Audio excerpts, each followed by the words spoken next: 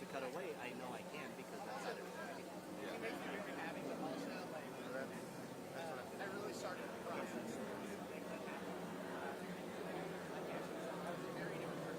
I'm all on power too, so I'm like kind of infinity live shot right now. Yeah, I mean, you've got your Starlink, you've got this. What else do you need? And I think I'm going to tell got a chair. Gershon not to worry about coming to pick up the gear, and I'll just come back and get it. Okay. I mean, what we can do is depending on. I'm just worried that like something's going to get left behind, or something. You know what I Or mean? the opposite. So many things Or could you bring happen. something I wouldn't back. want to have to pick up somebody else's gear Yeah. in a pile of gear like this. Yeah. I wouldn't know. I mean, what we could do then, instead of Gershon coming to pick up your stuff, if Gershon goes to pick up your March stuff, so that you're not carrying it. Yeah. Because like an unburdened block,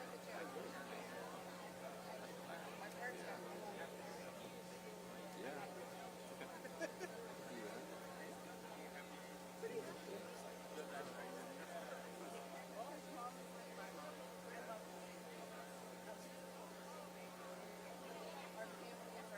I'm gonna go. Do you have a speaker list?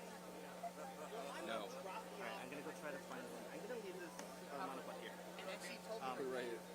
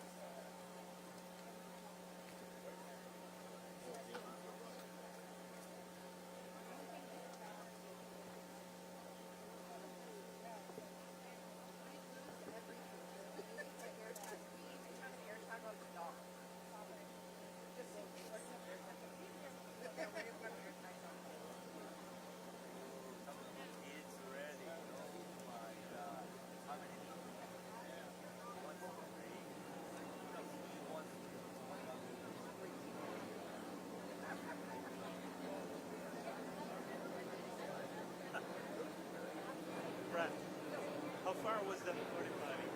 Too far. I think it was 10 minutes to 9, and I was like, I don't think I have time. We were there, so I just went back inside. And when we were way inside there, the VIP area. Back around. Yeah, and I didn't even have to ask permission, just walk in there. And they look at me like that. You're good, you're good. I don't even, the thing is, I don't have to go, but I'm like sitting there thinking, 21? it's going to be Well, yeah, a because long time. well, it comes to a point that you need to go, and then you can't. Don't give me more. Yeah.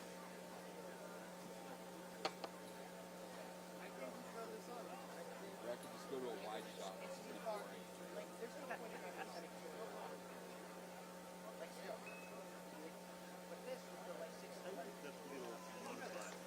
This? Yeah.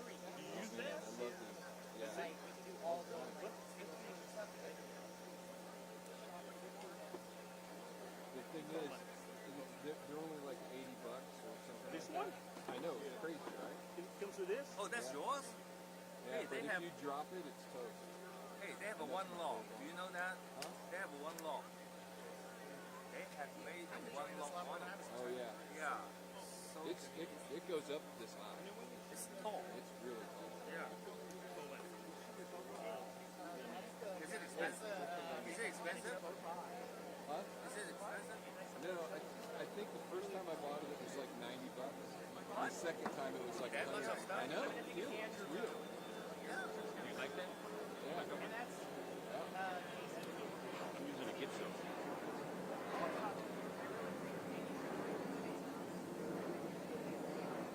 It's better. Nice. Look at this. Solid.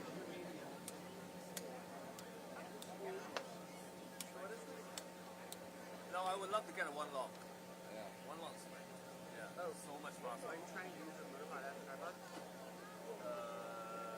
Yeah, sometimes. That's awesome.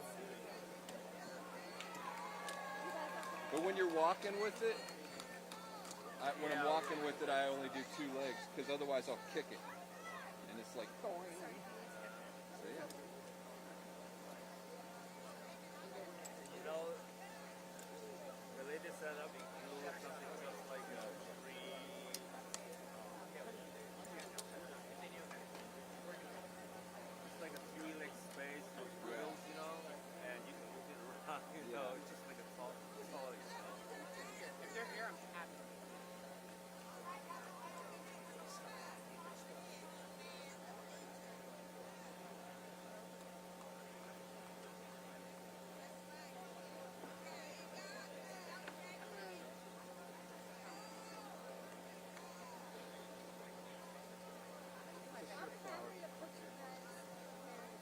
I got one right here, and I got an extra plug.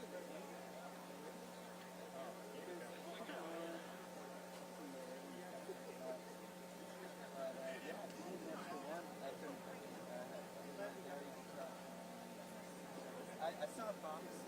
They're staying down there. Bring back up. I didn't realize how much we had it. Yeah. Find like how much.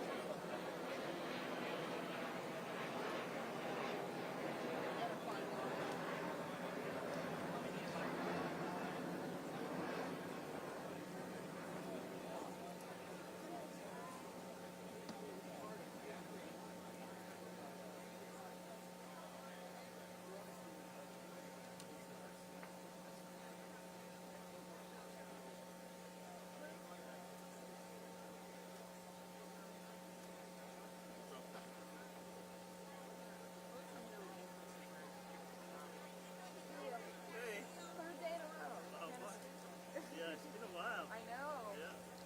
How are you doing?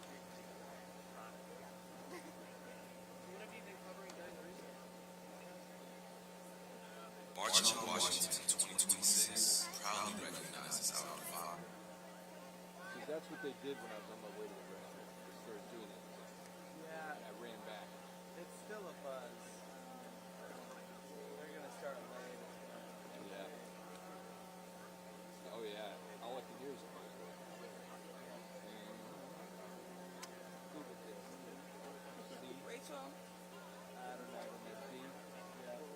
Man, I'm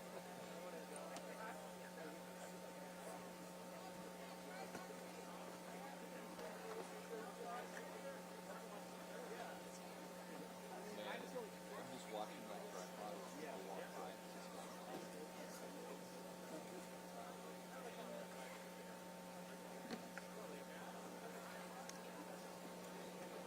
not weird.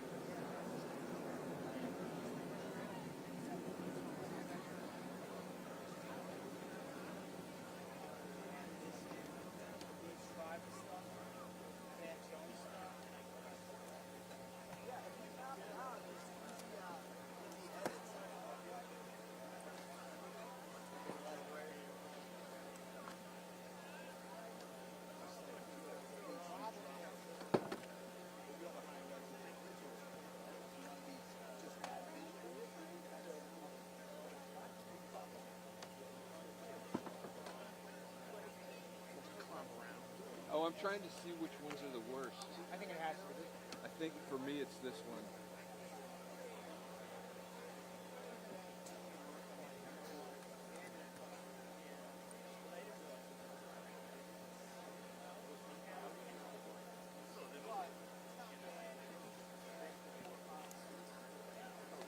How are you?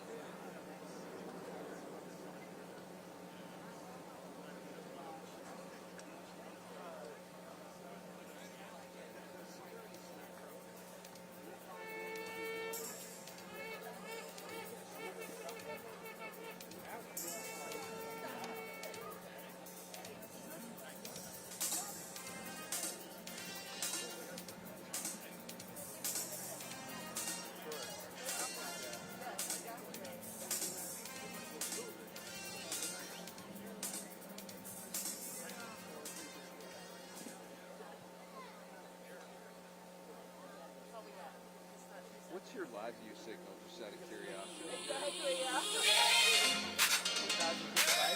What is it? 4,000 gigabytes. So it is helping because this is getting sick. I hear it.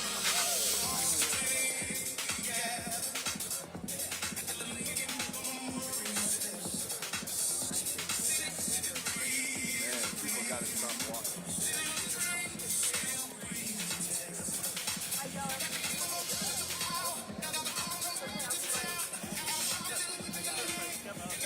Wow.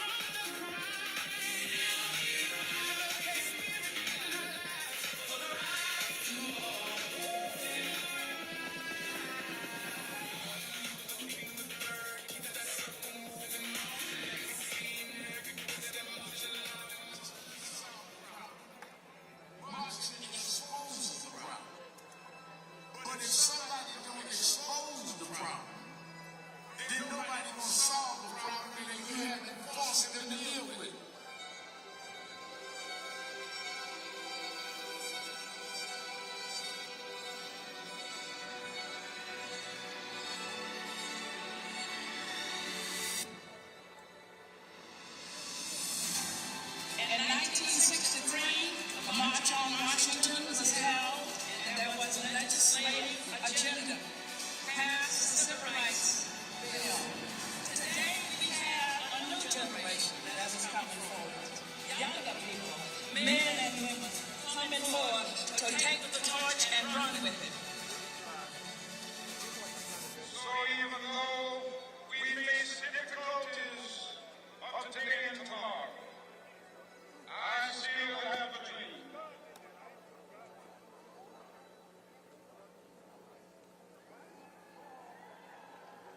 Hi, this is Reverend Al Sharpton, President of the National Action Network. On behalf of Martin Luther King III and Arndrea Waters King of the Drum Major Institute, I'm glad you came. Many came from far places to be here to stand up on this day, to say that we're here to protect and defend the right of everybody to vote. We're here to deal with the fact that diversity, equity, and inclusion is something good for America and mandatory for people of all races and all genders. And we're here to say that we stand together. The continuation of the Affordable Care Act, all of which is in many ways issues that are dealt with in this city, Washington, D.C. The Congress is here. The Senate is here. The Supreme Court is here. The White House is here. We're here to send a message like Dr. King did 63 years ago. So I thank you for coming. Some rode all night long. But there's not a better cause at a better time. For whatever reason, we're in this effort. And let history record that we stood up and fought back, and we're going to leave here with instructions, or we're going to southern states and other states and organize. This is a kickoff of taking this country where it ought to be. So if you hear people talking foul or provocateurs, tell them we're not here for that. Help the security by keeping this march where the objective is having our rights protected, not just in some ways, just showing our anger. Yeah, we can be angry, but don't be mad. Don't go mad. Be angry and go to work. Let's get started with the program.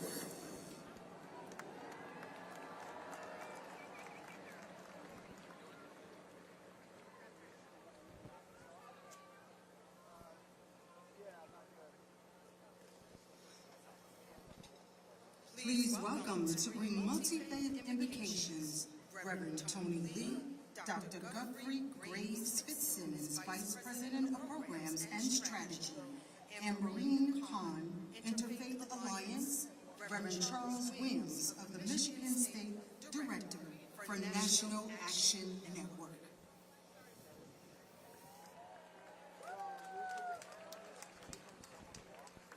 My brothers and my sisters, won't you join me for a word of prayer? But before you join me for a word of prayer, won't you just give God some praise out here on the mall? If you know that God is able, won't you give God some praise out here on the mall? Let us pray.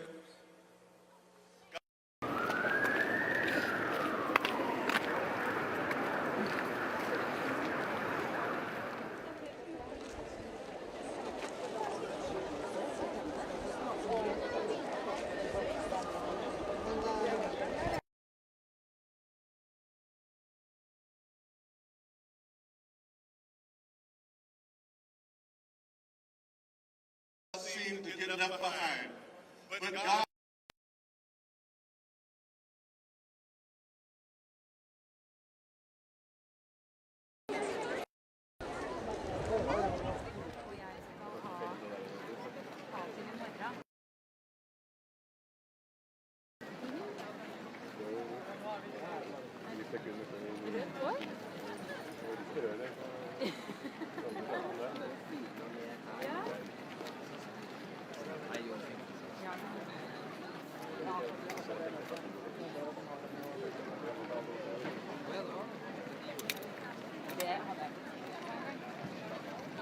Yeah.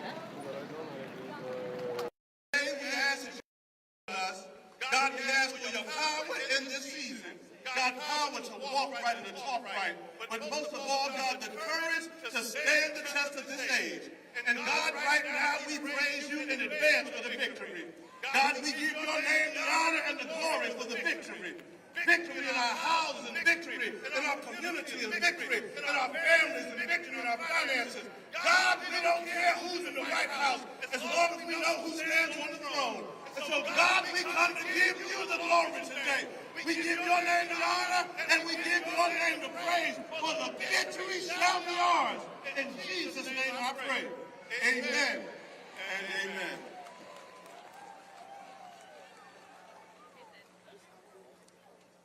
Are you getting good audio? Good morning, March on Washington. I have audio, but a buzz. It's an honor to be here today representing the Interfaith Alliance. The 96th Psalm says, "Sing to the Lord a new song." Will you pray with me?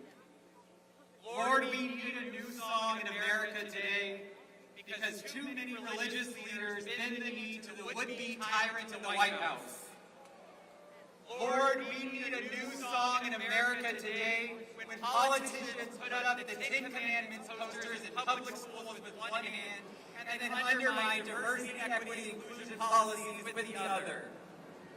Lord, we need a new song in America today when election deniers hold up the Bible as a prop to distract us from their voter suppression. Lord, we need a new song in America today when our tech-bro oligarchs dream of colonizing space, while right here on planet Earth we have all the resources we need to end hunger and provide health care for all. Lord, give us a new song today, with a symphony of prophetic zeal, never changing our tune, our friends are in power, and sung in the key of the faithful, inclusive love of Dolly Parton. Psalm 96 is, "He will judge the world in righteousness and the people with faithfulness." May our witness today be acceptable to you, Lord. Amen.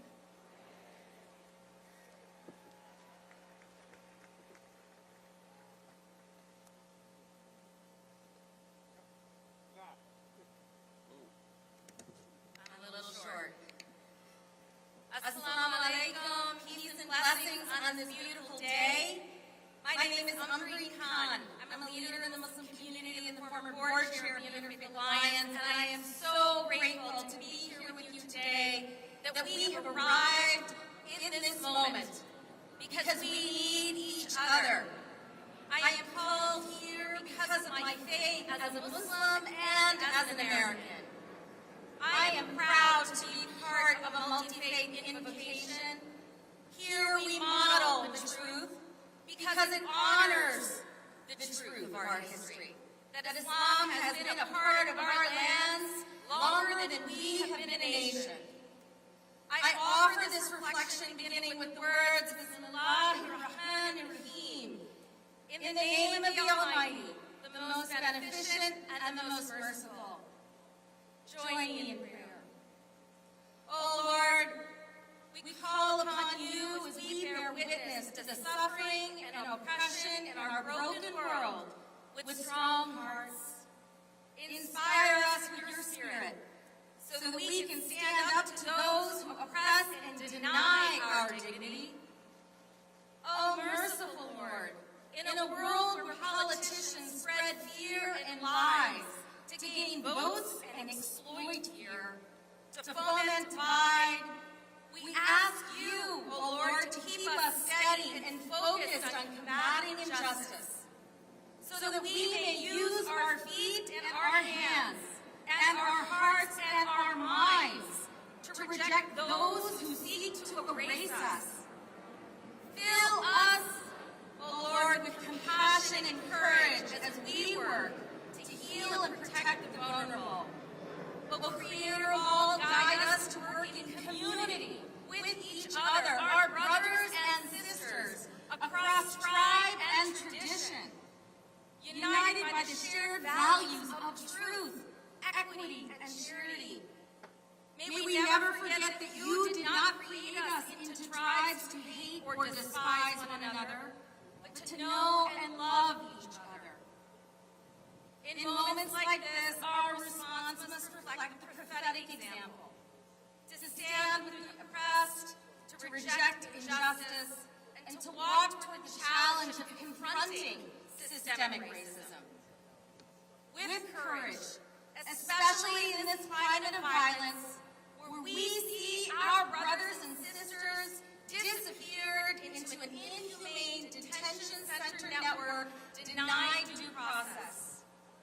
In this world where we see the moral compass calling us to heal has been corrupted by a leader that seeks to harm. In this time when we are punished for bearing witness to the atrocities funded by our very own nation. Oh Lord, may we remember in this time when our collective histories are under assault, may we remember the prophetic tradition. Help us stay grounded and rooted in the stories of liberation and tyranny, ending tyranny and learning. Creator of all, let us draw on each other with love and mercy and hold each other up as we march, wipe each other's tears, heal each other's wounds. Most compassionate, protect our leaders who guide, instill in their hearts the values of our shared humanity. This is our motto. Peace and blessings to all.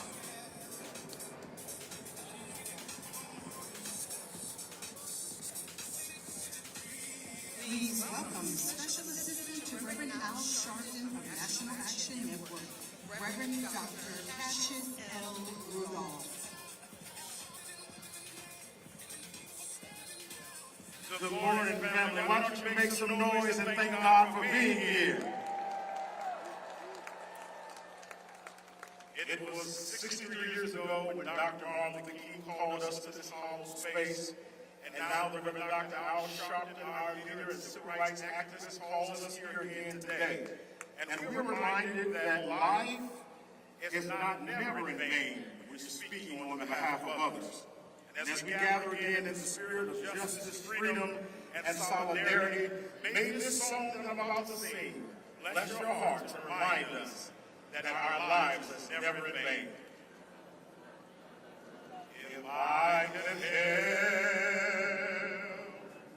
somebody as I travel along,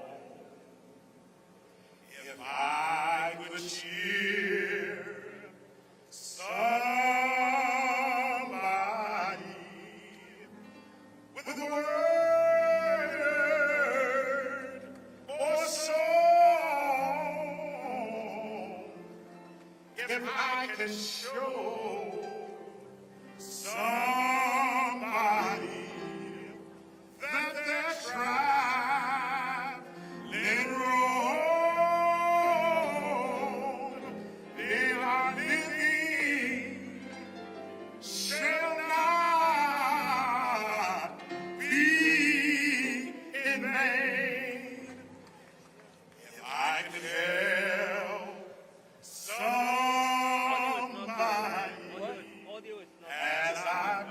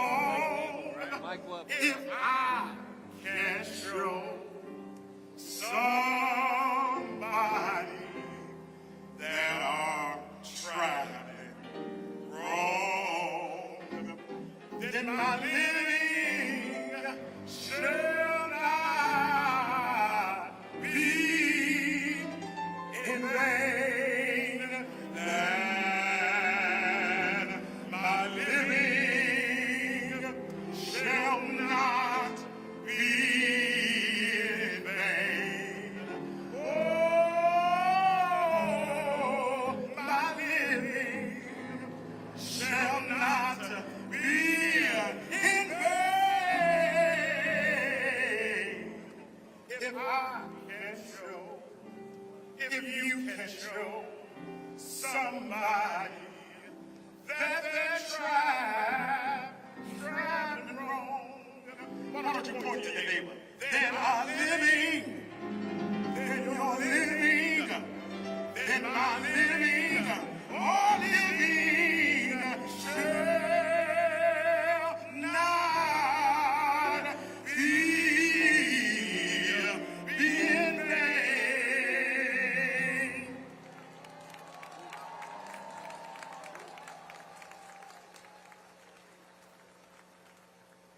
Let us now welcome the Honorable Robert C. White, Jr., at-large council member, Council of the District of Columbia. Good morning. Welcome to my home, Washington, D.C. 63 years ago, right here, Dr. King and the generation of civil rights leaders called Americans together to demand that our country finally live up to its promise. Walter Fauntroy helped organize that march and went on to become Washington, D.C.'s first delegate to Congress in the modern era. He was followed by the great Eleanor Holmes Thornton, another giant of the civil rights movement. And in January, I will have the extraordinary honor of following them to Congress. I will inherit their seat, but all of us inherit the unfinished work. That means protecting the rights that they want and winning the rights they never got to see. We have to defend a Voting Rights Act that the Supreme Court has weakened. We have to protect the fundamental right of voters to choose their representatives in Congress instead of politicians choosing their voters.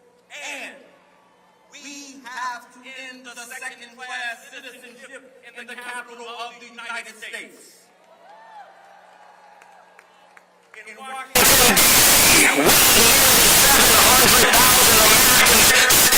no voting representation in Congress. In my own family, that contradiction spans generations. Both of my grandfathers, Lloyd and Lewis, served this country in war. Lloyd became a Navy fighter pilot who was shot down over Laos. Lewis was drafted and sent to Korea. They went across the world to defend a democracy that did not fully include them at home. 3 generations, 2 veterans, 1 future member of Congress, and still no vote. That is not democracy. Democracy does not take power from voters to protect politicians. Democracy does not strip away the rights that generations fought for. And democracy does not deny Americans a vote simply because they call the nation's capital home.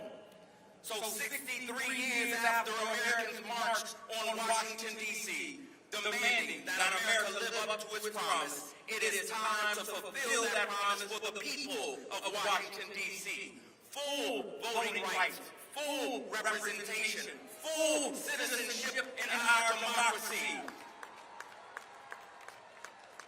It is time to make Washington, D.C. the 51st state. Give us our vote. Thank you.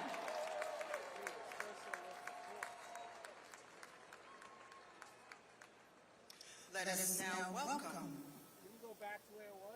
the Honorable Janice Lewis George, Ward 4 Council Member, Council of the District of Columbia. Good morning.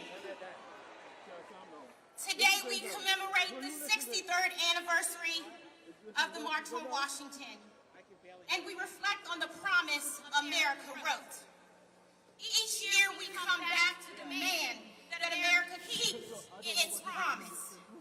And today I encourage you to look critically at what is happening in D.C. to the people who call this city home. Right now, the National Guard troops walk our streets, costing Americans $3 million a day. Black women, the backbone of the federal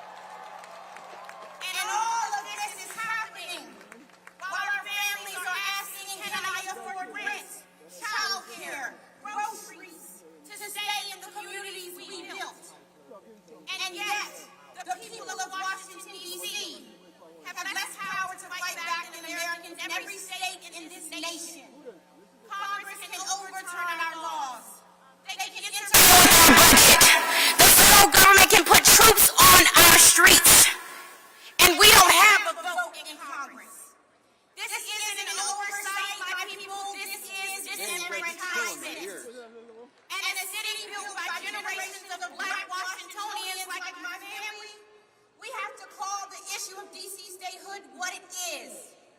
DC statehood is a racial justice issue. It is a voting rights issue. It is a civil rights issue. Fannie Lou Hamer taught us nobody is free until everybody is free. Well, America, DC isn't free. So whether you came here from Alabama to California, Georgia or New York, when you go home, take our fight with you. Stand with DC. Fight for DC. And that right now, I want you to raise your voice with the people of DC. When I say free, you say DC. Free. Free. Free. Clean now? Thank you. Free us all. Thank you. Are you clean now? Yeah, it's better. I prefer the Let us now welcome Brian Lemick, Executive Director of Defend the Vote. Now it's clean. Don't do anything. Hello, Washington. Yeah, sounds good. Sounds good now. Big thank you to the Honorable Janice Lewis George, the National Action Network, and Reverend Sharpton. Thrilled to be out here today and continuing on the tradition here of Freedom Summer. Today's a humbling experience. Look around. Look at all of us that are gathered today. To stand in this spot where courageous leaders stood 63 years ago to demand that America live up to its promise. That's what we're here today to do. They march for freedom. They march for economic opportunity, for the right to have a voice in the country they helped build. It's humbling, but it's also energizing. Because we're not just here to commemorate their historic work, we're here to carry it forward.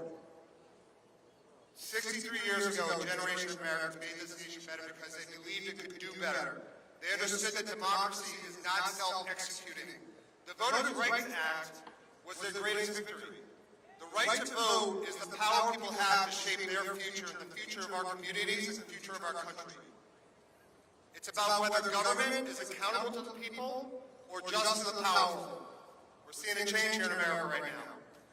It's about whether every community, regardless of race, faith, or background, is fully represented in our democracy and fully included in the promise that is America. That power is under attack again today. They've gone directly after the Voting Rights Act. And they're creating new restrictions and new barriers to voting. And those attacks, they fall hardest on black communities and black voters, communities of color, the communities that have led this fight to make our democracy more inclusive and more just. Generations before us fought these fights. They understood that freedom is not something that you inherit, it's something that you have to protect. So now it's our turn. That means defending the vote, protecting every voter's voice, and standing together when those voices are threatened. We're not protecting a process, we're defending people's power. Go out and vote. Thank you. Let us now welcome Kitty Sandoval of Rock the Vote.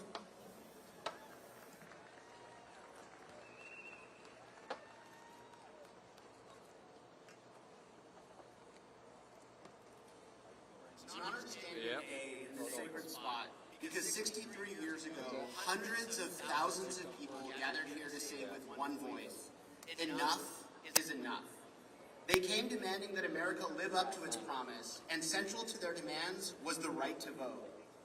In the years that followed, we saw the passage of the Civil Rights Act and the Voting Rights Act, both direct results of the work done by the people who stood where you're standing today. The older I get, the more I understand how much of my own life was shaped by people I will never meet. I grew up on a family farm in a small town in northern New Mexico. My mom worked 2 jobs to raise 4 boys largely on her own. There was never a reason for me to believe that I could one day grow up and work in the White House for not 1 but 2 presidents, or to stand before you helping to lead one of the country's largest organizations focused on young voters. But that's what progress is. It changes the range of lives people are allowed to imagine for themselves. For 36 years, Rock the Vote has worked to bring young people into our democracy, helping to register more than 15 million voters. Registration, though, is only the beginning. We work with young people to give them the information they need to cast the ballot. and work with partners across the country to protect their access to it. Because voting rights don't protect themselves. Every generation has to claim them, to defend them, and every generation faces the same choice: fight or retreat. Those who marched in 1963 could not know the full breadth of who would benefit from what they were building. They could not know me or the countless young people who grew up in a world where they could dream of a life beyond the boundaries of what was set for us. Sorry, man. And we may never know the names of those who benefit from our actions.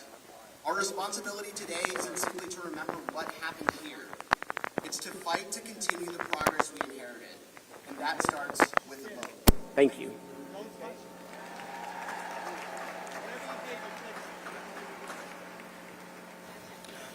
Let us now welcome Joteka L. Edie, founder of Win with Black Women.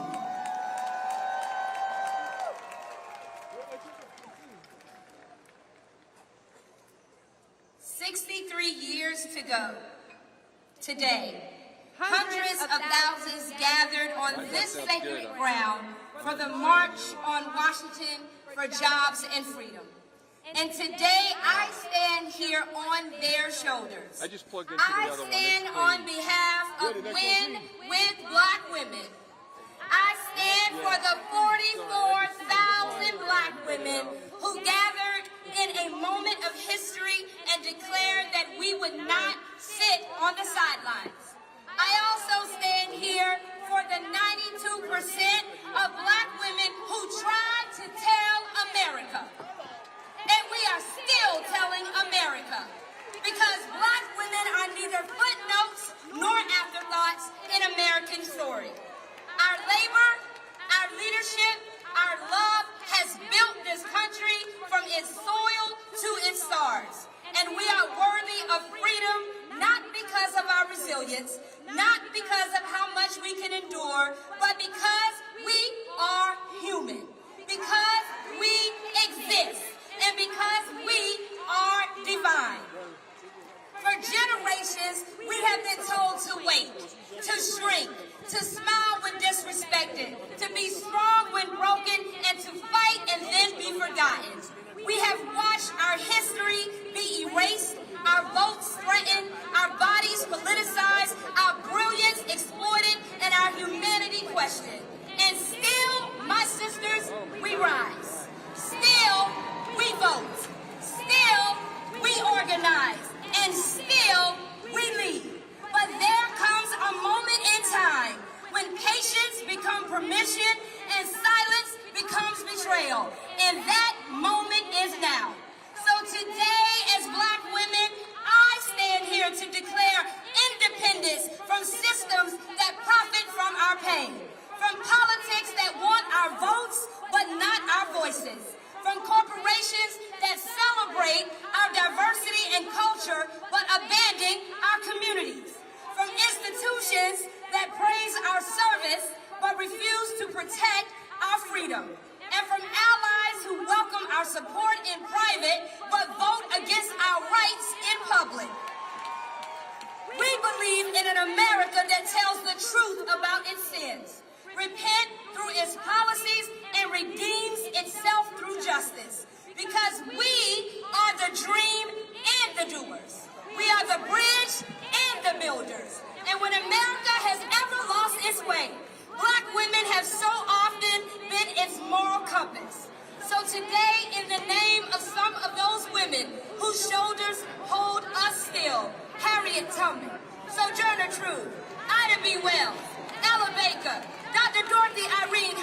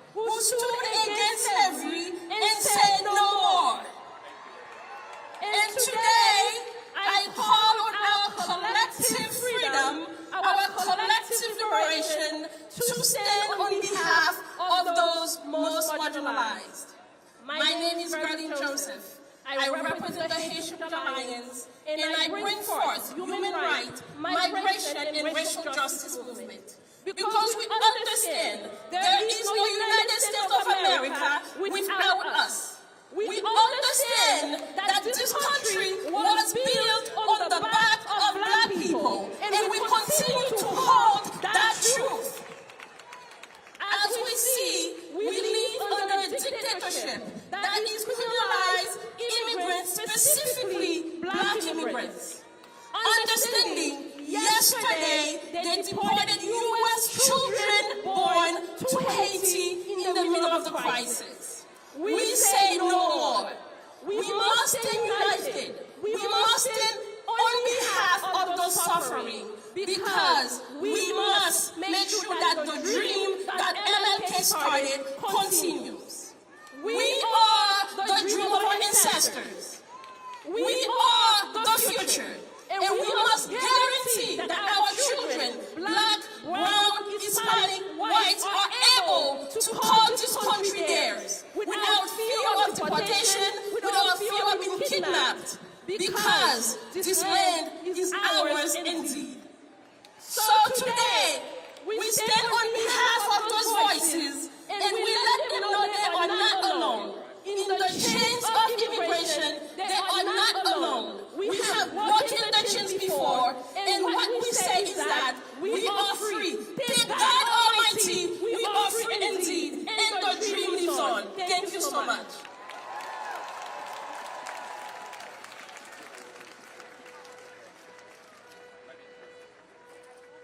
March on Washington 2026 proudly recognizes our Phi 9 partners.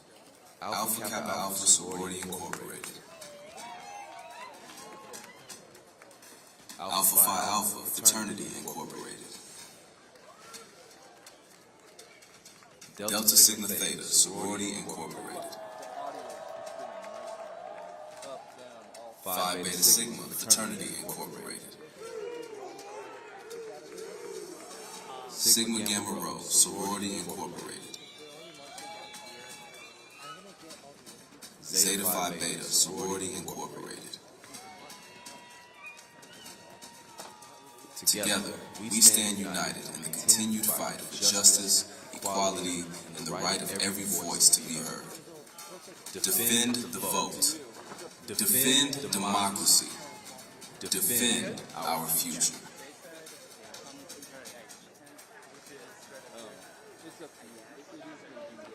Let us now welcome Lucien J. Metellus Jr., General President of Alpha Phi Alpha Fraternity Incorporated. Good morning. I am Lucien Metellus, General President of Alpha Phi Alpha, and I've come to address you today about the crisis in America. We have a crisis in America because our voting rights are being stripped away, and the men of Alpha Phi Alpha will not have it.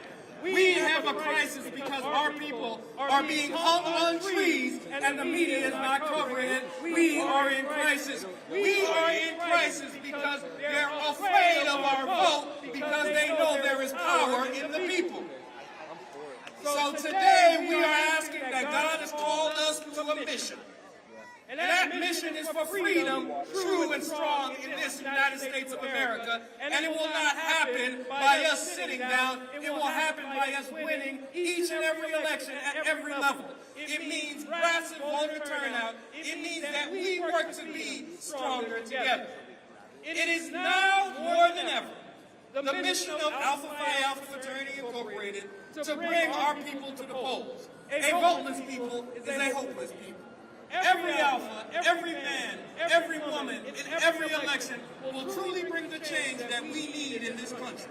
So I implore everyone under the sound of my voice that it is your mission to do God's work, to save a country that is still worth saving, and fulfilling the promise that was given to us so many years ago. Ladies and gentlemen, let us be forward-thinking and save our country together. Thank you. Let us now welcome the Honorable Brother David A. Turner, International President of Phi Beta Sigma Fraternity Incorporated. Good morning.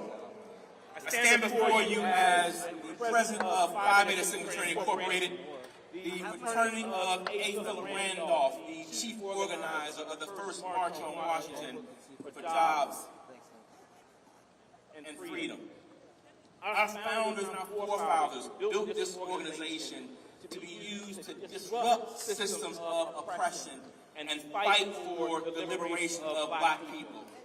The current assault on voting rights, driven by legislative disenfranchisement, voter purging, gerrymandering, and intimidation, is a deliberate strategy to strip power from black, brown, and working class communities. But we will not yield. At Sigma's, our motto is culture for service and service for humanity. And in today's climate, service means radical resistance. Service means organizing our communities to dismantle voter suppression at every level. Service means turning every neighborhood into a fortress of mobilization. We will shut down efforts by swarming the ballot boxes and demanding passage of the John Lewis Voting Rights Advancement Act.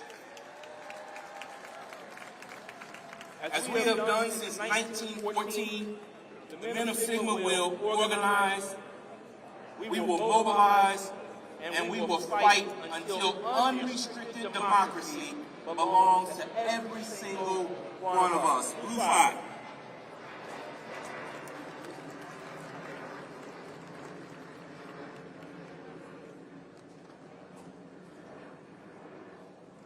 Let us now welcome Dr. Stacy N.C. Grant, International President and CEO, Zeta Phi Beta Sorority Incorporated.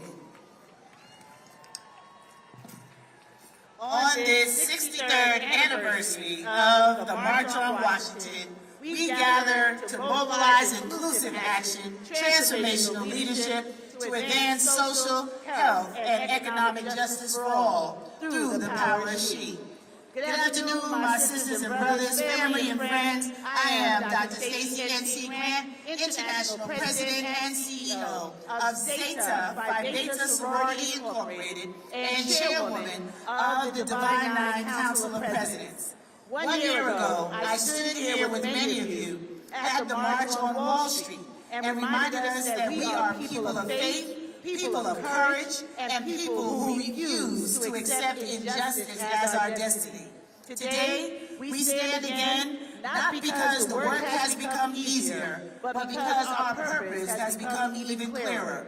The power of she for social, health, and economic justice is Zeta's call to action to uplift our communities. The power of she is the power of you and me.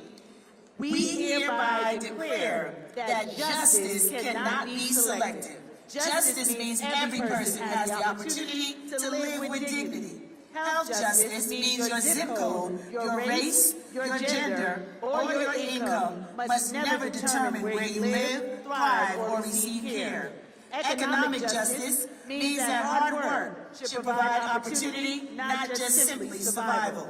And voting rights mean that every eligible voice must have the power to reshape the future. But let's be clear, marching is not the destination. Our ancestors did not sacrifice so that we could simply remember their struggle. They sacrificed so that we could continue their work. So today, let us turn our unity into action. Let us continue to organize in our communities. Let us protect our vote. Let us advocate for policies that lift families, and let's invest in our children and our communities. And let's not just lead from fear, but from faith. For those of you who know the Lord, we know that He is still in control, and He has given us all we need to survive. When women lead, communities move. When communities organize, systems change. And when we stand together with purpose, with courage, and with love, there is no limit to what we can transform. Zeta Phi Beta and the Divine Nine stand ready. But I want to know if you're ready. Are you ready to show up? Are you ready to speak out? Are you ready to shape policy? Are you ready to protect the vote? Well, that's who we are. We will show up. We will speak out. We will not be silent. And through advocacy, we will shape our policy. We will protect our communities. We will exercise the right to vote. And our generations to come will be proud of the stand that we take today. They are counting on us, so repeat after me. The power of she is the power of you and me. God bless. Let us now welcome Mark Jackson, Grand Masters of Omega Psi Phi Fraternity.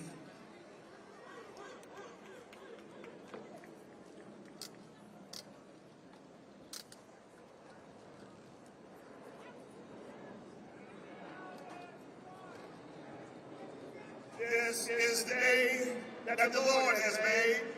Let us rejoice. We shall rejoice. We will rejoice and be glad in it.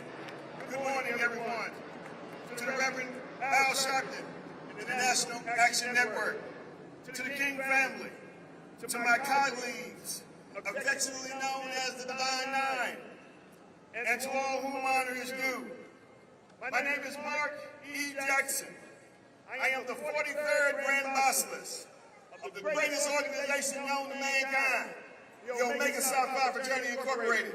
I bring you greetings on behalf of the over 200,000 plus men of Omega, which are represented in 16 countries, on 4 continents, and across 19 time zones. It's certainly an honor and a privilege to bring greetings on such a momentous occasion. Today, we stand here on hallowed ground, not just as members of the Omega Psi Phi Fraternity Incorporated, but as advocates of justice, equality, and the relentless pursuit of a dream.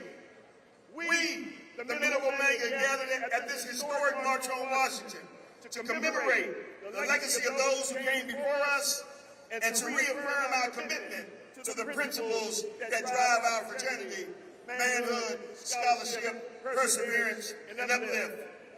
As we look back at the footsteps that have walked these very streets, we cannot help but draw inspiration from the pioneers of the Civil Rights Movement, including A. Philip Randolph, Congressman John Lewis, the great Dr. Martin Luther King Jr., and our own beloved brothers, Barnyard Rustin and Reverend Jesse L. Jackson Sr. They may be gone, but certainly not forgotten. In 1963, the March on Washington called for an end to segregation, fair wages, economic justice, voting rights, education, and the long overdue civil rights protections. Oddly enough, here in 2026, we are still calling for and fighting for some of the same issues. Well, today, Omega men around the world, individually and collectively, stand in solidarity with you as we call for an end to discrimination in voting, an end to discrimination in jobs and fair wages, an end to discrimination in lending practices for houses, discrimination in healthcare, educational, and the criminal justice system, and an end to the political manipulation of gerrymandering. Today is a call to action. The fight for civil rights, the fight for justice and equality is not a spectator sport. We need all hands on deck if we're going to move the needle of social justice. As I close, if the late Congressman and Civil Rights leader John Lewis were here, I believe he would say it's time for us to stand up, make our voices heard, and get into some good trouble. If Dr. Martin Luther King Jr. were here, I believe he would remind us that injustice anywhere is a threat to justice everywhere. To God be the glory. Long live the Omega Psi Phi Fraternity Incorporated, and may God continue to bless each and every one of you. Thank you. Let us now welcome Diane Barton, co-founder and board president of Pro-Human Foundation, Avi Dressner, executive director of Black Jewish Reconciliation, Rebuilding the Bridge, and Darrell Davis, co-founder and global ambassador for Pro-Human Foundation.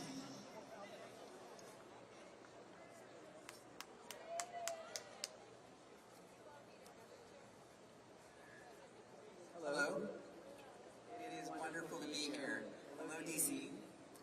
63 years ago today, and I'm not the first person to say that, Martin Luther King Jr. stood on these steps and called on our country to live up to its founding promise. All people are created equal.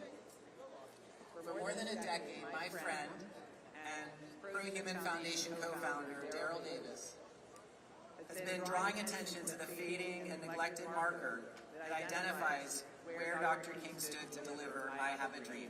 It's right here in front of me. It may seem almost unimaginable in today's divided political climate, but the legislation authorizing the original marker passed Congress unanimously in the year 2000, without a single dissenting vote. And like most successful legislation, it had a champion, Congresswoman Ann North of Kentucky.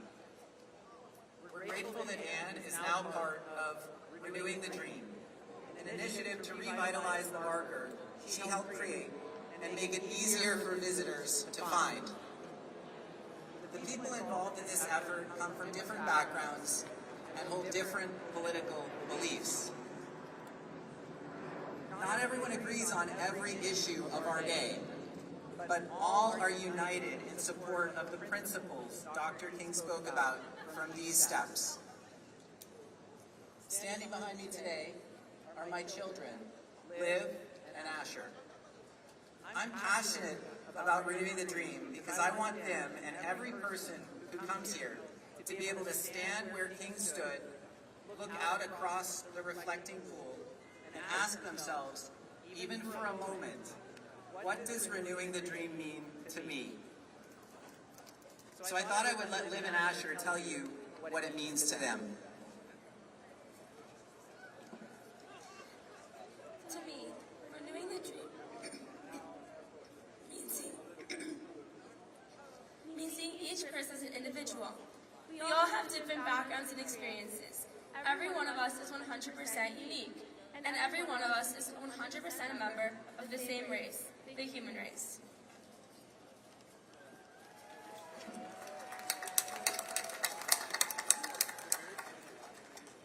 Renewing the dream to me means treating people like people. Don't assume you know someone because of what they look like, where they're from, or what group they're part of. Get to know them who they actually are.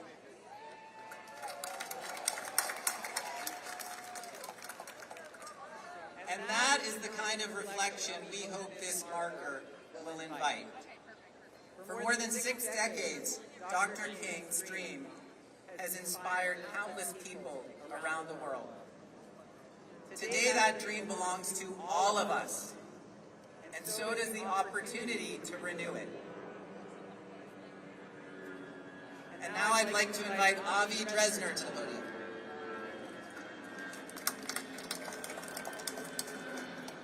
Good morning, beloved community. My name is Avi Dresner, and I'm the son of Rabbi Israel Dresner, the most arrested and jailed rabbi during the Civil Rights Movement, and an ally and friend of the Reverend Dr. Martin Luther King Jr. My dad stood less than 20 feet away from Dr. King right here when he delivered the iconic I Have a Dream speech. Today I represent my father and the Pro-Human Foundation's Renewing the Dream initiative, which seeks to revitalize the marker on this hallowed ground where Dr. King spoke. It is so faded that most visitors step on it without even knowing it's there. We intend to change that. One of the designs being considered has Dr. King's footprints on it, and I hope it gets chosen because of all the miles those feet marched so that we and our nation could be here today. My father walked many of those miles with him, including on the Pettus Bridge in Selma, where Dr. King asked him to deliver the prayer right before the march, which led to the passage of the Voting Rights Act. Today, the rights that Dr. King and my dad marched for are under assault. And to paraphrase the words of the great Rabbi Hillel, if we do not defend and renew them, who will? But renewing the dream is about more than restoring a marker. It is also about revitalizing the Black and Jewish alliance that my father and Dr. King embodied. I was at a convening in Miami a few months ago that brought together 120 Black and Jewish leaders from all over the country with the purpose of revitalizing our alliance. We seek to do so not to benefit Blacks and Jews, but because when we work together, it benefits the nation. Without our alliance, there would have been no Civil Rights Act or Voting Rights Act. And unless we work together again, unless all of us do, we will lose those precious pillars of our modern democracy. Whenever I speak publicly, I make sure to wear something of my father's. Today, it's his suit. Usually, it's his socks, because I could never fill his shoes. Similarly, Dr. King's footprints on the marker we seek to place here can never be filled, nor should they be. Footprints are useful only if we follow them. We all know the expression that those who don't know history are doomed to repeat it. But a much less well-known corollary of that is that those who do know history can repeat the good parts. And the Black-Jewish alliance is definitely one of the parts worth repeating. So let us follow in my father's and Dr. King's footsteps, and let us also make our own modern march, blaze our own trail, and dream new dreams. Thank you, and may God bless our efforts. We would like to take this time to thank some of our partners. When you hear your name. Good morning, folks. My name is Daryl Davis from the Pro-Human Foundation. I want to remind us that this year, 2026, is the 250th anniversary of our independence from Great Britain. In 1776, Thomas Jefferson wrote the Declaration of Independence, in which he said, "All men are created equal." Almost 100 years later, Abraham Lincoln, in 1863, said that our nation was conceived in liberty with the proposition that all men are created equal. Almost 30 years later, in 1892, every American, and since 1892, has put their right hand over their heart, faced our flag, and recited the words of Francis Bellamy, who authored our Pledge of Allegiance, in which he wrote, "One nation, under God, indivisible, with liberty and justice for all."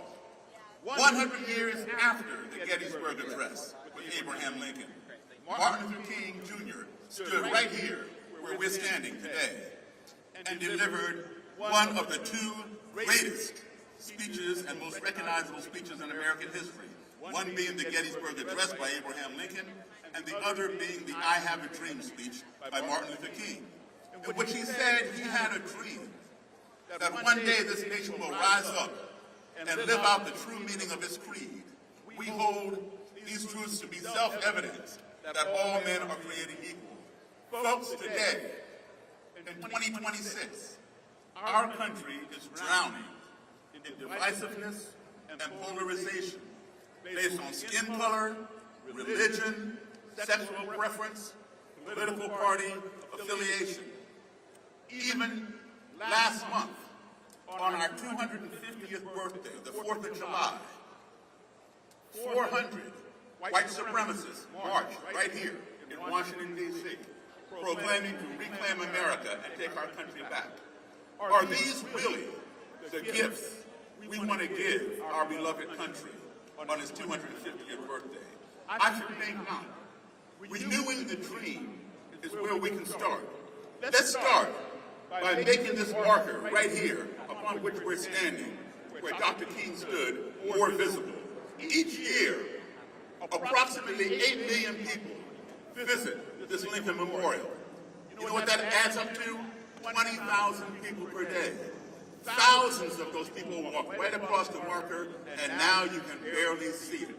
The Pro-Human Foundation has proposed to put in a new and stronger marker, so people can come, stand on it, have their picture taken in the exact place where Martin Luther King read his dream. So we ask you that you help us. Help us renew the marker and help us to renew Martin Luther King Jr.'s dream. I also want to remind you that August 28th, today's date, of course, in 1963, 63 years ago, is the anniversary of Dr. King's speech. But also, August 28th, 71 years ago, in 1955, a young 14-year-old black boy was kidnapped, beaten, tortured, and murdered by two white racists for allegedly whistling at a white woman. His name was Emmett Till.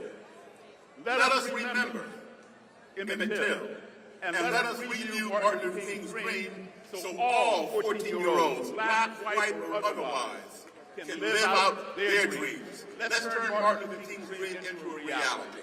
Thank you, folks.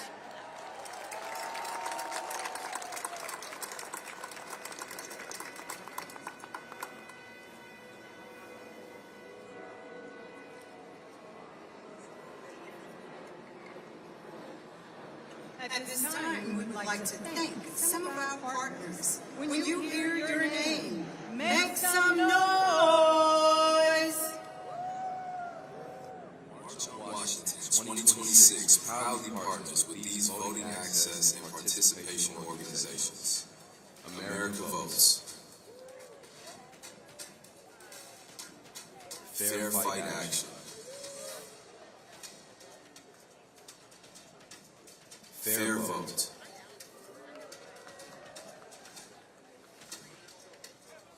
Vote.org. Vote Writers.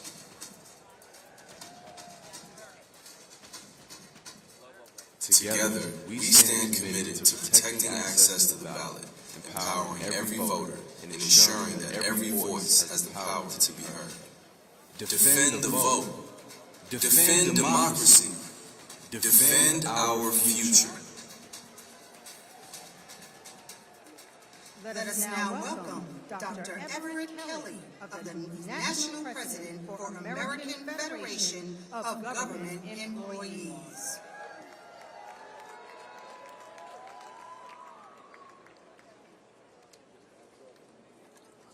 Good morning, brothers and sisters.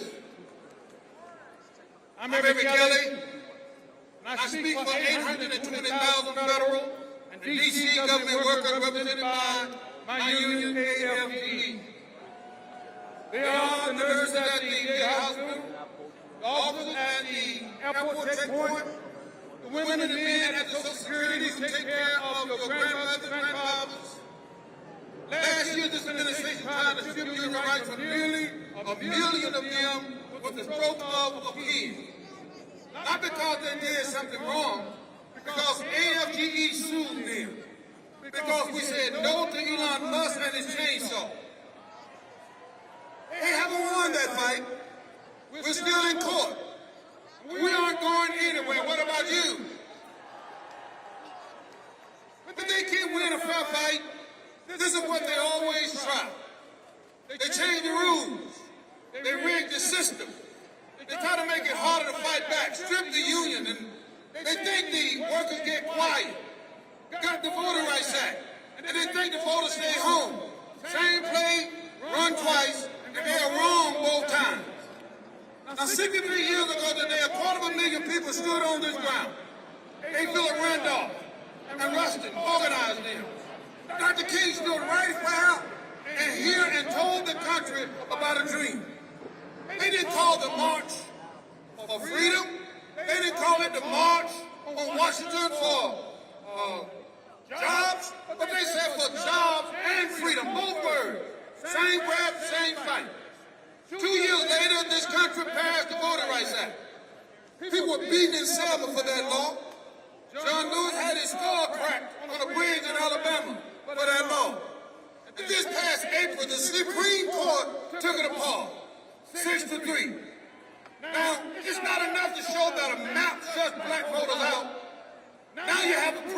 that they meant to do it.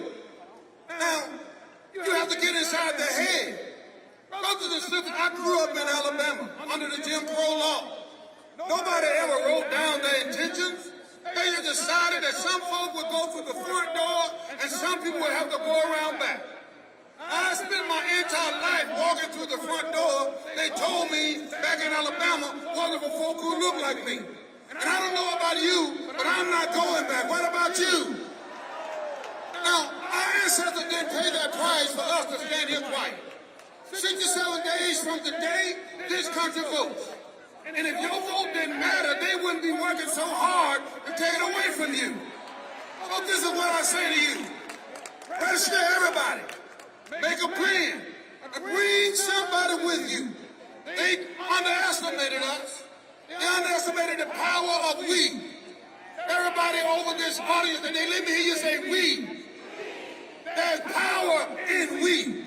And in 10 weeks, this election day will show them what a bad mistake that was. This is what I know. We may have been knocked down, but we have not been knocked out. This is what I know. We've been made endure for a night, but joy comes in the morning. Are y'all with me? Guess what? November is coming. Joy is coming. Change is coming. Keep on praying. Keep on fighting. Keep on marching. Keep on voting. Let's get it done. Thank you, and I love you. Let us now welcome Patrick Moran, International President of American Federation of State, County, and Municipal Employees, AFL-CIO.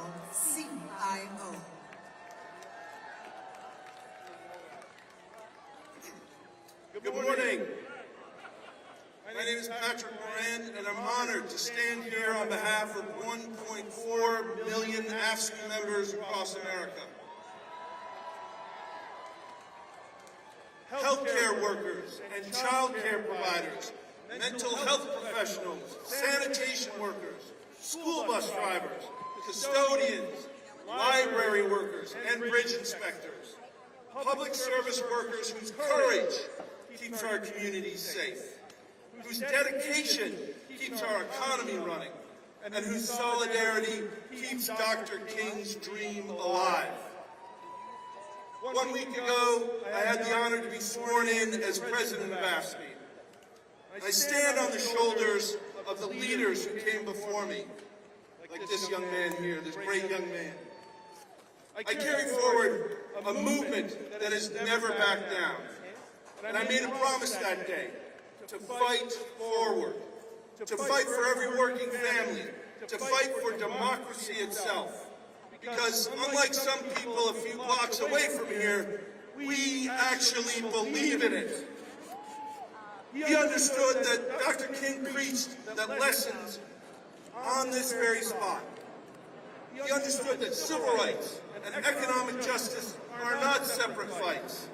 It's why in the final days of his life, he went to Memphis, standing with 1,300 black sanitation workers, represented by AFSCME Local 1733, who walked off the job, held their heads high, and said, "I am a man."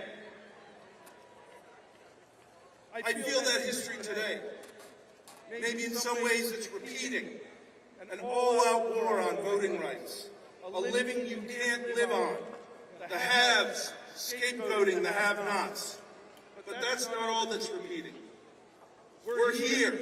We're here today, thousands strong and fighting back against greedy corporations rigging the game, against anti-worker politicians trying to cheat their way to victory, against a system that lets children go hungry while their parents work double shifts. In Dr. King's final speech in Memphis, he spoke of the Good Samaritan, who look at the world and ask, not, what will happen to me if I help my neighbor? But, what will happen to him if I do not? This is the beauty of this moment. It's a call to look out for one another and advance the common good. It's why I'm so proud to stand with you today and continue the fight forward.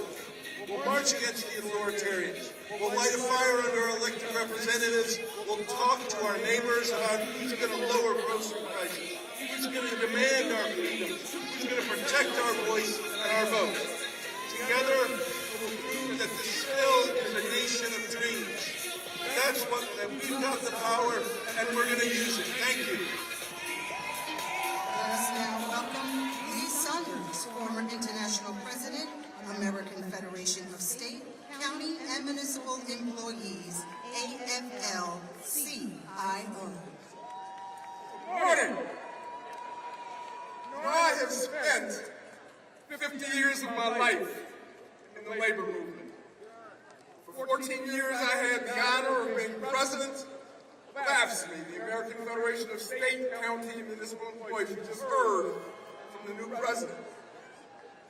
I told you that we represent 1.4 million members across the country, public service workers, who work like hell every single day to provide essential services to the American public. Last week, I stepped down as president. I retired from my job. I want to be real clear. I did not retire from my duties as a citizen. I did not retire from the belief in civic engagement. I did not retire from this fight, and I never, ever will. I'm here today. I'm here today because I am feeling the fierce urgency of now. As Dr. King put it when he spoke here 63 years ago today. Extremist radicals in the White House and in Congress, the privileged and powerful, the wealthy and well-connected, they don't want to take us back to 1963. They want to take us back to 1863. They're cutting voting rights. They're disenfranchising people of color. They are shaking the foundations of our democracy. The President of the United States himself peddles insane conspiracy theories about election fraud every single day. Every issue we care about, every issue that we care about depends on this struggle. So if you care about expanding union rights and freedoms, this is your fight. If you care about affordable child care, health care, and housing, this is your fight. If you care about fixing wealth inequality, this is your fight. If you care about retirement security, this is your fight. If you care about racial equity, this is your fight. The folks on the other side know that to pass their agenda, to keep telling more tax cuts to billionaires, they have to silence us. That's what they're trying to do. They know they can't win a fair fight. They know they can't rig the economy without rigging the political system. We aren't going to let them do that, are we? I didn't hear you. We aren't going to let them do that, are we? Hell no. Not when the stakes are so high and the future of our democracy literally hangs in the balance. We have fought too hard and bled too much to turn back now. Dr. King sacrificed too much. John Lewis sacrificed too much. A. Philip Randolph and Bayard Rustin sacrificed too much. Generations of fearless warriors for justice have sacrificed too much.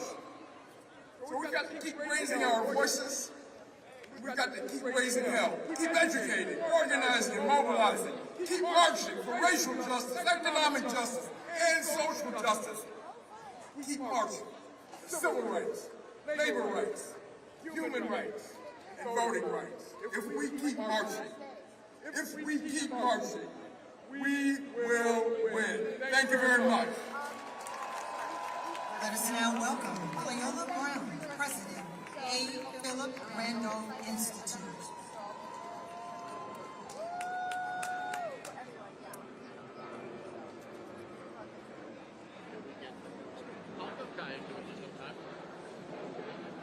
Let us now welcome Cleola Brown, President, A.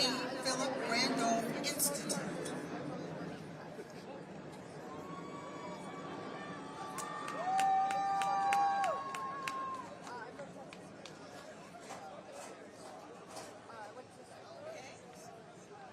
Hello out there. Hello, marching family. Come on, we need to hear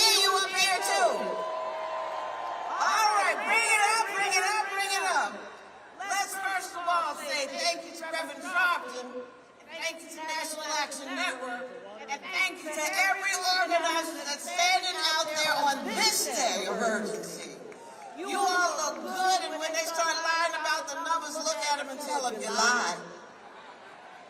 Now, I'm honored to stand here today on the very ground where 63 years ago our forefathers and foremothers and sisters and brothers in the fight for civil rights and racial justice heard from Dr. King, Roy Wilkins, John Lewis, Walter Reuther, and so many amazing leaders. At the pen and strategizing that was done by Randolph and Rustin. We heard from A. Philip Randolph, who called our sisters and brothers gathered there the advance guard of a massive rural revolution for jobs and freedom. That's 63 years ago, and the message is still the same. You feel me? A revolution that demanded affordable housing, integrated education, and real voting rights. A revolution that demanded full employment for America's workers at a living wage, and the dignity, and an end to discrimination. At the end of the speaking program, these demands were recited, backed by Byron Rustin, the chief architect of the march, and 250,000 of our brothers and sisters made personal commitments in the struggle for jobs and freedom, pledging to achieve social justice through economic justice and to not let up until the demands have been realized. Back then, I was 15 years old, and I sneaked down from Philadelphia, y'all, because I knew I couldn't get the permission to come. When I sneaked down and got down here, I didn't have no pass to get on the mall, but my mama taught me if you follow a greased bag, you know you're going to eat. The sister got chicken, and she probably got some cake in there, too. I walked with the people as if I had something, but I couldn't get in the platform. So those trees that are behind you, for those of you who are sitting and looking this way, the trees on the right became the perch for children who were yet teenagers like myself.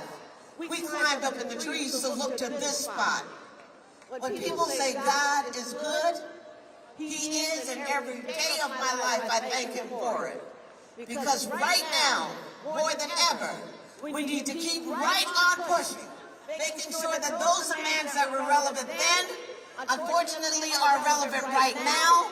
But we don't give up, we don't give out, we don't even stop. We keep coming at it. Because what He has for us, no one will be able to take it from us. But they can take it if you give it to them. So all the people that are here, from APRI, of standing in your steps, not anything about me. For all of those who are good analytic members, and I'm a little partial. Mine is this one right here, okay? Just so we know. But for all of those things, work together, children, and don't you get worried. Because we are going to win this race. God bless you, and God bless Representative. Let us now welcome Lenore Thomas, President of Virginia 512 SEIU.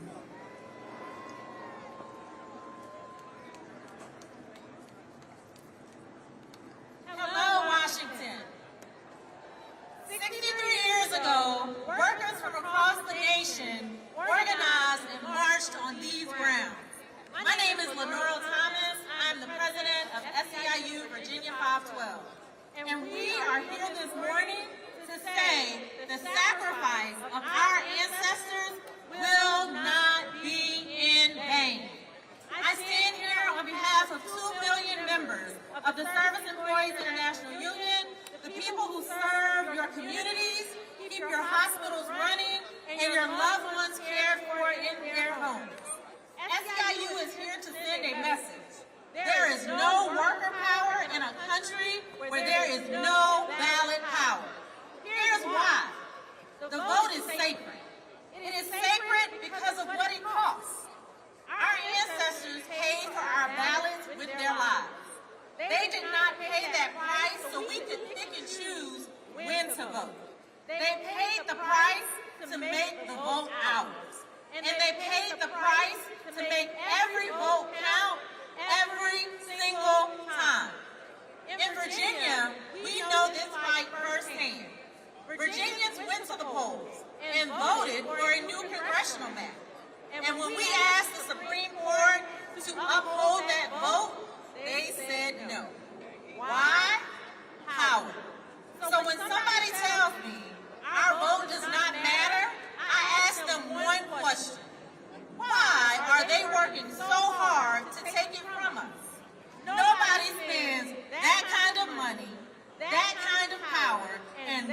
much energy trying to silence something that is useless. They gutted Section 5 because our votes work. They gutted Section 2 because our votes work.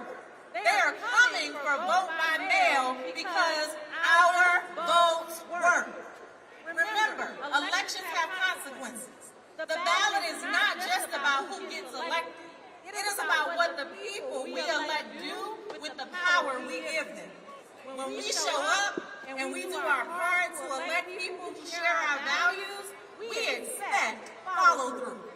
We remember who stood with us, and we remember the people who forget us once they are elected. In a true democracy, the vote has more power than boardrooms and big donors, more power than secret meetings and hate. It has the power to get us the three things we all need: money, power, and respect. Money so the worker who bathes your mother can afford to feed her own. Power so we stop asking permission at the ballot box and at the bargaining table. And respect. So let's go get it, y'all. Register somebody to vote, drive somebody to the polls, and let's vote.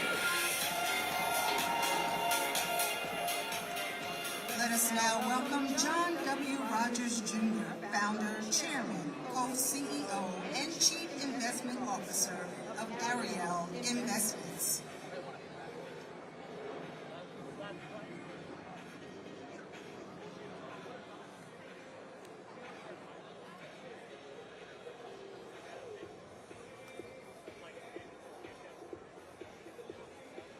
Let us now welcome John W. Rogers Jr., founder, chairman, co-CEO, and chief investment officer of Ariel Investments.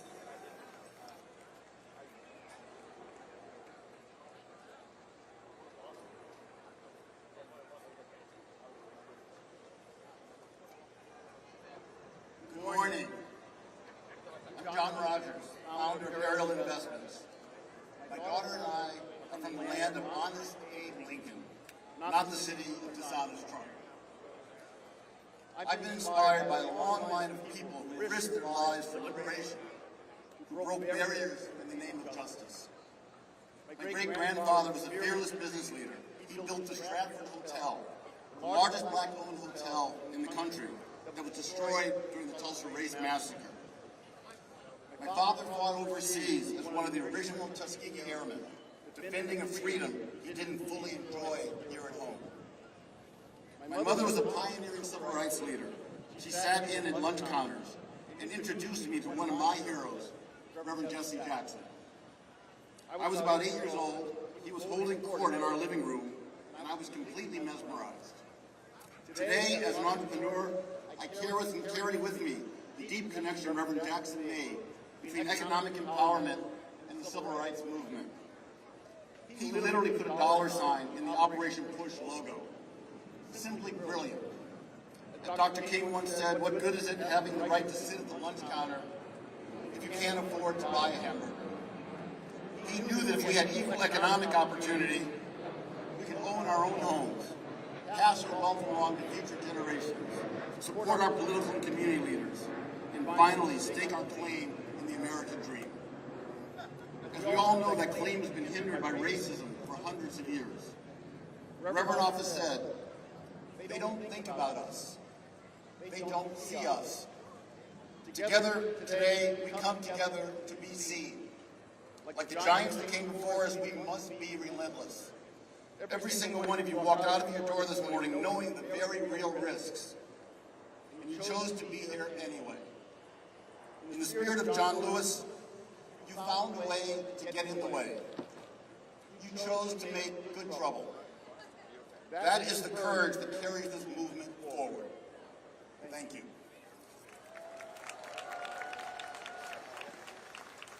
Let us now welcome Arnie Duncan, former U.S. Secretary of Education.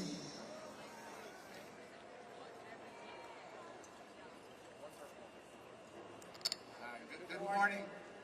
I'm Arnie Duncan. I'm so honored to be here with my family and my best friend and mentor since I was 10 years old, John Rogers. He's an extraordinary part of my life. I was lucky enough to be part of President Obama's administration. And now we've got a small nonprofit called Chicago Cred, based in Chicago. And our laser focus is on reducing gun violence. We work with young men most at risk of shooting and being shot. We had historic reductions in violence. They're putting down the guns. It's the hardest work I've ever done. Honestly, the most heartbreaking, but also the most inspiring, and hopefully the most meaningful. And on Monday at one of our sites, we did a lesson on democracy, divided the men into two teams, Team Cred and Team Pushing Peace, to talk about the issues in their community. And they were eloquent and passionate about the need for more affordable housing, and healthy food, and better schools, and better health care. But when we asked them, were they thinking about voting in November, the room all of a sudden that had been vibrant got very, very quiet. And we explained that those that have been most disenfranchised have the most to gain by voting, but the system has let them down for too long. And so in the next 67 days, as we work hard to protect the right to vote, to work to preserve our democracy, I urge all of us to focus on helping those who have been most disenfranchised, those who are most likely not to vote, to come out and do exactly that.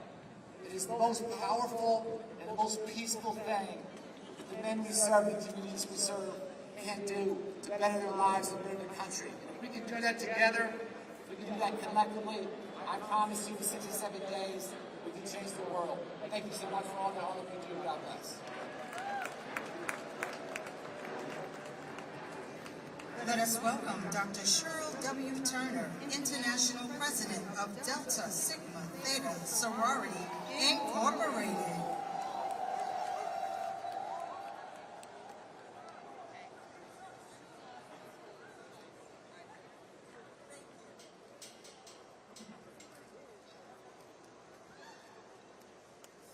Good morning. I'm Cheryl Turner, International President of Delta Sigma Theta Sorority Incorporated. In 1913, Delta marched. In 1963, Delta marched. And in 2026, we are still marching because the work of democracy remains unfinished. For 250 years, America has wrestled with the distance between its promise and its practice. Who counts? Who's heard? Who gets a say? Who gets to claim the full promise of their inalienable rights? Just weeks after our founding, our 22 founders stepped into the streets of Washington for the women's suffrage procession because they understood a truth that still remains. Freedom cannot be divided. Citizenship cannot be partial. And democracy cannot belong only to some. 50 years later, Delta was here again.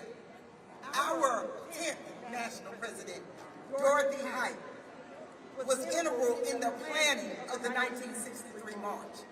And today, Delta women register voters, educate communities, mobilize citizens, and protect access to the ballot. And we know that protecting the vote requires more than participation.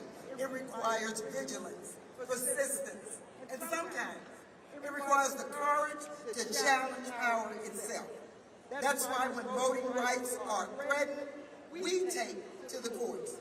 In Georgia, Delta challenged the barriers to the ballot. In Texas, Delta fought restrictions on voter assistance. And in Mississippi, we defend black voting power. And in federal court, we fight to protect access to mail-in voting.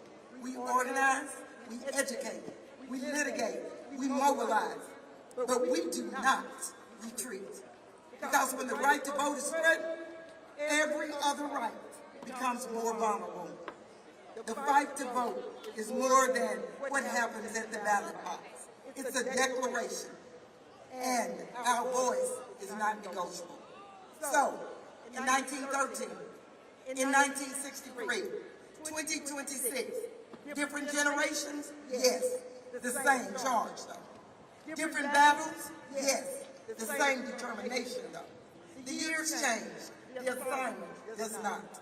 So I ask you, what will we do? Defend the vote. What must we do? defend the vote. What would Delta do? Defend the vote.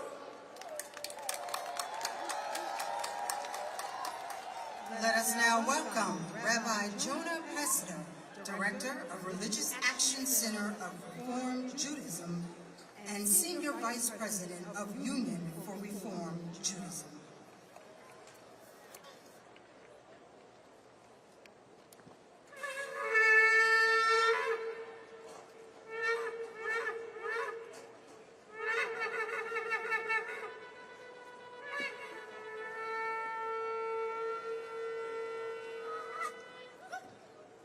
Good morning, civil rights family. Shalom. Shalom. Let me hear you. Shalom. I'm Rabbi Jonah Pesner. I lead the Religious Action Center of Reform Judaism, the largest and most diverse denomination in Jewish life, standing with Rabbi Kelly Whitehead, Heidi Siegel, and Josh Maxey. Just 3 out of 2.1 million Reform Jews who marched together with you, gathering in the legacy of Dr. King and the rabbis and Jewish leaders who marched before us. We stand today in honor of Andrew Goodman, James Chaney, and Mickey Schwerner, 2 white Jews and a black Christian who were murdered by the Klan for what? Registering voters. So we march with you today in the footsteps of our Hebrew ancestors who rose up out of Egyptian slavery and journeyed to the Promised Land. 3,000 years ago, they heard God's call through this blast of the shofar. Rise up, march forth, and journey to Freedom Land. Wake up! Everybody say, wake up! Because our democracy is in danger. Our rights are being rolled back.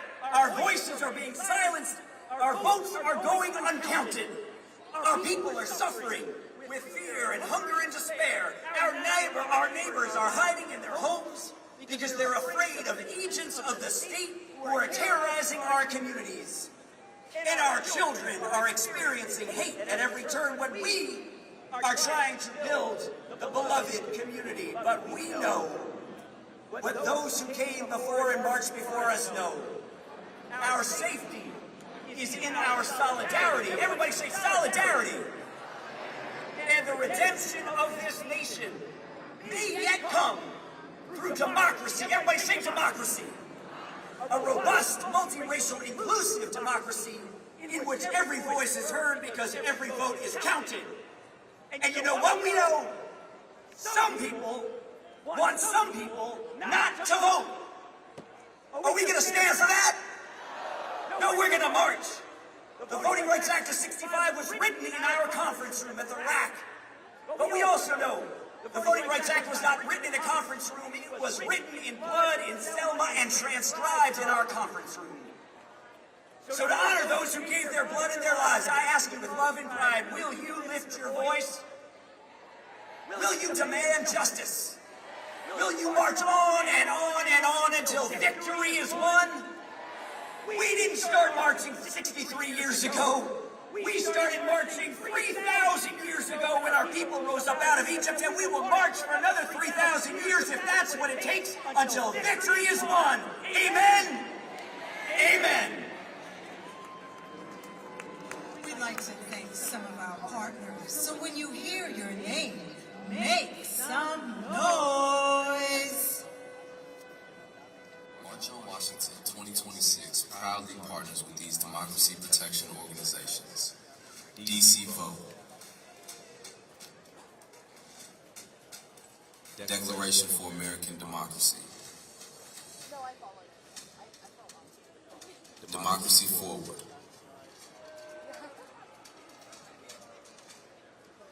Stand Up America, United for Democracy. Together, we stand united to protect our democracy, defend the rights of every citizen, and preserve the power of the people. Defend the vote. Defend democracy. Defend our future.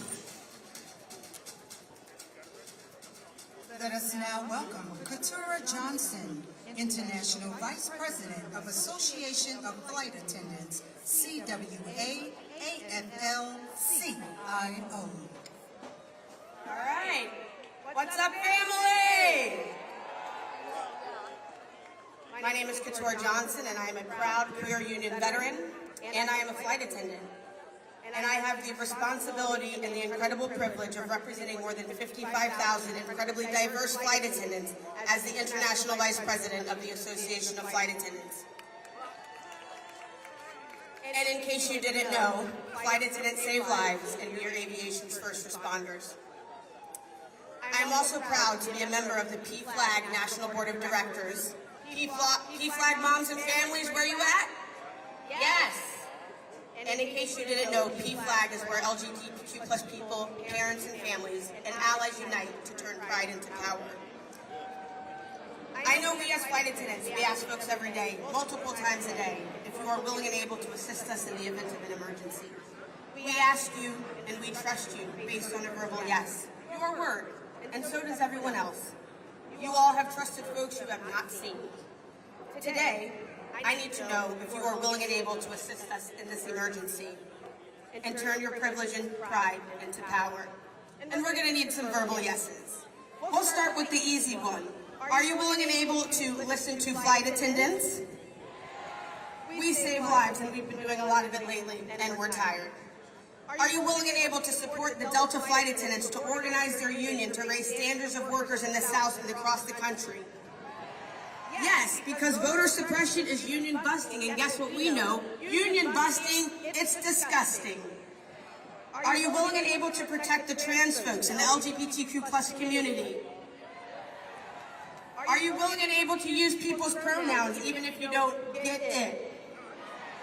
Are you willing and able to fight for people to make their own choices about their bodies? And are you willing and able to stand up for migrants? Are you willing and able to stop clapping for veterans and instead organize to ensure those like myself who have sacrificed for this country are seen, respected, protected, and cared for in and out of the war zone, in and out of the closet? Protect trans veterans and soldiers of color.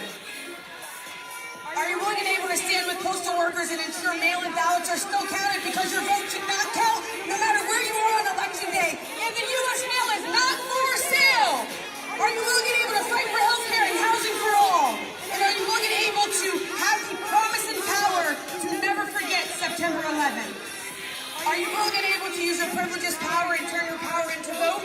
Because when we vote, we protect families, when we educate, we empower communities, when we organize, we build power, and when we show up together, we shape the future. And when we fight, we win.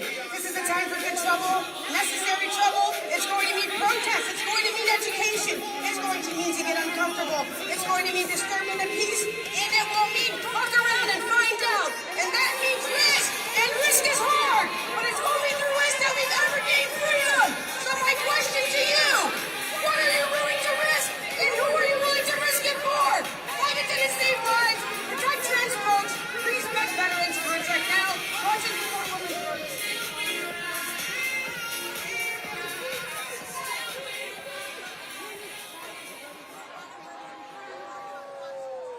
Let us now welcome Hector E. Sanchez Barba, President and CEO of Mi Familia Vota.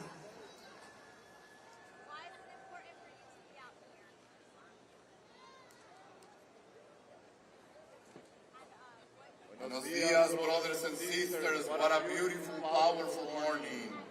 We gather today in the spirit of those who marched on Washington before us. Those who understood that democracy is something we fought hard for and that every generation must continue to defend. The work is far from done. Today, our democracy is being tested. Across this country, voting rights are under attack. Our communities face new and dangerous barriers to the ballot. The protections of the voting rights are gone. And this administration openly threatens to bring immigration enforcement into our elections. This administration is using DHS and ICE to block and intimidate voters ahead of the midterms. This is not the system we fought for. No American citizen should ever have to wonder whether going to vote could put their family, their neighbors, or their community at risk. For Black and Latino communities, we know this history. We know that voter intimidation looks like. We know what happens when those in power decide that our voices are too powerful, our communities are too organized, and our votes are too consequential. But we also know something else. When Black and Brown communities stand together, we can change our nation. All communities have marched together. We have organized together. We have fought together for civil rights, worker rights, voting rights, and human dignity. And today, we must stand together again, united in purpose and conviction. Black voters matter. Latino voters matter. Our voices matter. Our votes matter. Together, we represent a force powerful enough to defend the promise of the American democracy. So our message today is simple.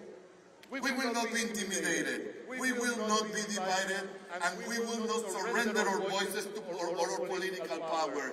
We will register. We will organize. We will mobilize, and we will vote. And Black and Brown together, we will defend our democracy and continue to march towards justice. Sí se puede.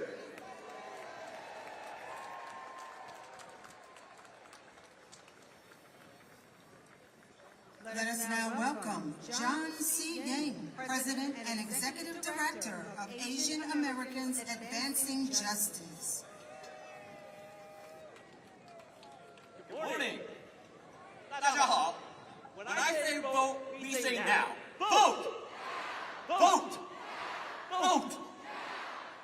This election is going to be so important, and we know that there are going to be new barriers that are put before us. Whether they're barriers based on proof of citizenship, whether they're barriers based on mail-in balloting, or whether there are barriers based on sheer voter intimidation and suppression, we know we will need to fight. And that is why I'm proud that our organization, along with so many of our organizations here, are fighting in the courts. Just yesterday, we secured yet another victory against this administration, against their attempt to restrict mail-in balloting.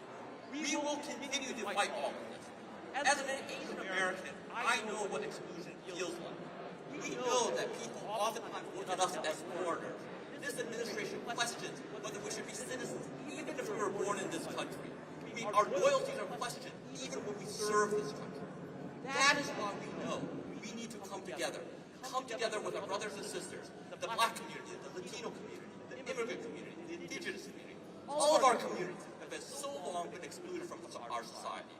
Whether we come here as immigrants, whether we come here as descendants of slaves who fought for their freedoms, whether we are here and have traced their heritage to this native land, we are in it together to ensure that our democracy serves us and not the politicians.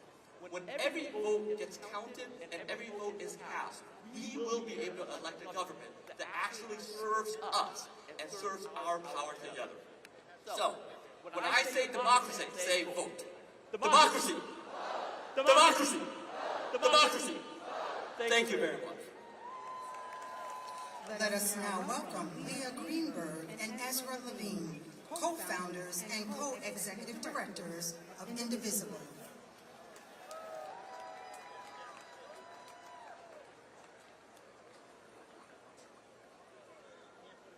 Everything you guys do is making my I'm so sorry. No, I apologize. Thank you. Let us now welcome Leah Greenberg and Ezra Levine, co-founders and co-executive directors of Indivisible. Hey y'all, I'm Ezra. And Leah. And we are the co-founders of Indivisible. We're here on behalf of 2,500 local Indivisible groups from Texas to California to Maryland to Virginia, from the deep south to the northeast to the northwest. We are organizing with you with the 250th anniversary of the founding of our country, not the founding of our democracy. Everybody here knows that it's not the 250th anniversary of the founding of our democracy. We didn't get a real democracy until civil rights legends organized, marched, protested in the 30s, the 40s, the 50s, in Montgomery, in Selma, in Washington, D.C. here 63 years ago. We are marching today with you to demand our vote and a real democracy that actually represents us. Now let's be clear. The Civil Rights Act, the Voting Rights Act, these were not gifts from the powerful. They were victories wrested from the powerful by ordinary people with extraordinary courage. Generations of American heroes who stood up, who put their bodies on the line, who marched to defeat the segregationists, to defeat the fascists, to defeat all the forces that would stand against us. The democracy that was wrought for us by those heroes is young, and it is fragile, and it is under threat today. The same poisonous ideology that built the Confederacy, that ended Reconstruction, that instituted Jim Crow is alive and well. We see it in the Supreme Court's gutting of the Voting Rights Act. We see it in the rampant threats to vote, the vote, rising across the country. We're here today because we refuse to be divided, because our fates are linked, and because we treat an attack on one as an attack on all. We're here to organize. 63 years ago, Mayor Rustin was one of the lead organizers of this event. He's got a great quote. We need in every community a group of angelic troublemakers. Y'all, we've got a big group of angelic troublemakers out there. This is why Indivisible, with thousands upon thousands of organizers around the country, organized No Kings 1, No Kings 2, No Kings 3, 5 million, 7 million, 8 million people out in the streets. Are we done? How many kings? No kings. Are we going to let the fascists get what they want? Are we going to organize? We're demanding one thing, a real American democracy, indivisible with liberty and justice for all. Liberty and justice for all. Liberty and justice for all. We're here with you, and we're going to demand it together.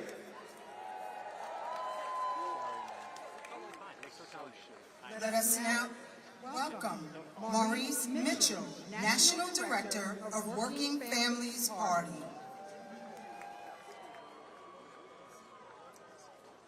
Washington, D.C., let me hear you.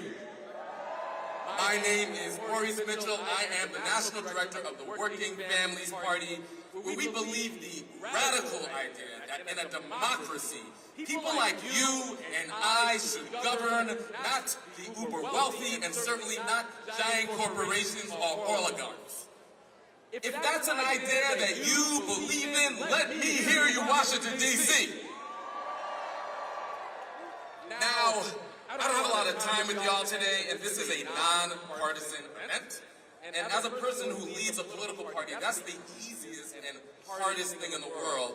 Easy because I don't believe the story that it's about red versus blue. I believe the majority of this country is feeling a righteous anger against injustice, so I'm here on behalf of that pissed off majority. Let me hear you if you're part of that pissed off majority. Now, let's talk about partisanship. A partisan is someone who supports a people or a cause. So if I am a partisan, I am a partisan for working people still struggling to get by in the richest country in the history of the world. If I am against anyone, I am against those who think healthcare and childcare and a good paying union job and a home you could afford and time with your loved ones should be out of reach for anybody. I am against the Christian nationalists who corrupt scripture, or the tech bros who want more while we all get less. I am for white farmers who used to don those red hats, but who now fight side by side with black and brown folks in Tennessee against data centers that corrupt their land, drive up utility costs, and drive profits for the wealthy. I am a partisan for black folks in the South, still fighting for voting rights. To hell with the corrupt Supreme Court. I am for the folks in Minneapolis and LA who risk life and limb for their neighbors when masked men with guns occupied our cities. I am for children in Tehran and Palestine facing missiles paid for by our tax dollars, resources that should go to building schools and feeding children versus bombing schools and killing kids. We are not the crazy ones. What's crazy is continuing to accept the status quo constructed by the architects of war and division that have only brought misery and ruin to our world. When has that ever worked for us? I'm tired of accepting their crazy, so if you're mad as hell and sick or tired of being sick and tired and you're hungry for freedom, Working Families Party is a home for you. Thank you, Washington, D.C.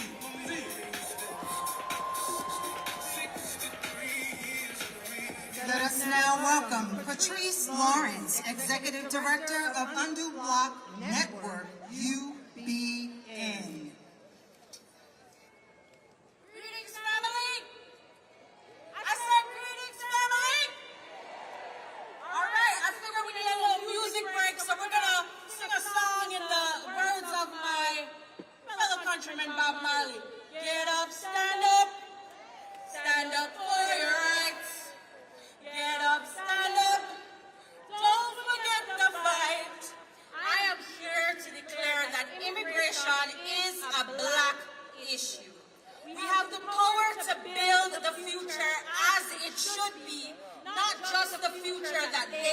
given us. Black immigrants are Black America. We are family, we are community, and we are here. And what does freedom look like? Freedom to walk our streets without harassment. Freedom to drive without fear. Freedom to cross cities, states, borders, and see the people we love and know we can come home. Freedom to keep our families together and not in detention centers. Freedom to be at home. I want that freedom for all of us. Black immigrants, immigrants, all of us. The freedom to work, worship, organize, vote, dream, and thrive. Because freedom should never depend on the color of our skin, or where we were born, or the passport we carry, or the legacy of this country, the papers in our pockets.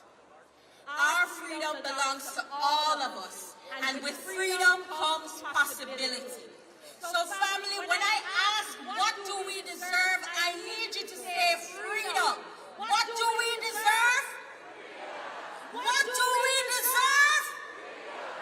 That's right, and we will march for it, organize for it, and stand up for it always.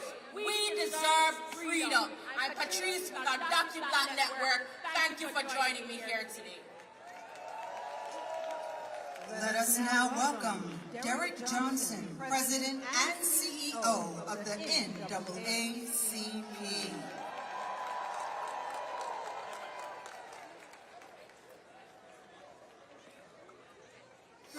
Years ago, people convened on this wall.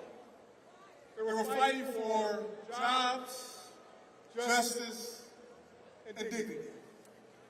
We stand here 63 years later with over 300,000 Black women who have lost their jobs. We stand here 63 years later with a Supreme Court that lacked the ability to see justice. We stand here 63 years later with people who live in the White House and in Congress that would have us think that it was illegal to be Black. But we stand here today recognizing, as many of those who came 63 years later, that the march is only the gathering point for the work. That we must leave here, not celebrating this moment, but leave here energized and inspired to turn out to vote in November. We recognize that when we vote, we win. We recognize that the Black vote is the moral compass of this nation. We recognize that there are those who will try to divide us by putting labels on us, but if we stay focused on our mission based in our history, looking at the future, we will win. In this moment, the rallying cry must be, when we vote, we win. Because at the end of the day, the currency in this democracy is our vote. And we cannot get distracted by this concept that Black men are doing this and Black women are doing this, because we should never fall into the trap of a us versus us paradigm. It must always be a us for us reality as we fight for it, because when we vote, we win. So as we stand here today in this heat, let's say this together. When we vote, we win. When we vote, we win. When we vote, we win. Peace and power. Let us now welcome Virginia K. Solomon, President and CEO of Common Cause.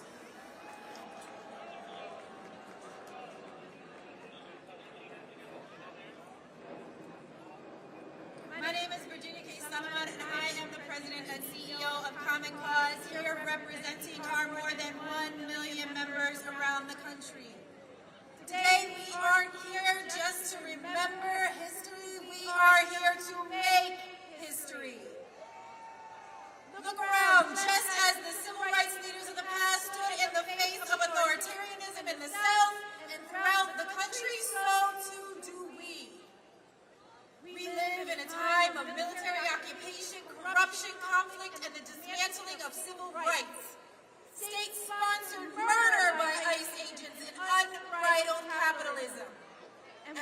we are living through white supremacy's desperate last stand. And while it may not feel like it at times, we are winning. The far right knows we're winning, and Donald Trump knows we are winning, and that is why they are desperately trying to weaponize their power against us.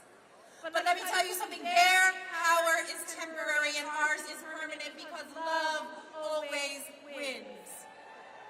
Justice will always prevail, and we will win the fight for voting rights. We will win the fight for economic justice. We will end the corruption of this administration, and we will win the unfinished fight for rights for all of our people. Because this country is ours. And we know when we stand united, we are completely unstoppable. So we are going to show up, we will organize, we will vote. Say it with me, we will vote. And we will fiercely protect the rights of so many others and those who bled to secure our right. So if you're worried about how those in power are trying to disrupt our right to the ballot, one of the most impactful things we can do right now is become an election protection volunteer. So I don't want you to just stop with your vote. I want you to find somebody with a Common Cause t-shirt in this crowd at one of the polling stations and sign up to become an election protection volunteer in your community so you can help voters navigate the voting process, answer their questions, identify and report issues at polling locations, and help ensure that every eligible voter can cast a ballot without unnecessary barriers. So please, what are we going to do? We're going to find an election protection volunteer, and we will ensure that we are not only voting ourselves, but we are helping others to secure their votes. Thank you.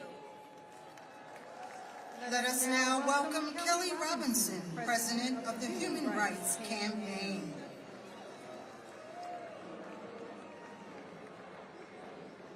Hello, my name is Kelly Robinson, and I'm proud to serve as President of the Human Rights Campaign.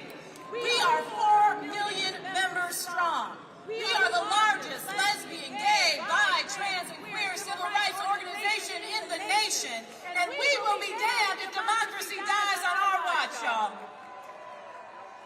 Do you know Byron Rustin? In 1963, Byron Rustin was the lead organizer for the March on Washington. He was black, he was gay, and he organized this in 8 weeks. But still, they left his name out of the history books. Not today. Byron Rustin, y'all. We are saying his name today. Somebody say Byron Rustin. Because look, in 1963, hardly anyone was out as gay. Because you could lose your job, your family, or even your life. And yet, we would not be here today without black LGBTQ+ people. There would be no March on Washington without Byron Rustin. There'd be no Stonewall without Marsha P. Johnson. There would be no Victory and Brown v. Board of Education without Pauli Murray, and there wouldn't be a Beyonce, y'all, without Uncle Johnny. So I am here to say with my whole chest, this is our country. We are here, we have always been here, and we are not going anywhere. LGBTQ+ people are 10% of voters. 74 million voters are allied with our communities. When we show up, we win. When we vote, we win. The fight for voting rights and the fight for LGBTQ+ equality are the same fight. So we gotta be clear.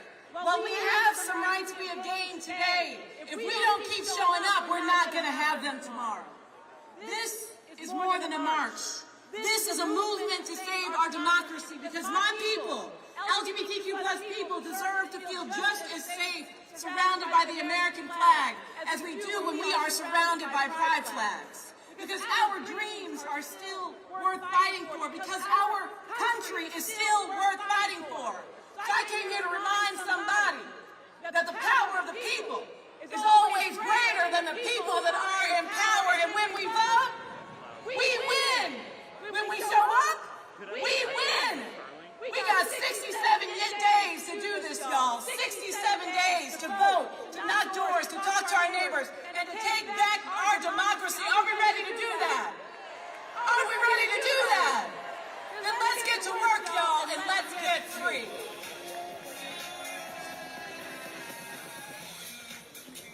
Let us now welcome Reverend Dr. George L. Parks, Jr., Division Director of Pastors and Ministers Division of the National Baptist Convention, USA, Incorporated. Good day, friends. I'm standing today in the place of the Reverend Dr. Boise Kimber on behalf of the National Baptist Convention, USA, Incorporated. Friends, let me remind you that today we are standing on holy ground. This is not holy ground because of Washington, Roosevelt, or Lincoln, but we are standing on holy ground today because of the likes of a Martin Luther King, a Ralph Abernathy, a Mahalia Jackson, and a Bayard Rustin. We are standing on holy ground today because we have unfinished business. This is holy ground because our ancestors challenged America and reminded us of our worth. I want to remind you today that we stand here today not for a moment. We stand here today not simply for a memory, but we use this day as a launching pad for us to get out and vote. So I want to remind you, get out and vote, call your friends, call your family, tap your concentric circles, because holy ground is not a sitting place, but it is a launching place.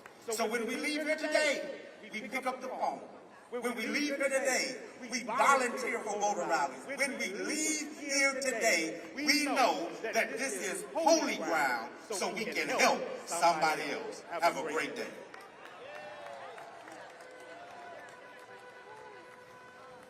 Let us now welcome Damien Sneed and Chorale Les Chateaux, singing Lift Every Voice and Sing.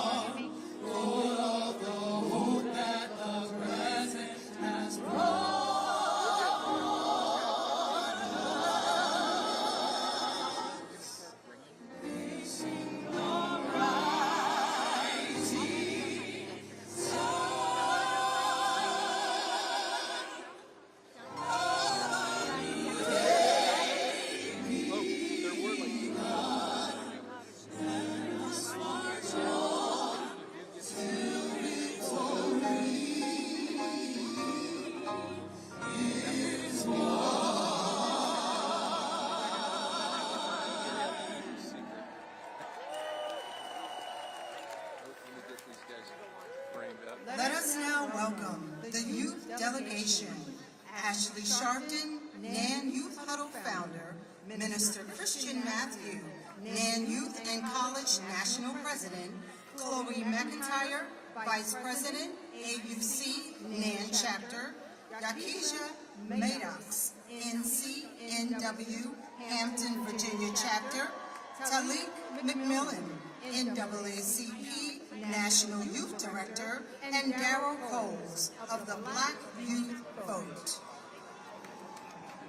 When they say get back, we say fight back. Get back. Get back.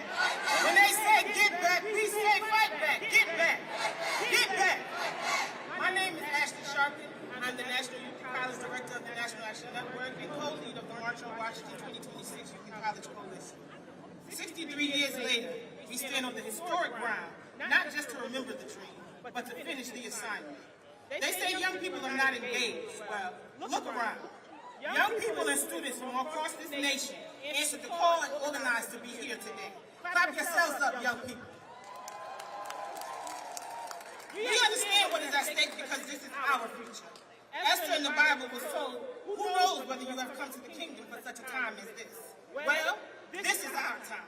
We stand on the shoulders of Dr. Martin Luther King and Coretta Scott King, Dorothy Height, Shirley Chisholm, Reverend Jesse Lewis and Jacqueline Jackson, Congressman John Lewis, Reverend William Augustus Jones, Hazel Dukes, Wyatt T. Walker, Attorney Michael Hardy, our leader Reverend Al Sharpton, and so many others who carried this movement before us.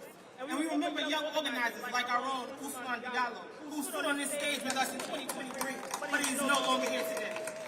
They did their part. Now the assignment is ours. Showing up today was a great step, but we cannot just commemorate history. We have to make our own history. Our voting rights are under attack. Families are struggling to afford everyday life. Equal opportunity is being rolled back, but we have survived too much and come too far to turn around now. They may call check, but they haven't called checkmate. This fight does not, and we will not leave the Lincoln Memorial today, not on our assignment. If we are going to build power, we have to stay connected, stay organized, and stay in action. So if you're 40 and under, there should be a QR code. We want you to be in touch with us and engage with us on the coalition. You're going to hear from leaders of that coalition right now and national youth leaders across this nation. Because the future is not coming. The future is here.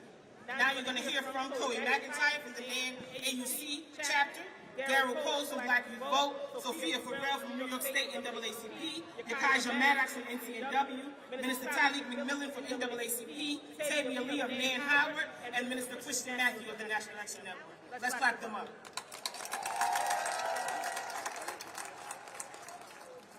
Good morning, family.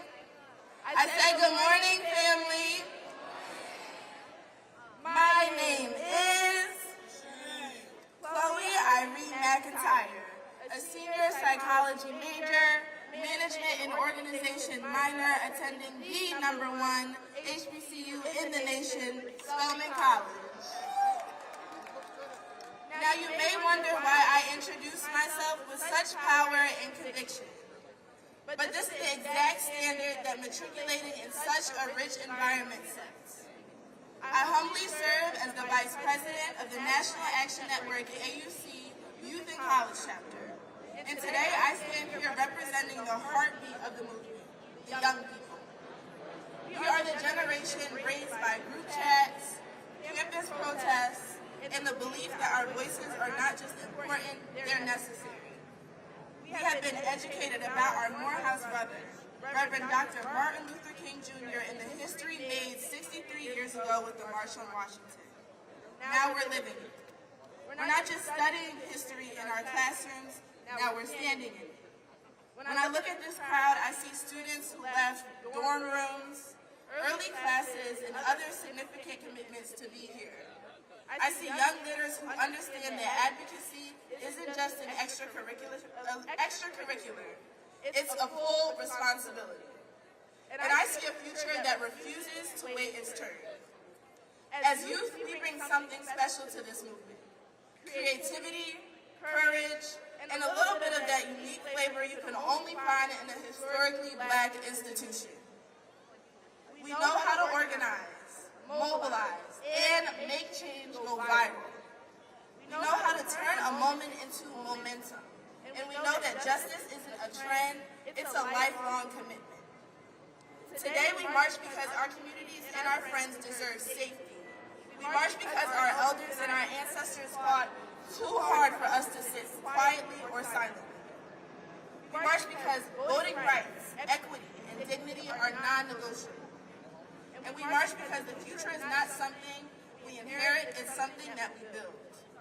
So to every young person here, keep showing up, keep speaking up, keep pushing this nation to be what it promised to be. Because the movement continues, and we are the generation making sure it does not stop.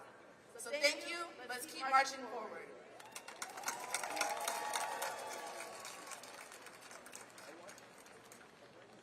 Good morning, everyone. Standing here today, I am reminded that history simply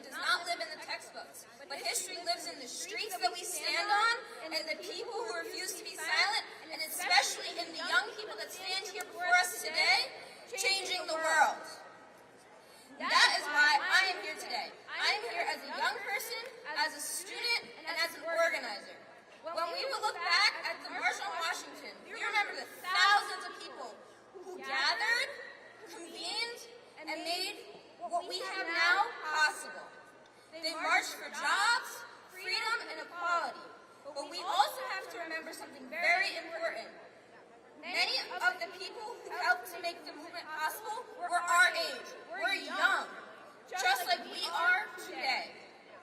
And now it is our turn. Look at your neighbor and say, it is our turn. Our generation is demanding an education that does not leave students drowning in debt, demanding that we have families where we can afford to live with our families, we can afford to live on our own when we graduate and have a life of equality, economic opportunity, and a government where our voices are heard. Because our voice does matter. Our voice and our organizing does matter, and our presence matters. When we stand as young people, we organize, we register to vote, we show up, and we stand together, which shows power. So do not leave this march simply inspired, but leave this march organized. Figure out what you're going to do next and make it happen. Do not let anyone tell you that you are too young to lead, that you are not the person to do it. You can make the difference, and I'm here to tell you that. We are here, we are organized, we are informed, we are ready, and we are not going anywhere. This generation before us marched so that we have the opportunities that they were denied, and now we do the same for our next generation. It is our turn to march so that the generation after us inherits a country that is more equal and more free. So let's hear it for us, let's hear it for them, and let's remember the past.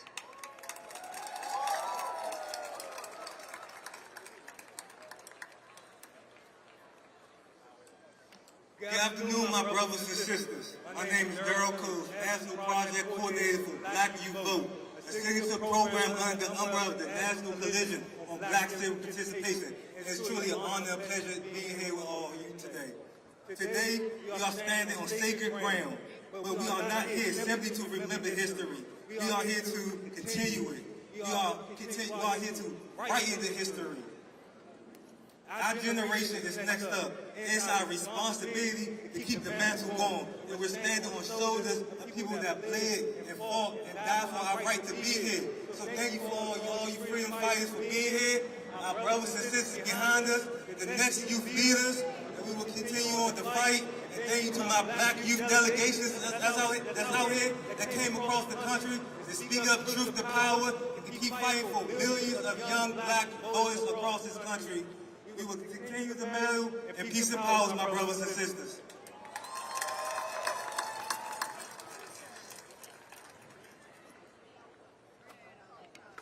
Good evening.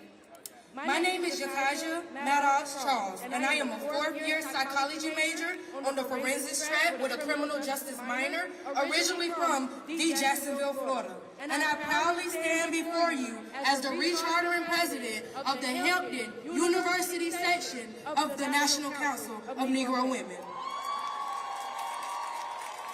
But I do not stand here alone. I stand here with my sisters, carrying the sacrifices, prayers, and unfinished work of those who came before me.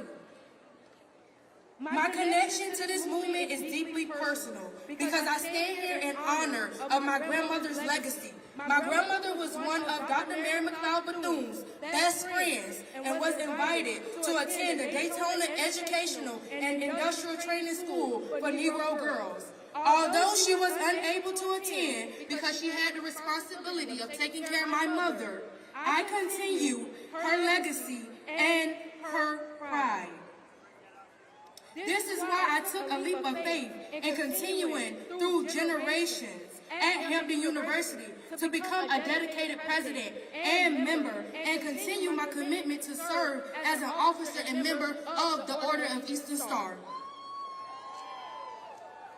And thanks to my section, we started with just 3 members, from 3 to 120 active members, to now a total of 245 members who have answered the call to serve advocacy and leadership. We mobilize a new generation of collegiate women who understand that advocacy is more than a social media post. Service is more than a title. Leadership requires action.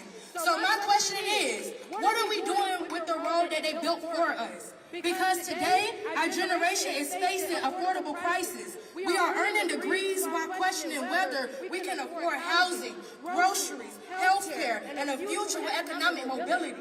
To many young people, we are struggling to find opportunities to allow them not just to survive, but to live. And we cannot ignore the power connected to our vote and our voices. Because they fought for our right to vote when their voting costed them their jobs, their safety, and sometimes even their lives. They fought for education when they were told that they did not deserve it. They fought for the representation when the country refused to see them, hear them, or make room for them. And our ancestors also fought to access this ballot. We cannot become the generation that take it for granted. Again, young people, we cannot be the generation that takes it for granted. So today, we march to defend the vote, protect civil rights, and representation and demand economic justice. Their sacrifices was not the end of the story. We are the continuation. So let us march, let us vote, let us organize, let us speak, and when the democracy calls our name, may history remember that we answer without fear, and touch not our anointing. Thank you.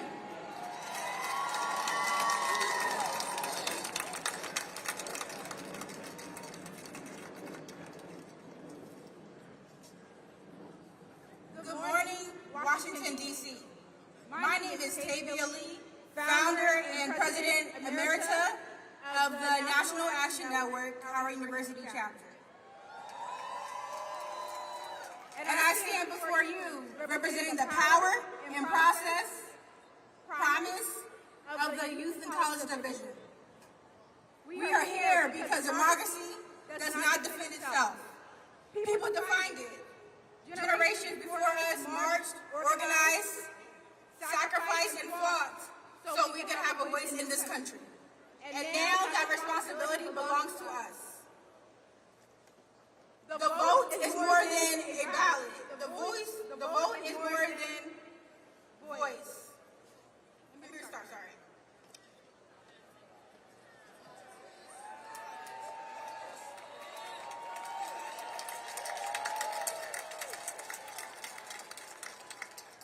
The vote is more than a ballot. The vote is our voice. The vote is our power. The vote is our future. At Howard University, we inherit a legacy of leaders who understood that freedom was not simply handed to us. It was organized for, marched for, and fought for. And now it is our turn to lead. For me, this fight is deeply personal. I proudly serve the children of Prince George's County Public School under the leadership of Dr. Sean Joseph, and I have the privilege of teaching extraordinary students at Glenville Elementary School. Every day, I look at their faces and see the future. That is why we're not only defending the vote for those who can cast a ballot. We're defending the vote for children who cannot vote yet. We are protecting their schools, their communities, their opportunities, and their right to inherit a democracy where our voices matter.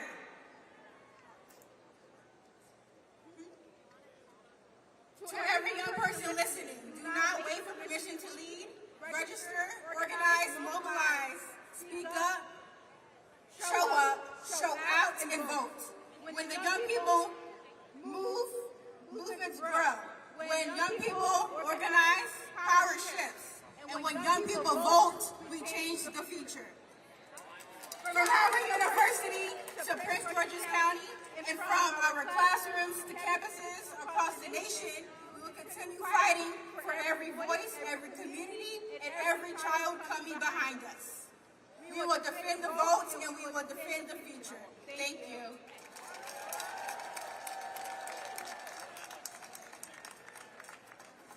Good morning, siblings. How we doing today? This is the time for a new democracy. This is the time for a new democracy. Family, August the 28th is not just a date on the calendar. We chose August the 28th because today, in 1955, a young black boy by the name of Emmett Lewis Till was lynched in Mississippi. He was 14 years old. And nearly 71 years later, we gather again because the lynching of black people in this country did not end when the rope was taken down. But today, we are witnessing the modern day lynching of our rights in this country. We see voting rights stripped away and democracy made harder to attain, and diversity, equity, and inclusion being dismantled right in front of our eyes. We see higher education becoming increasingly unaffordable while our HBCUs are underfunded and under attack simply for being what the first two words in their history profoundly declaim, historically black.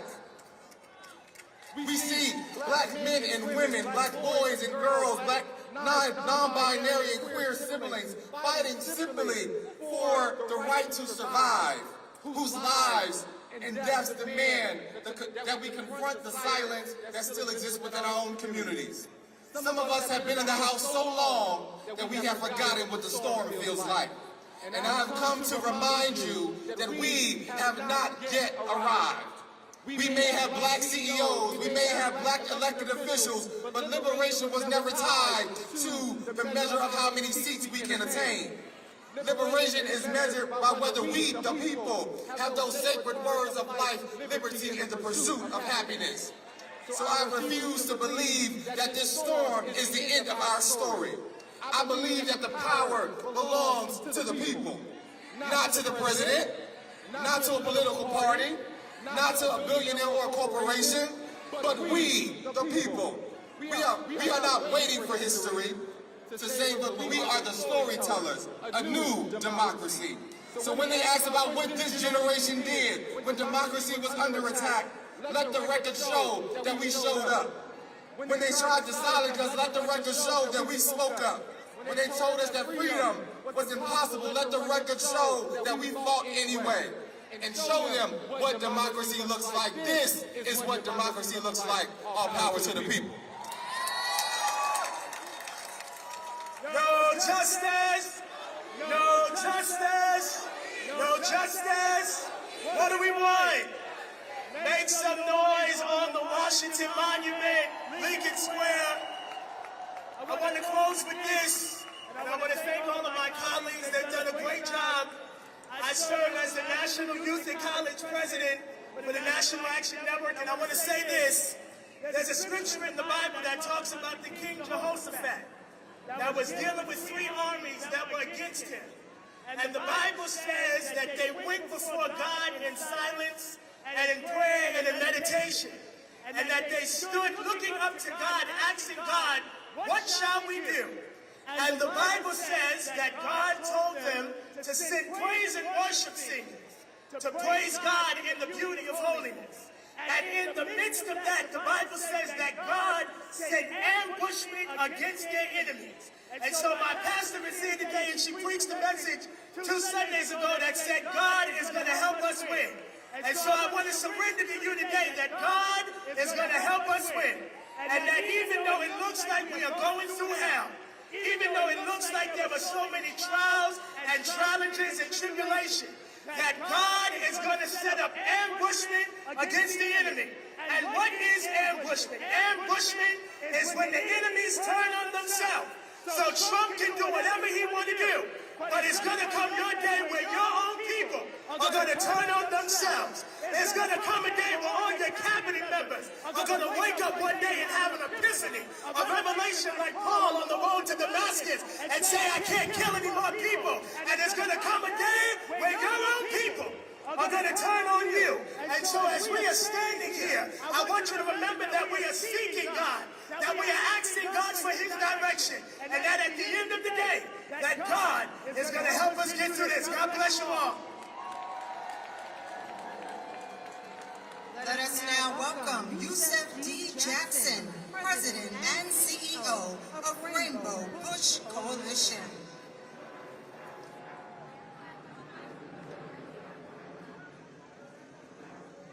Thank you.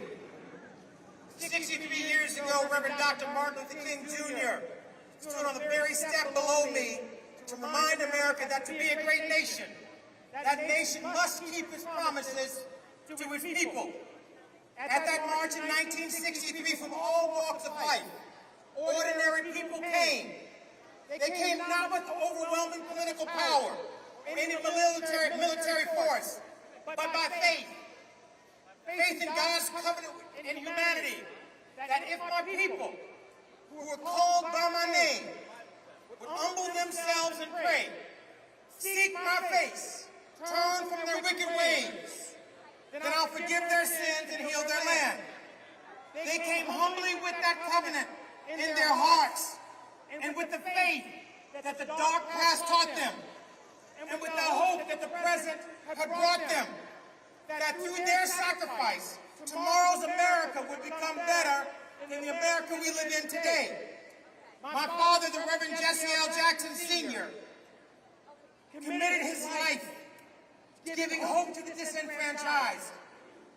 He said a great society is measured by how we treat our children in the dawn of life, our elderly in the sunset of life, our sick, poor, and disadvantaged in the sunset and shadows of life.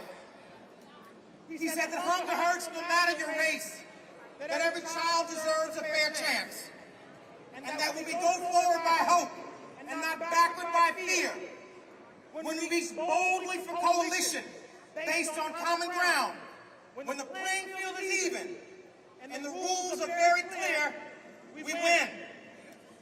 To the over 50 voices who spoke here before me, representing Haitians and immigrants and Jews and Greeks, labor, business, faith, fraternities, sororities, LGBTQ, Latinos, Asian American, and students, to those kids born out of wedlock and raised by their grandma, to those students who got accepted into college but can't afford tuition.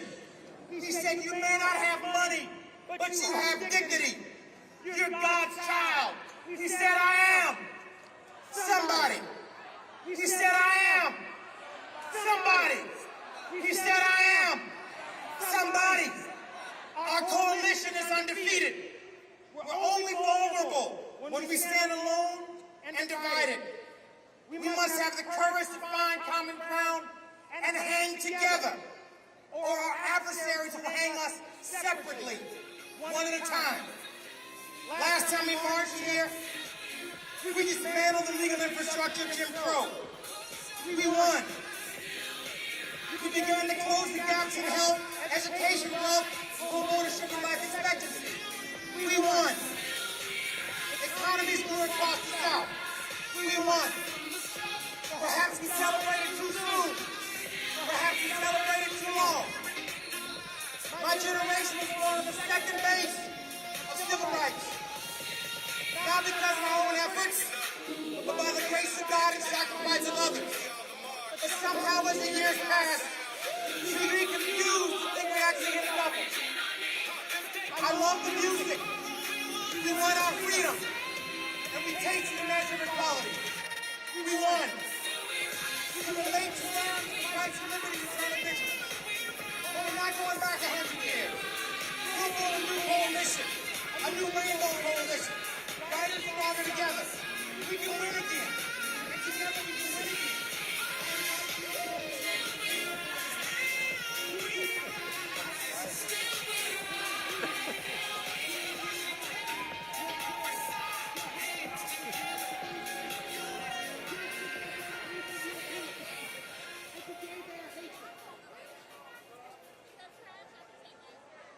Let us now welcome Mark H. Morial, President and CEO of National Urban League.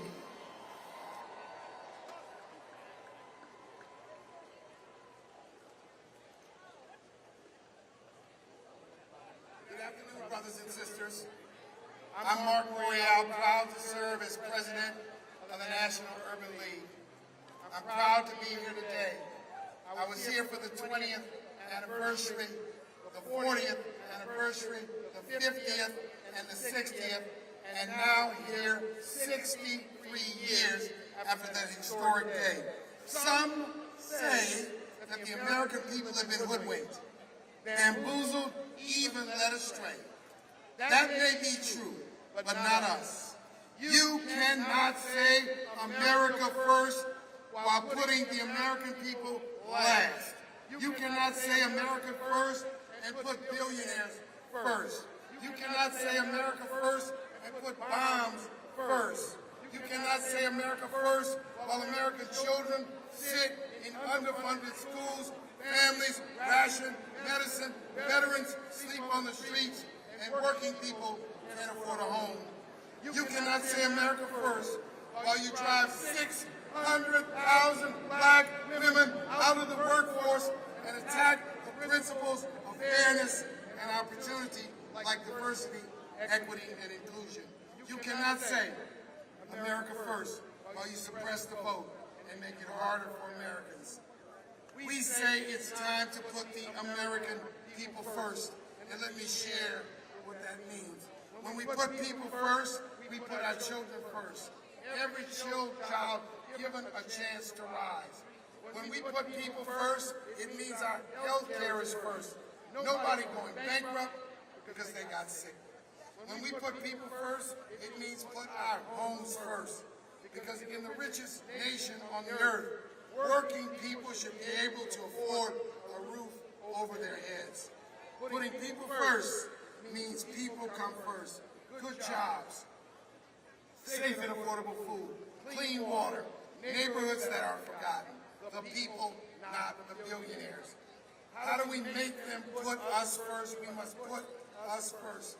The same way people have always made this nation live up to its promise. The way they did it in Montgomery, the way they did it in Greensboro, the way they did it on the bridge in Selma. When the powerful forgot who really holds the power, we use it, we strategize, we organize, and say we vote. We'll vote this fall like our schools depend on it, because they do. We'll vote this fall like our health care depends on it, because it does. Our democracy depends on it, because it does. And when we ask what got us into this, tell them, remember who we are. When they ask who sent us, tell them the people did. When someone asks what they can do to save this democracy, tell them to vote, to vote, to vote. The ballot is our path to make America great. It's ever been. We must affirm today that we will never go back. It's time for a living wage bill. It's time for an affordable housing strategy. It's time to repeal and replace the big ugly bill. It's time to send the SAVE Act to the graveyard. It's time for us to stand up for an agenda for the American people, and we will not go back. Join me in saying we are here to defend the vote. Say defend the vote. We are here to defend the vote, and let us affirm that we will fight, and we will fight, and we will fight until hell freezes over, and then we'll fight on the ice. God bless you. Let us now welcome Melanie L. Campbell, President and CEO of the National Coalition on Black Civic Participation, National Convener of the Black Women's Roundtable.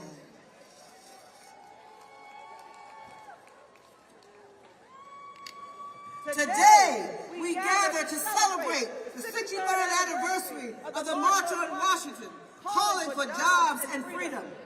Today, we are here to defend the vote. So what does defend the vote mean? Defending the vote means voting rights for all. Repeat after me, voting rights for all. Justice for all. No unjust wars. Defending the vote means liberation. Say liberation. Defending the vote means public education for all. Defending the vote means workers' rights, women's rights, LGBTQ rights. Defending the vote means diversity, equity, inclusion for all. And lastly, I just stopped by to tell the racist white nationalists, we built this country. We will not be erased. We ain't going nowhere. God is on our side.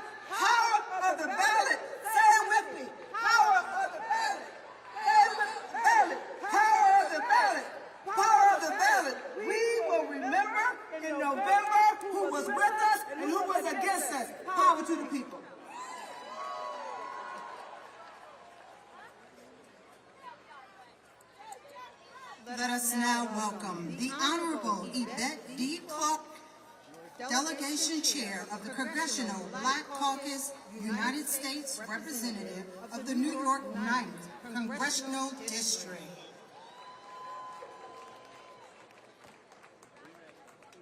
By the way, everything you guys do shakes the camera, FYI, so be real careful.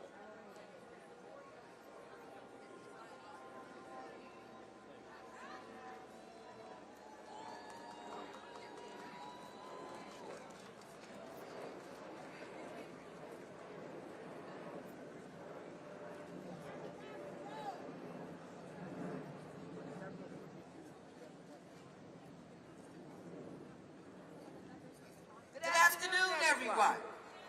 I am Representative Yvette D. Clark, Chair of the Congressional Black Caucus, proudly representing New York's 9th Congressional District, Brooklyn, New York. It is an honor to be here with you all today at the Lincoln Memorial as we honor the 63rd anniversary of the March on Washington. I am joined by the august body of CBC members you see surrounding me today. And we'd like to thank the Reverend Al Sharpton and the National Action Network, as well as Martin Luther King III, Arndrea Waters King, and the Drum Major Institute for carrying forward this tremendous legacy. Today is more than a commemoration. It is a call to action. Action. It has been 4 months since the Supreme Court gutted the Voting Rights Act of 1965, opening the door to a coordinated attack on the black political power and fair representation across the South. Since the Calais decision came down, Republicans across the country have wasted no time in their zealous pursuit for unbridled power. They've moved with lightning speed to enact new congressional maps in their mid-decade redistricting scheme to seize our power. As we speak, extremist MAGA Republicans at the local, state, and national levels are using every tactic in their arsenal to rob our communities of their right to free and fair elections. Over the past few years, hundreds of bills to restrict voting access have been introduced in states around the country with the aim of closing polling locations and imposing stricter voter ID requirements. Right now, Republicans in Congress are fighting to jam through voter suppression legislation like the so-called Save America Act and the Voter ID Act, but we won't let them do that, will we? We won't let them do that, will we? And just in the past few days, the Supreme Court dealt us another blow, clearing the pathway for Donald Trump to restrict voting by mail ahead of the November election. So let's be clear. This is an outright power grab.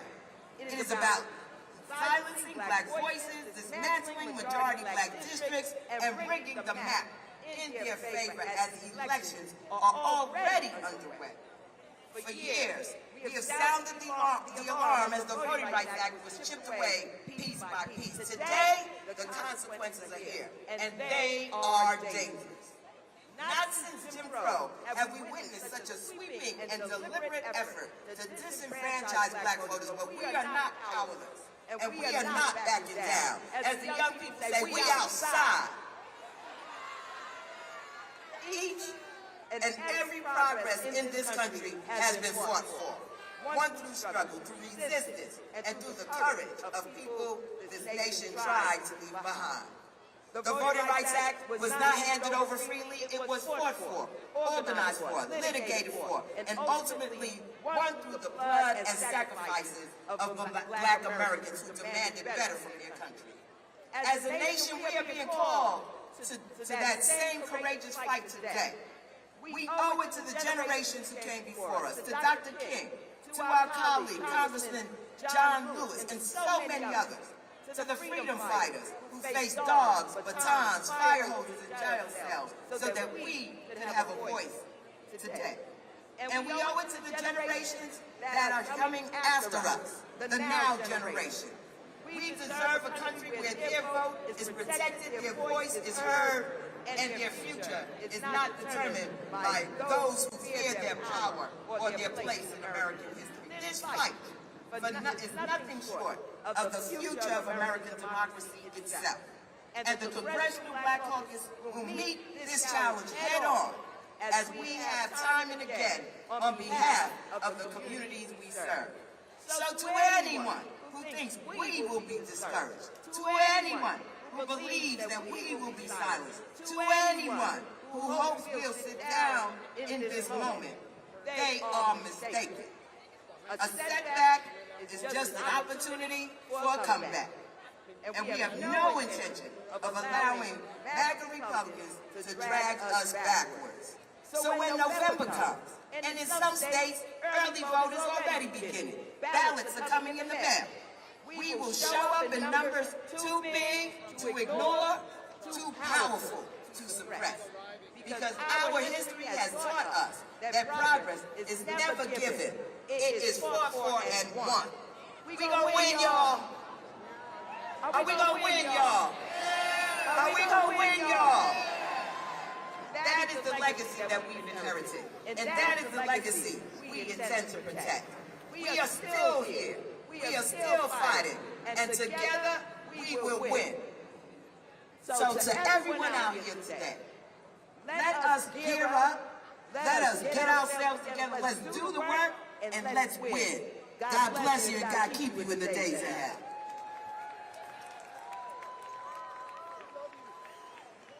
Let us welcome the Honorable Hakeem Jeffries, House Democratic Leader, United States Representative, New York 8th Congressional District. Good afternoon. It's a high honor and a distinct privilege to stand with my colleagues in the Congressional Black Caucus, Reverend Sharpton, the King family, the National Action Network, and the Civil Rights community, as we commemorate the 63rd anniversary of the March on Washington and prepare for the battles ahead.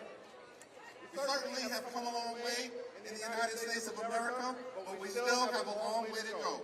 These are challenging times in this country right now.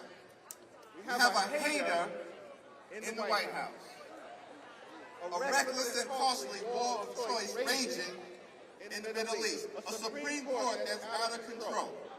Black unemployment is up, black home ownership is down, and black political representation is under assault with Jim Crow-like tactics all throughout the South.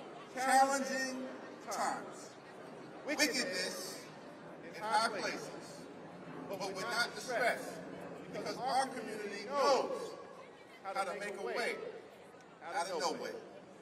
We're facing a crossroads right now here in the United States of America. The question is, which direction will we choose? We want to move America forward. The extremists are trying to turn back the clock. We're working hard to bring people together. The extremists are tearing the country apart. We believe in truth and reconciliation. The extremists want to erase our history, but black history is American history. Our story will never be erased. And so we come today in the spirit of Frederick Douglass. We come today in the spirit of Sojourner Truth. We come today in the spirit of Jackie Robinson. We come today in the spirit of Rosa Parks. We come today in the spirit of Martin Luther King Jr. We come today in the spirit of Muhammad Ali. We come today in the spirit of Fannie Lou Hamer. We come today in the spirit of Adam Clayton Powell Jr. We come today in the spirit of Shirley Chisholm. And we come today in the spirit of the great John Lewis, because it's time for us to get into some good trouble. Necessary trouble. Good trouble.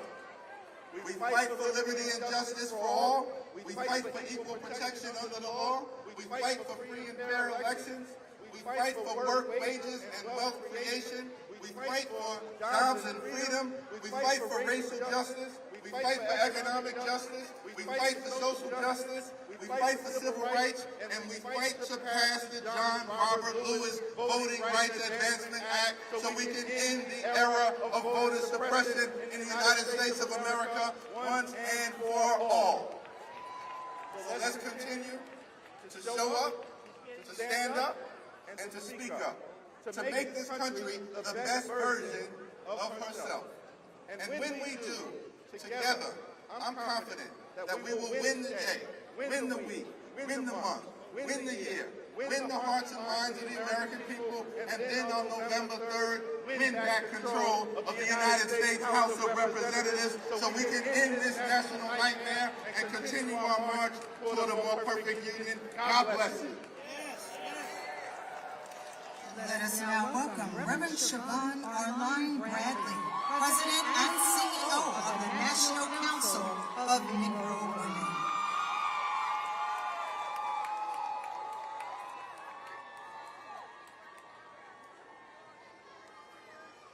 Good afternoon, D.C. I stand before you today as the proud President and CEO of the National Council of Negro Women, founded by none other than Dr. Mary McLeod Bethune. Standing before you in the spirit of the iconic Dorothy Irene Hyde, who 63 years ago today stood on these steps in this proud moment in American history. Now, the only woman's voice that day was the melodic voice of Mahalia Jackson. But although Dorothy didn't have a microphone on stage, she built a movement in the streets.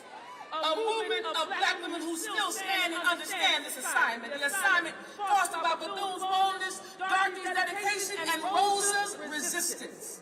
That NCW is still here. Black women, we are still here. And now we've got the microphone. Because the work is not finished yet. My brothers and sisters, we find ourselves once again having to defend the most fundamental right of our country. And for this, we gather on this sacred ground where our ancestors called us to continue. Now, Dr. Hyde understood something that we understand today, that a march cannot be the end of a movement. So the simple question we have for you today is, after the march, then what? After the speeches, then what? After the signs come down and we leave D.C., what are we going to do? Well, I can tell you what black women are going to do. We're going to organize. We're going to mobilize. We're going to educate. We're going to activate. We're going to demonstrate. And most of all, we're going to agitate this country. And I'm proud to announce this. With the partnership of the Black Women's Leadership Collective, we are going to register 1 million new black voters by 2028 to get ready for both elections.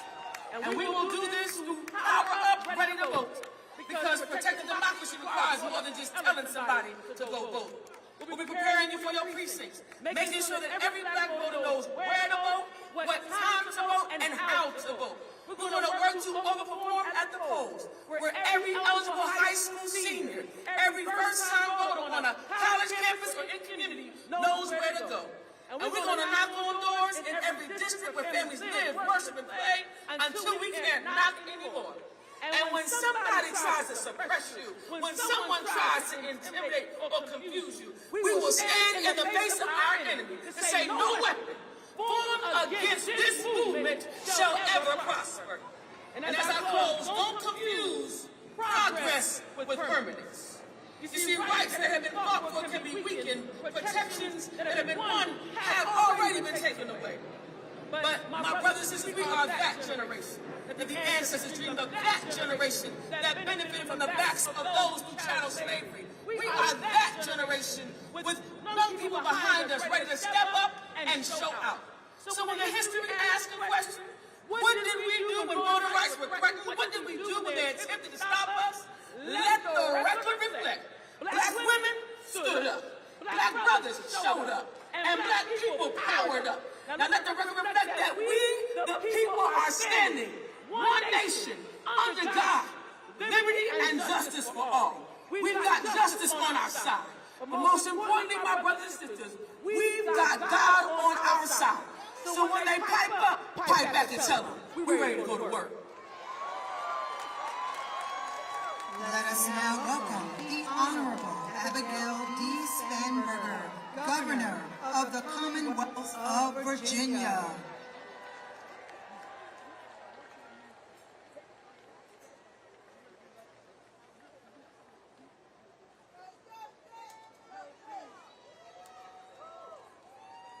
Good afternoon.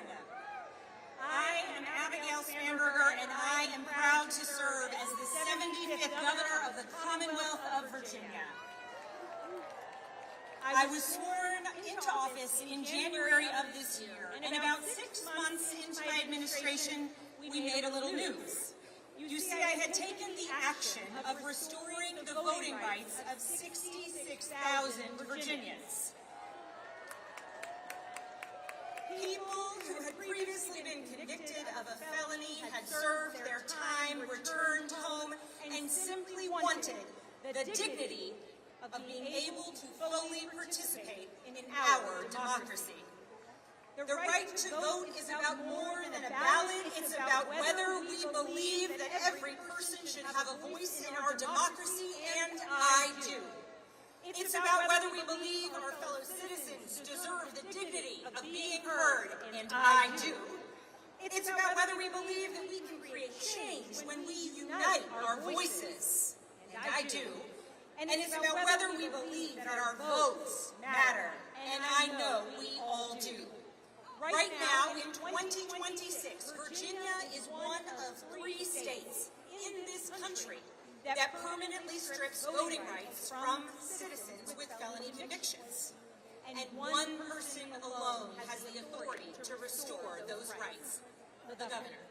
The governor has the sole discretion over whether the restoration process is transparent or done behind closed doors, whether it is easy to apply or deliberately complicated. The governor has the sole discretion over whether the voices of some Virginians can be heard at the ballot box. And my friends, make no mistake, that system, that process is a shameful relic of Virginia's Jim Crow past. In our democracy, our vote is how we make our voices heard. And the proof of that is in the fact that people have worked so hard throughout history to deny others the vote, to silence their voice. So let me tell you about Sam Harris, a Virginian I am proud to say now has the right to vote again. I called him in the days after we restored his rights, and he spoke of his pride in being able to cast a ballot, to use his voice. He spoke of the responsibility he feels to ensure his young daughter understands just how important voting is. And he spoke with reverence for his restored right to vote because it's, quote, something my ancestors died for. Because for as long as there have been people trying to silence others, there have been generations of Americans fighting for the rights of others. And that is true in Virginia. It was in Fredericksburg, Virginia, where the Freedom Riders made their very first stop on their way south. It was in Richmond, Virginia, the former capital of the Confederacy, that Dorothy Irene Height was born. She became an essential leader for civil rights, and 63 years ago, she stood on this platform as Dr. King delivered his dream for our country. And 26 years later, it was in counties across our Commonwealth that Virginians elected L. Douglas Wilder, the first black governor in the United States of America. This history continues today because right now, in the oldest legislative body in the Western Hemisphere, Virginia has elected a record number of black legislators. And we have elected a record number of women. Virginia has our first black Speaker of the House, and in 2025, Virginians elected our first black Attorney General. We elected the nation's first Muslim woman to statewide office as our Lieutenant Governor, and we elected our first woman governor. All of that happens because of voting, because of people using their voices at the ballot box. And despite all of the wonderful progress we have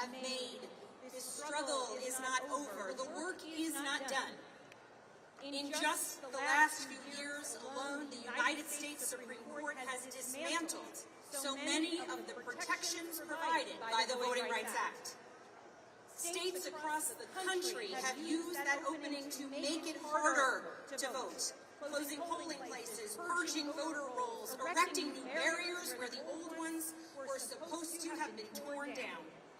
And we have a president who continues to lie repeatedly, verifiably, shamelessly about the results of an election he lost. We have a president and a complicit Congress who have used those lies to justify efforts to undermine the basic machinery of American democracy and keep Americans from voting. And it is shameful because the people trying to stop their fellow Americans from voting in the same cynical project are trying to take away our health care, cut the SNAP benefits that feed hungry children, and pull dollars out of our kids' schools, all while trying to silence the voices of dissent that are most powerfully heard at the ballot box. To the Virginians here on the National Mall and to those watching at home, this November, we have the power to right a wrong in our Commonwealth. If you believe, as I do, that someone who has paid their debt to society and is working hard to create a new life deserves the dignity of having their right restored, vote yes on Virginia's constitutional amendment to ensure automatic restoration of voting rights into the future. Now, when I began speaking, I said that 6 months into my term, we had restored the rights of 66,000 eligible Virginians. Well, here is an update for you. As of 2 p.m. yesterday, my administration had restored the rights of 100,000 eligible Virginians.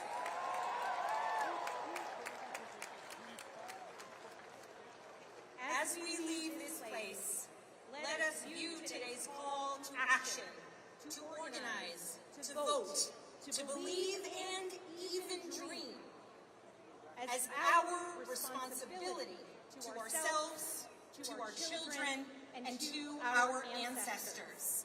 So let me ask you, do you believe that every person should have a voice in our democracy? Do you believe our fellow citizens deserve the dignity of being heard? Do you believe that we can create change when we unite our voices? And do you believe that our votes matter? Well, then, my fellow Americans, let's vote this November and let's win.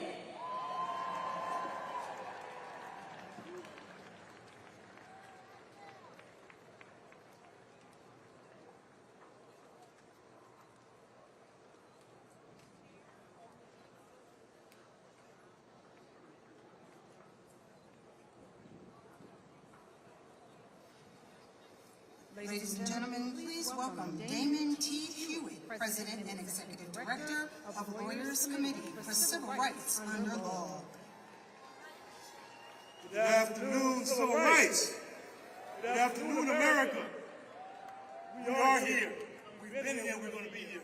I am Damon Hewitt, President of the Lawyers Committee for Civil Rights Under Law, an organization founded in that pivotal summer of 1963. Y'all, that was a heck of a summer, a heck of a year. The March on Washington, we lost 4 little girls in Birmingham later that year. President Kennedy was assassinated. Medgar Evers was assassinated in the driveway of his own home. But just days after that, JFK convened leading lawyers from around the country to the White House to get into the game on civil rights. That created the organization I now lead, the Lawyers Committee for Civil Rights. So in 1963, we had elected officials obstructing justice and civil rights. We had black civil rights workers and white allies in fear of our safety and our livelihoods. We had racist elements in government and in the private sector running roughshod over everything we hold dear. That was 1963, but that's also right now. We are in a 1963 moment. We are having our votes suppressed, our voices suppressed, we're being gerrymandered out of existence. The question is, what are we going to do about it? My friends, we cannot just fight back. We also have to fight forward. What got us here will not get us there. At the Lawyers Committee, we fight inside and outside the courts. Litigation, advocacy, policy, working with organizers, because we need all hands on deck to push this fight forward. Here's what I want to leave you with. This election season, round the clock, round the year, do not take your votes or your voices for granted. Use everything you have in your power to be heard. Register, make a plan, vote. Use the resources like election protection and the 866 Alpha Hotline for help. But keep this in mind. All the things they've been trying to do to us, some of them may feel new, some may feel familiar. But this is not the end of our story. Say it with me. This is not the end of our story. If you believe that, if you say that, and you act like you know, then we will fight and we will win. Love you.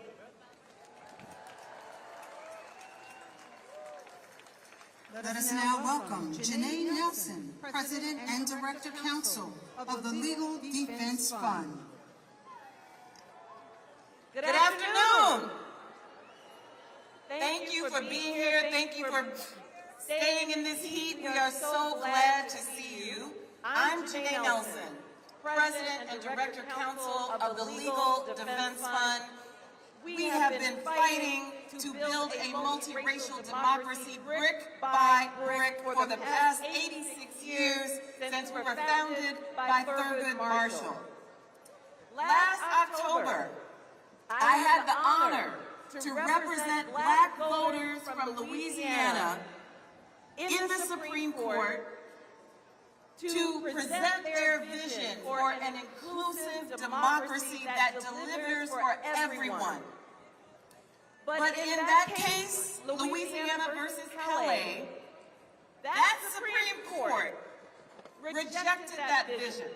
They rejected that vision in favor of a vision that draws black voters out of districts, in favor of a vision that makes states that have some of the highest populations of black people have little to no representation in the halls of power. They adopted a vision that silences black voices and suppresses black votes. But you know what?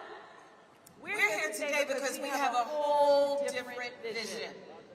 And that vision is as clear as the vision that Dr. Martin Luther King Jr. presented 63 years ago when he told us about his dream. Our vision will be real. Our vision is a democracy where we have full and fair access to the ballot, where we have economic freedom, where we have safe food and good health care, and access to real jobs. Our vision is for a democracy where power is shared, dignity is sacred, and thriving is the standard for everyone. Let me tell you how we're going to make that vision real. I want to break it down because every one of us, everyone within earshot, has a job to do. We need to get real. Register to vote, but don't just get registered, don't just check your registration. By September 15th on National Voter Registration Day, you need to make sure 10 other unregistered people are registered and prepared to vote. Engage in your elections. Go to pollworker.org and become a poll worker for this election. Go to ldf.vote and sign up to be a poll monitor. We have to engage in our elections. Democracy is not a state. As John R. Lewis said, democracy is an act. Agitate. Agitate. Go to your city council meeting, your school board meeting, your budget meetings, and make your peaceful presence heard. We have to show up and show out if we want to save this democracy. And finally, the last part of making our vision real is to leave no power on the table. We're not just going to vote in the upcoming midterms. We are going to vote year-round. We are going to make sure that we get our vote out. Thurgood Marshall said that this is our democracy. Make it, protect it, pass it on. Thank you.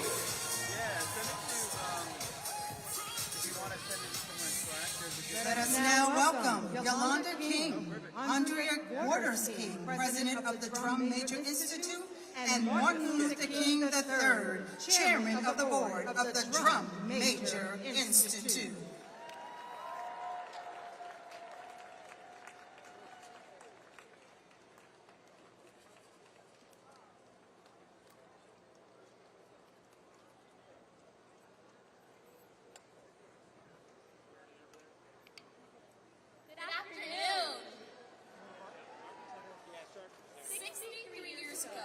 Hundreds of thousands of people came to this place because they believed America would be better than America was. They marched because they had a dream, but they also marched because they had a demand. And today, 63 years later, my generation has inherited both, the dream and the demand. So today, I have 3 words for my generation. Get ready, get set, and let's go. Because this is our leg of the race. This weekend, I will be moving into my college dorm.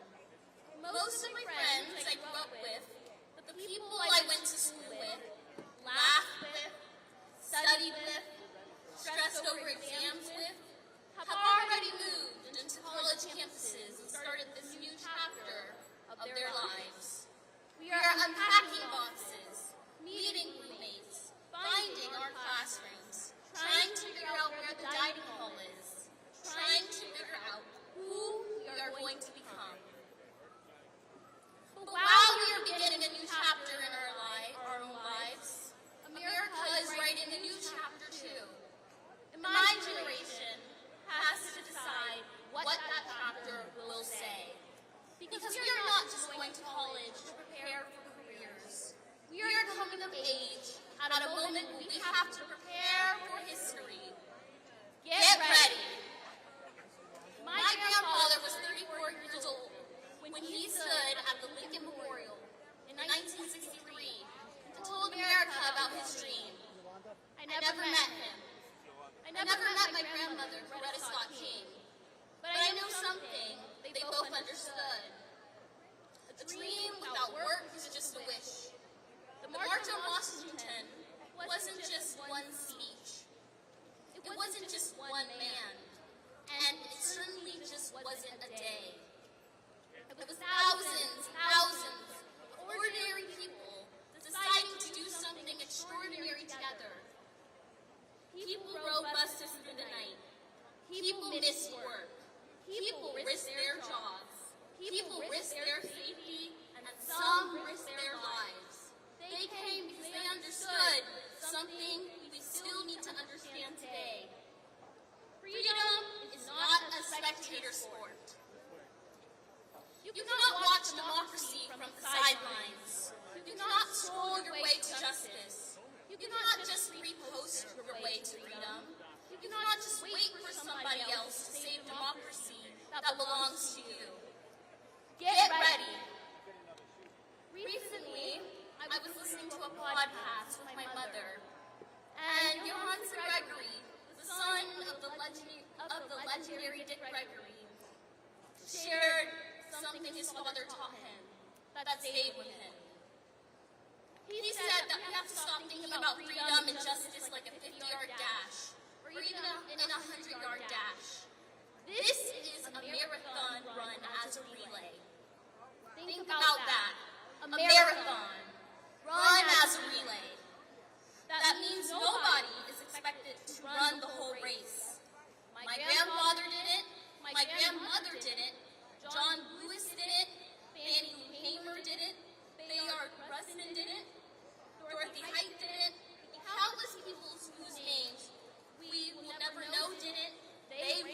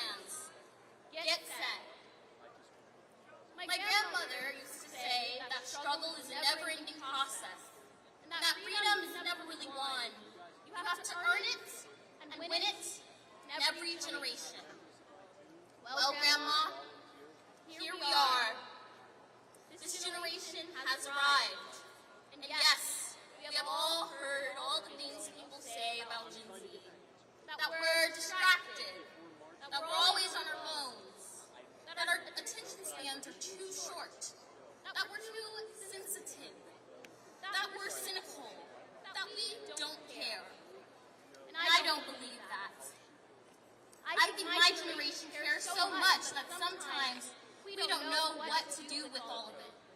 We have grown up watching school shootings in real time.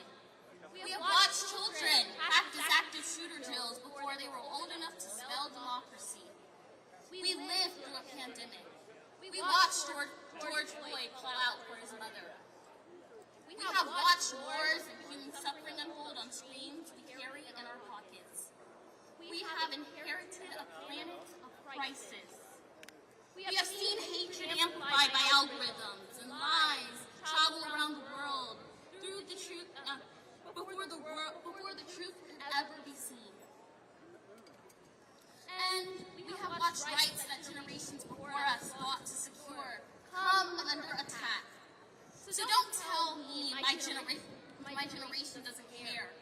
We care. The question is whether we will turn that caring into courage, whether we will turn our anxiety into action, whether we will turn our outrage into organizing, whether we will turn our posts into purpose, whether we will turn our fellow followers into fellow citizens, and whether we will turn our generation into a movement. Get set, because we have work to do. We will be the generation that protects the right to vote. We will be the generation that refuses to accept gun violence as normal.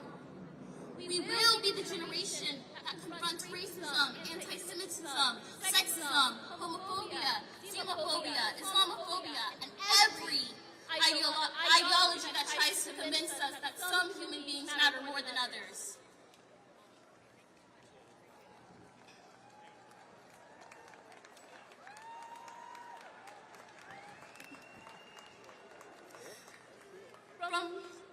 From a young age, my parents have always taught me the power of affirmation. So today I affirm that we will be the generation that fights poverty, not poor people. We will be the generation that chooses the planet over profit. We will be the generation that understands that democracy does not belong to solely Democrats or Republicans, but rather democracy belongs to the people. And we will be the generation that chooses democracy over division, truth over propaganda, community over chaos, and love over hate.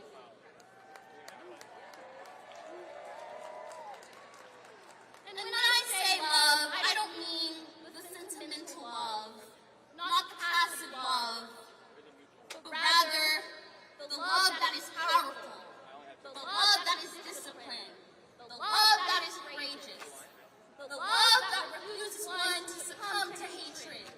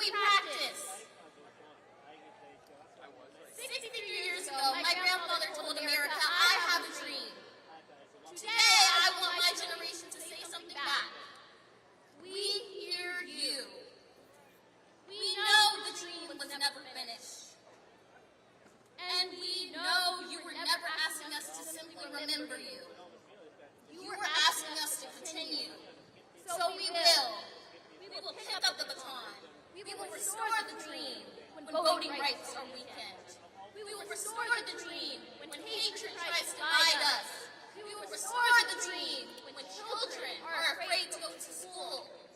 We will restore the dream when people are threatened, are treated as less than human because of their race, religion, gender, immigration status, whom they love, how much money they have, or where they were born.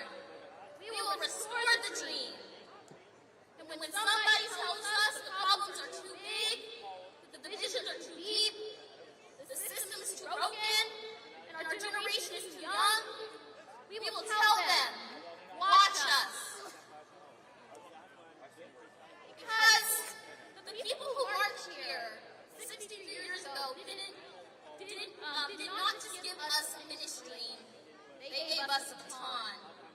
And a baton is something you do not just simply frame and hang on a wall, you run with it. So to my generation, get ready. Know your history. Know what was sacrificed for you. Know that freedom was never free. Know and get set. Find your purpose. Find your people. Find the place where your gifts meet the needs of the world. And then go. Run your way. Run it with courage. Run it with joy. Run it with love. Run it for the people who came before you. Run it for the people running beside you. And run it for the generations we may never live to see. I'd like to close my remarks by a quote that my grandfather once said. He said, when evil people plot, good people must plan. When evil people burn and bomb, good people must build and bind. When evil people shout ugly words of hatred, good people must commit themselves to the glories of love. Where evil people would seek to perpetuate an unjust status quo, good people must seek to bring into being a real order of justice. And so, I'm here to remind you today that we will be a great generation.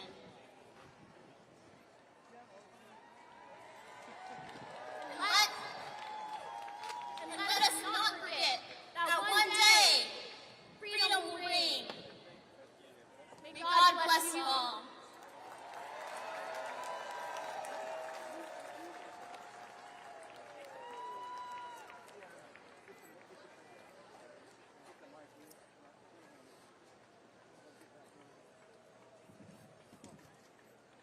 Good afternoon. You know,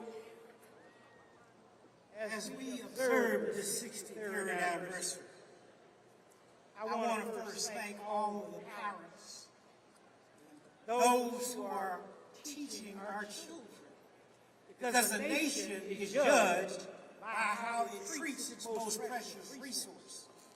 And certainly, our children are our most precious resource. Today, we have the opportunity to know history, because the people that do not remember it are doomed to repeat the mistakes of the past. Unfortunately, we are in the midst of a disgraceful attempt by some politicians to return our nation to the days of unchecked racism, murder, selfishness, and greed. On March 31st, 1968, my father, Martin Luther King Jr., delivered his final sermon at the Washington National Cathedral, entitled Remaining Awake Through a Great Revolution. For those of you who are not familiar with that story, it's about a man named Rip Van Winkle, who fell asleep for 20 years and didn't recognize what had transpired during his nap. In that message, Dad stated, the real tragedy of the tale wasn't that Rip slept for 20 years. The tragedy was that he missed the opportunity to affect change in his community. During a major transition from King George to President George Washington. Well, it's now 2066, and we have dictator wannabes who try to minimize, with a silly focus on semantics, the vital importance of our being aware or awake, if you will, to the many unjust and inhumane changes taking place now and over the last 20 years. We thank God that our ancestors repeatedly woke up building this nation. They woke up with courage and faith to speak truth to power and get into the kind of good trouble that the late John Lewis talked about, that helped to open doors for the marginalized across the country, regardless of race, age, or gender. The fact that we still have to fight to maintain and renew voting rights in this country is beyond abysmal and a truly national disgrace. If some don't change their ways, it won't be long before we all experience the discomfort of the divine judgment that God has promised. If we turn back to Him with obedience to His will, to God's will, mercy and grace can indeed protect and keep us from killing one another. Three of the major transformations that Dad prophetically spoke about in 1968 are the same concerns we face today. We have the technology revolution, driven by automation. We have data centers and driverless cars, but minimal support for local farmers, certain school systems, military veterans, poor neighborhoods, senior citizens, and single parents. We need to be asking, what is wrong with us? We are much better than the behavior we're exhibiting. Secondly, he said that we have a weaponry revolution that includes the ability to annihilate one another from the world. And many times over, if we fail to seek God's wisdom, to lead with love. My mother, Coretta Scott King, said that nonviolence is really the only credible response to the violence we are seeing around the world. She was right about it both then and now. We cannot forget the occasions like May 4th of 1963, when the children in Kelly Park were marching down the streets of Birmingham, and Bull Connor said, "Turn on the hoses," to the firemen. And the only thing that came out was drips of water. That was God's divine intervention. And when those children left, the fire hoses were restored, which was knocking people all over the ground. Nothing less than the power of God in answered prayer. The third comparison Dad made in his sermon was that Rip Van Winkle slept through a nationwide freedom explosion. In 1863, President Abraham Lincoln was pressured into signing the Emancipation Proclamation. However, it took the great state of Texas over 2 years to enact that legislation and abide by the law. Therefore, it is imperative that we keep celebrating Juneteenth and teaching our rich, pre- and post-slavery history worldwide.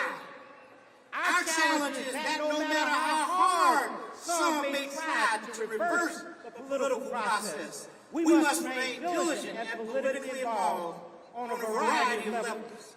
Voting is our reasonable service and appreciation for the sacrifice of the community and political conservative leaders. Regardless of our party affiliation, we must vote for those with strong moral character and leadership ability.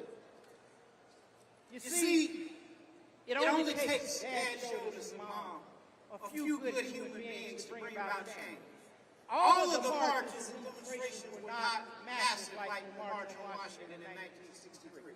It was just a few dedicated foot soldiers and men and women who marched and put their lives on the line so that we would have some of the rights we have today, although it feels like the clock is being turned back. In this age of unlimited communications, imagine if we put down the phone for just a minute and politely go out and talk to our neighbors without getting all of the business. We need to look out for one another the way our grandparents used to do back in the day.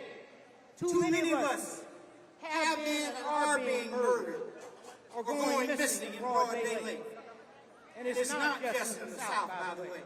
Now is the time to urgently employ godly wisdom, situational awareness, and common sense while trusting our Creator to speak to our hearts. This is the season to reject the spirit of anxiety and fear by personally becoming and teaching our children to daily become engaged. There were three major revolutions taking place in 1968.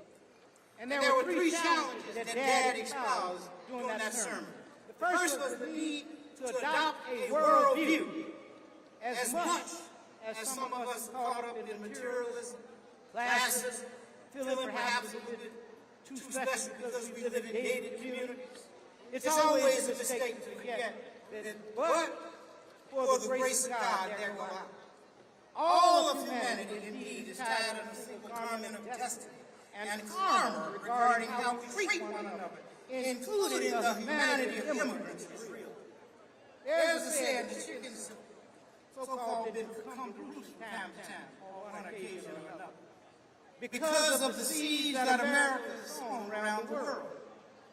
But to walk humbly before God, show the kind of wisdom and love for humanity that would cause God to be pleased for all of us. The second thing Dad called for was an end to racism and poverty. Over 63 years ago, yet here we are in 2026, fighting the same calculated plan to economically disadvantage black and brown people educationally, limit the sharing of our rich, free, and post-history, address the persistent home training of young children, because some of them are becoming future racists based on fear and a false sense of superiority. I won't bother here to fully address it all, but address the madness of those who are so full of low self-esteem that they have a kind of coon alert put on them. The final challenge that Dad put forth in the sermon is the need for us to reject inevitability. The future may not look right at this particular moment, but we don't have to worry if we have personal relationships. Don't worry, simply have to pray. We have to watch, pray, and act. That's what this is about. Not just watching and praying, but acting. And we're not leaving 10 minutes early anymore. We're staying for So, human progress, Thank you, Dad guys. says, Sorry not for the only change. on the wheels of the network. It requires the tireless work of dedicated people of all races, willing to stand up for justice. this way, leading you to the VIP. Like Medgar walking did, down these like Malcolm X did, like Judy Bond did, like so many other nameless individuals did. Dad used to call them foot soldiers. Reverend C.T. Vivian got knocked to the ground for refusing voting rights. But he immediately got back up and said, we are going to register today because this is our God-given right. Fannie Lou Hamer used to talk about she was sick and tired of being sick and tired. And so many of us may be that. But she never gave up. And many congresspersons, the late, great Shirley Chisholm, Congresswoman today, Auntie something called Maxine Waters, many courageous people, Al Green, who's leaving Congress, epitomizes courage every day, and many of them fearless and elected appointees.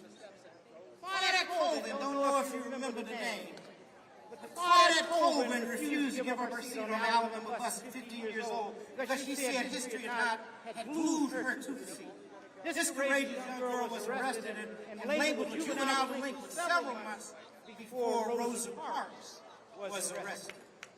Just brilliant when you think about it. In 1967, my father asked a question in his last book, where do we go from here, chaos or community? Dad told us that the ultimate measure of a man was, and a woman, not where you stand in times of comfort and convenience, where you stand in times of challenge and controversy. On some questions, cowardice asks, is a bit safe. Expediency asks, is a position politics. Vanity asks, is a position popular. That something that embedded deep in our souls asks, is a position right. We must take those positions. That may not be safe, it may not be popular, it may not be political. God knows we must take them because our consciences are telling them they are right. We still have to refuse hatred and violence in favor of what he called the high plane of dignity and discipline. We must meet potential physical violence with the more powerful spiritual force. And then we got to break out those triple evils: poverty, racism, and violence. I never thought I'd live in a time where companies and a human being had accumulated over $1 trillion. And yet not one of them has said we're going to dedicate some of these $1 trillion to wipe out poverty. We could if we chose to wipe it out tomorrow. But the nation is not choosing that. We have to stand up and demand the things that are good, just and right for all. So I say to you in closing, as I close, I got to recognize my classmate who has done so much in the film and television industry over the years. My classmate from Morehouse College, 1979, Brother Spike Lee. Obviously, always good to see Brother Spike Lee. But I say to you, don't get tired. I know we are tired. I know we are beat down. I know we don't know what else to say, but I am no way tired. Why? Because we come much too far from where we started. You see, no one ever told any of us that our roads would be easy. But what I know is our God did not bring any of us this far to leave us. Thank you, and God bless you.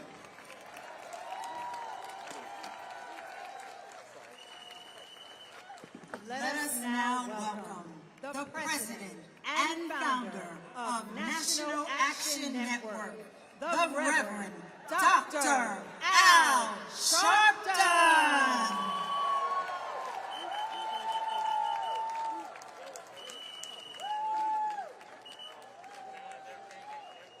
No justice. No justice. No justice. All right. Let me say that as we have gathered here today, by the thousands, I'm looking all under the trees and all of you that have come, many far, some near. 10 buses left Houston, Texas. Many from other states. I don't want to get in a roll call. But we come 63 years later because it is clear to us that in 63, when they came to this spot, they came because there was segregation. They came because there was denial of human equality. They came because we could not vote. Because they gathered nationally in 63, we went back to the South. We went back in the northern areas, and we organized. And what we must do today with all the thousands that is here, go back and we went on a tour together to organize. We must turn this country upside down with those elected officials that are taking for us the right to vote. The Decatur decision by the Supreme Court shot a bullet in the heart of voting rights. But they don't understand we're not going back. We will not let them turn back the hand of time. They can turn back the clock, but they can't turn back time. And if we go and organize and go home like they did, August 28, 1963, and organize, we can put a handicap on the most biased, bigoted presidency that we've seen in a long time. Let me be clear. 3 things we march for today. Voting rights, which has been stripped. Affordable health care, which has expired. And we fight for diversity, equity, and inclusion, where we must be considered at the workplace, and in the executive hall, and in government agencies. So I encourage you to stay online with us so we can lay out where we're going and how we're going. We're going to march to the Martin Luther King Memorial, but I've invited some special guests that's going to speak to us, and then we're going to march. Let me say that if there are those that are of another persuasion watching, don't pervert the dream, because after you dream, you wake up, and you confuse those of us that have dreamed the dream with being woke. We're woke with the dream. Don't apologize for being woke. Apologize for dreaming and staying in the bed. Apologize for dreaming and laying there acting like you are all of that. We're woke because we woke up with a dream in mind, and we're in Washington, D.C. to proclaim the dream is still alive.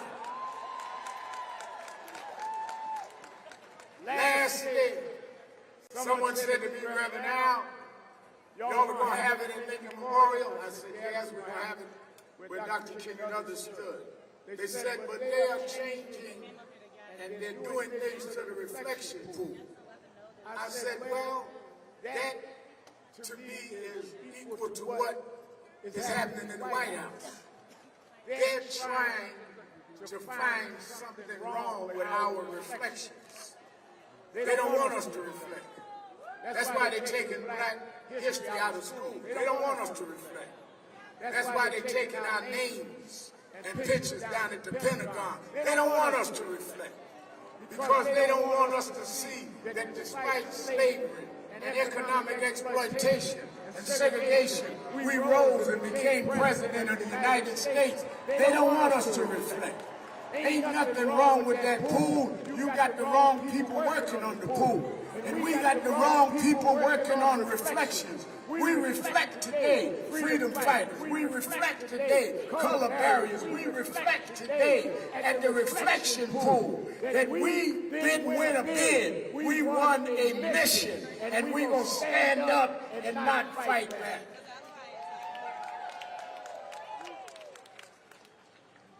Let me bring first a man that has fought this fight, who has stood for progressive politics when it wasn't popular.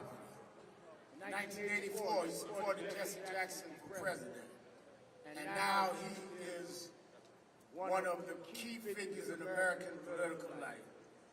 He wanted to be here with us, and I wanted him to have words for us from the state of Vermont, Senator Bernie Sanders.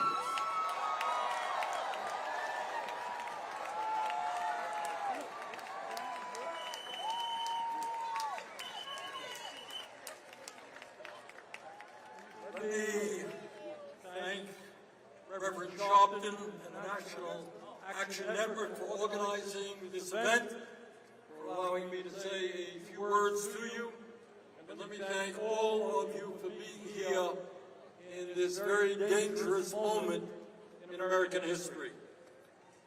63 years ago, 250,000 Americans descended on this very location for what is now recognized as one of the most significant events in the modern history of our country. The March on Washington for Jobs and Freedom. As a young man, young college student, at that time, I had the fortune to get on a bus from the University of Chicago to attend that event and experience a day that I have never forgotten and which has had a lasting impact on my life. And when we think back upon that extraordinary day, it is important that we remember not only Dr. King's unforgettable "I have a dream" speech, but we also remember the context in which that speech took place. We must never forget the extraordinary courage of the people who marched, who organized, who went to jail, who faced dogs and fire hoses, who risked their lives and in far too many cases gave their lives to secure a more just and equitable America. Because of that movement, segregation was dismantled. The Civil Rights Act was passed. The Voting Rights Act was passed. The Fair Housing Act was passed. Millions of Americans gained rights and freedoms that had been denied to them solely because of the color of their skin. Tragically, that dream of a more just and equitable society has never been under greater threat than it is right now. Today we have a president who, along with the Supreme Court members he appointed, is carrying out the most significant assault on voting rights since segregation, targeting virtually every aspect of the electoral system. He is seeking to purge voter rolls and obtain sensitive voter data, restrict mail-in votes and early voting, redraw congressional districts for partisan advantage, and deploy federal agents around polling places. He has undermined faith in American elections by falsely claiming that he won the 2020 election, and he goes around the country claiming that there are hundreds of thousands of undocumented immigrants who vote in our elections, which is an absolute lie. Bottom line, Donald Trump is an authoritarian who is deliberately trying to destroy faith in American democracy, create confusion, sow mistrust in our elections, and make it harder for Americans to vote. But Dr. King's dream is under threat in other ways as well. Dr. King understood that political freedom and economic freedom are inseparable. And that is why the March on Washington was not simply a march for voting rights, as enormously important as that was. It was the March on Washington for jobs and freedom. As Dr. King, a strong ally of the trade union movement, famously said, quote, "What good is having the right to sit at a lunch counter if you can't afford to buy a hamburger?" And let us never ever forget, Dr. King was assassinated in 1968 while he was in Memphis, Tennessee, standing with exploited sanitation workers who were attempting to organize a union.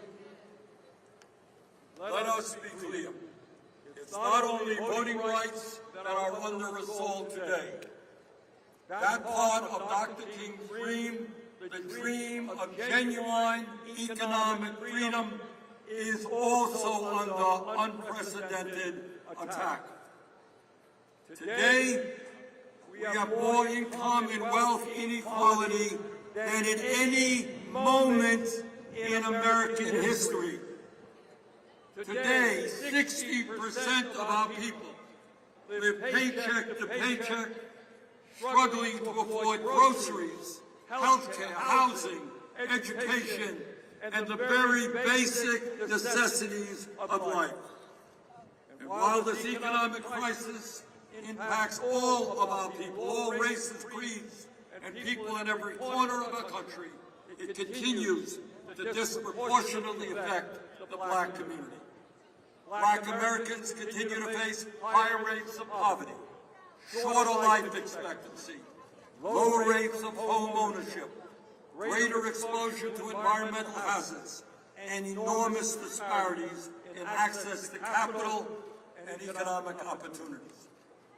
Trump's devastating cuts to health care, education, Head Start, and other programs have only made a very bad situation even worse.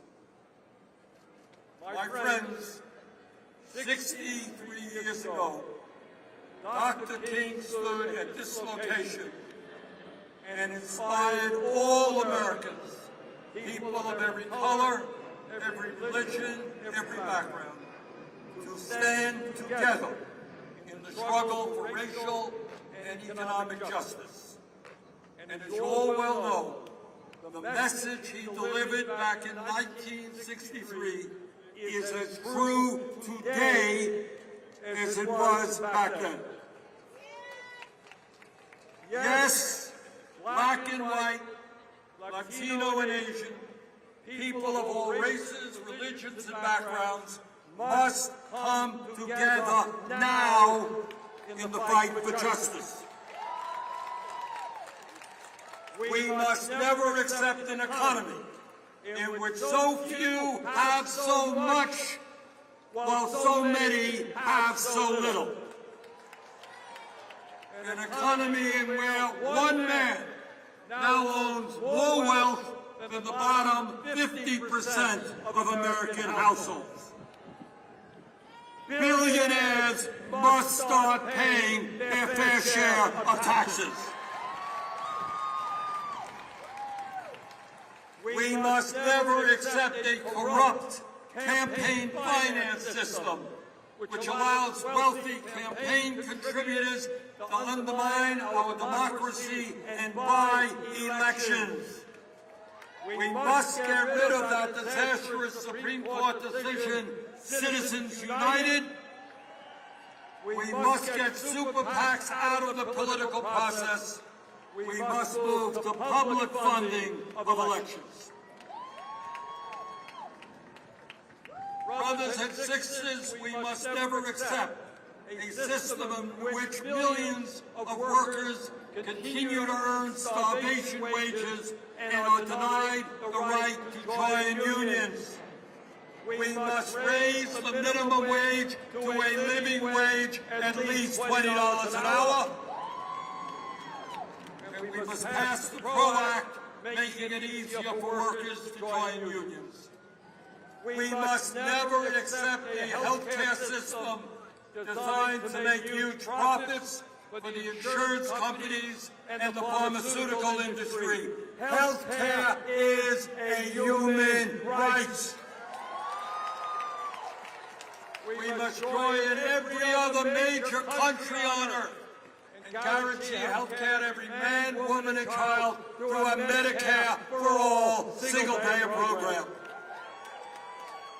We must never accept a situation in which a handful of big tech oligarchs push their AI agenda down the throats of the American people, threatening millions of our jobs, our privacy rights, the mental health of our children, and the very future of humanity. AI and robotics must work for all of us, not just some of the richest people on earth. We must never accept a situation in which a handful of fossil fuel executives are putting the very future of the planet at stake for their own short-term profits. We must create millions of good-paying jobs by transforming our energy system away from fossil fuel and toward energy efficiency and sustainable energies. Brothers and sisters, the people who marched on Washington in 1963 understood real change does not come from the top on down, it comes from the bottom on up. It comes when ordinary people organize. It comes when black and white, Latino, Asian American, Native American, and immigrant communities stand together. The March on Washington and the movement behind it changed the course of American history. And now it is our turn. Let us go forward together. Thank you all very much.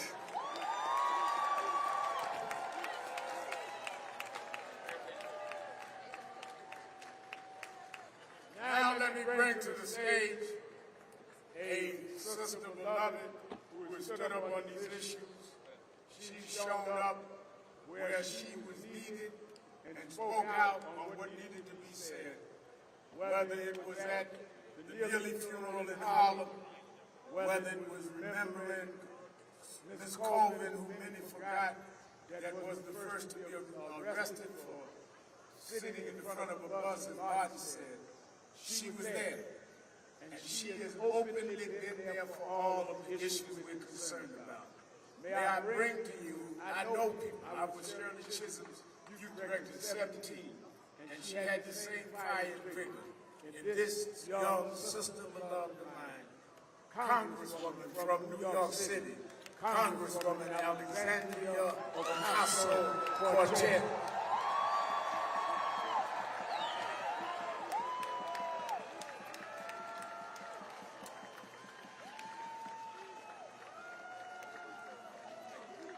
Good afternoon, everyone.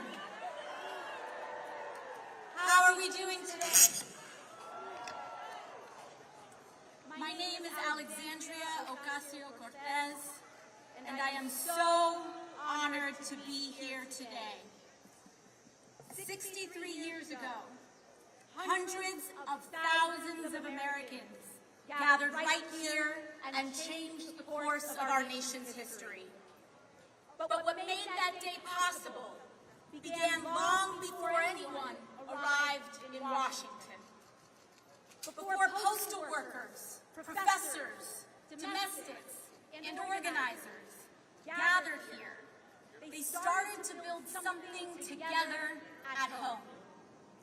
Before a movement changed the law, it organized to build power. And before America could realize a new vision of freedom, the people had to first imagine it and refuse to let it go. That took a particular kind of prophetic genius. The moral clarity to know what we, the people, deserve. The vision to see what America can become. And the strategy to bring it all together. That prophetic genius was everywhere in the movement that built this march.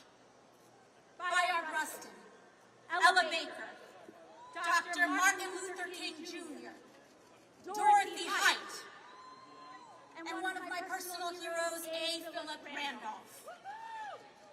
You see, A. Philip Randolph understood something radical, that black freedom, civil freedom, and all of our full freedom requires economic freedom. Because if we cannot exercise our most basic rights, a shelter to grow a family in, food to sustain our lives, and an education with which to flourish, then it is no freedom at all. It is tyranny. Randolph taught that racial injustice wasn't only enforced through civil segregation. It was enforced through an economy that depended on black labor while denying black workers their fair share. Randolph organized the Brotherhood of Sleeping Car Porters against one of the most powerful corporations in the United States. And by 1963, Randolph and so many others had brought hundreds of thousands of people to Washington to demand that America finally deliver on its promise of freedom. He put it plainly, freedom is never granted, it is won. Justice is never given, it is exacted. Brothers and sisters, these drum majors for justice, just as you all and countless others today, were not handed a movement. They have always had to build one. And when they came here 63 years ago, they came with demands. They demanded the right to vote, an end to segregation, and fair housing. They demanded a federal jobs program, a higher minimum wage, and an end to discrimination in employment. Because together, Those words carried a profound idea. The March on Washington for Jobs and Freedom. That freedom is both political and economic. And that movement changed what was possible in this country. We got the Civil Rights Act and the Voting Rights Act. And that is what paved the way for Head Start, Medicare, Medicaid, and food assistance. Because the Civil Rights Movement is the foundation for a great society, a new era of social and economic progress. That was an extraordinary achievement, and we are living in the legacy of it today. But their vision went further than their victories. Because America may have agreed to open the lunch counter, but it never committed to us affording the meal. And that is our work today, as we defend the foundation that our foremothers and our forefathers built. You see, they gave us a piece of the freedom, but 63 years later, we are still fighting to afford it. America is wealthier today than it has ever been, and yet millions of Americans work every day to struggle to afford the basics. This is not simply an economic failure. It is a moral and structural one, and we must refuse to accept it. So let's be clear about the country that we are fighting for. We, the people, demand full, protected, and restored voting rights in the United States of America. We, the people, know that means we must respond to the arsonist redistricting the South with an organizing, legislative, and civil strategy of our own to dismantle their injustice and liberate the potential of our full civil liberties in all 50 states of the United States of America. We, the people, demand guaranteed health care for every American as a right and not a privilege. We, the people of the United States of America, demand that one job with no need for overtime should be enough for our most basic needs, which also include rest. And we must recognize that can only happen in an economy where Black women are not the first to be pushed out and the last to be brought back in. There is nothing new about these demands. They belong to the same fight and the same heritage that many gathered here 63 years ago. And we are not alone. Just as it was then, our ability to win depends on our ability to vote. Republicans know this. That is why the Supreme Court's decision to weaken the Voting Rights Act matters so much. Because they know that when Black Americans exercise their full political power, we unlock progress for all of America. And that is what they are trying to hold back. But there is a tide rising in this country, brothers and sisters. They can put obstacles in our path, but they cannot turn us back around. And this November, the first of many tides is coming to respond to every right they are trying to take. And it is coming to fulfill the promise that hundreds of thousands of heroes carried to these grounds 6 decades ago. It is now our turn to summon that collective genius, to look beyond the limits of this one moment, and to see further, to demand more, and to organize toward the future we know is possible. The tide is coming, and this time we intend to win it all. Thank you very much, and I'll see you out in the streets.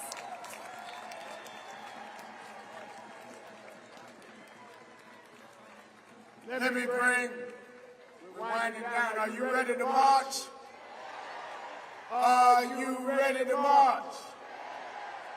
All right, let me bring to the stage someone that not only today wouldn't have happened without her, the movement for progressive political empowerment, labor rights would not have happened to the degree it did, and the degree it continues to be, without the president of the American Federation of Teachers, Sister Randy Weingarten.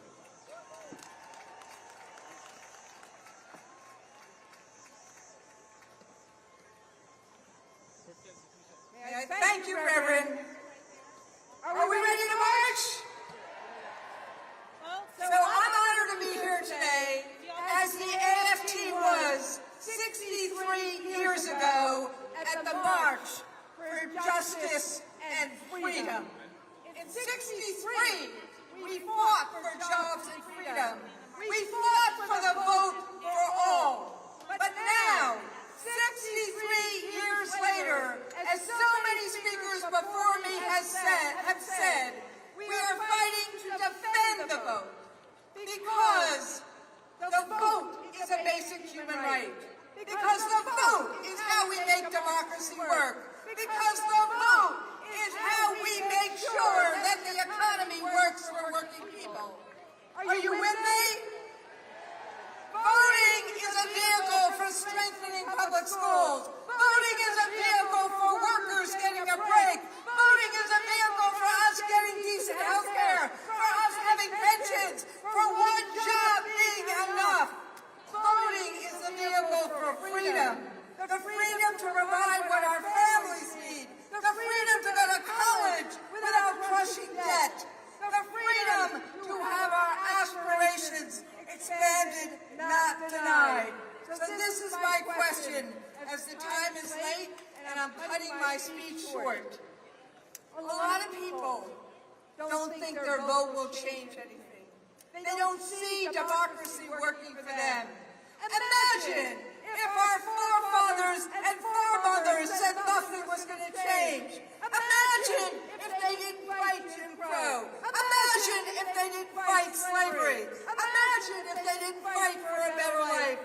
We have to be evangelists for our communities, for voting, for people in our lives. The people in our lives, their dreams matter. They matter. We are not powerless. But this is the point, my friends.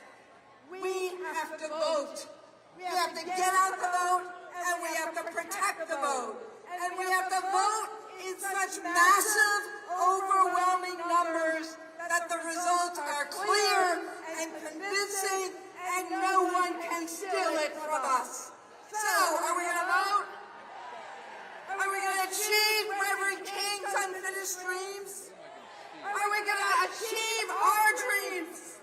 Are we going to vote so it is the people, not the powerful, who enjoy the bounty of America? Thank you.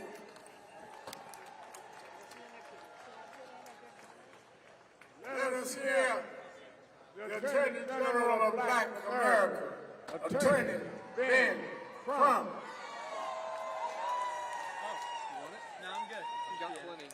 Thank you.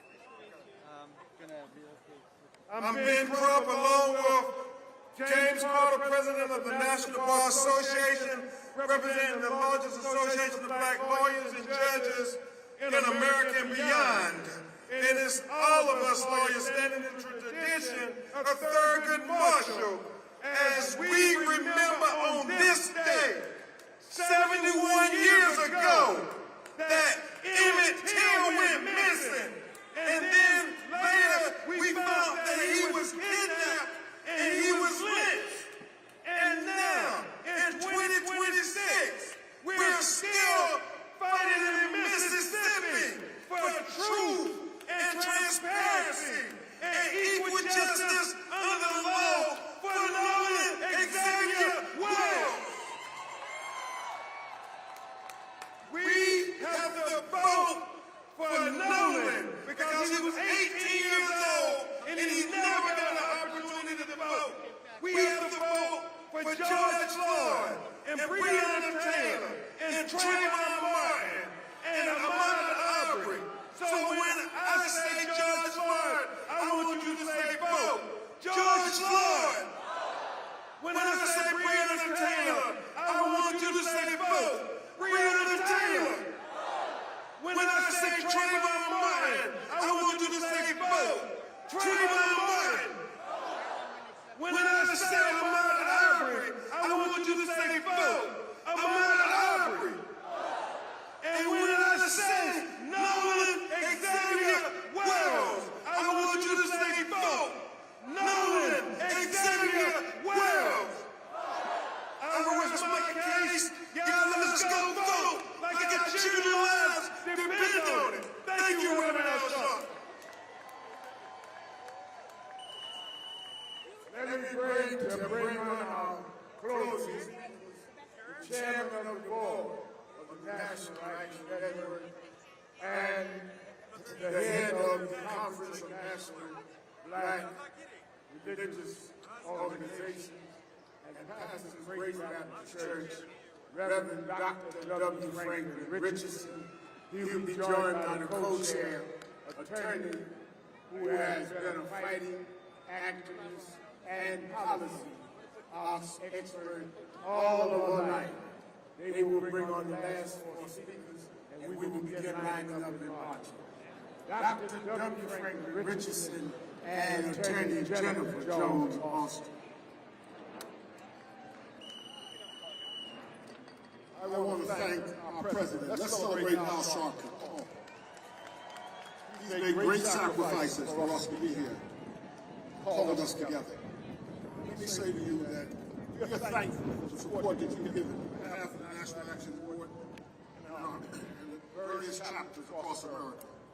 I want to present to you at this time the Honorable Camille Joseph, who is the National Action Board member and also a part of the corporate leadership that joins us.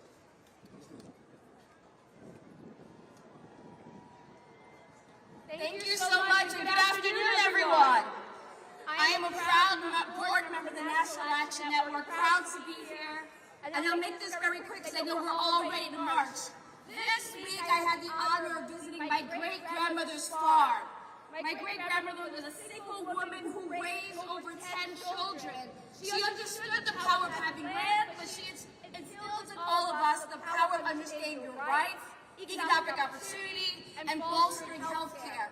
And now, 63 years later, her daughter's on stage at the very march she watched from her living room, thinking through what our country would look like.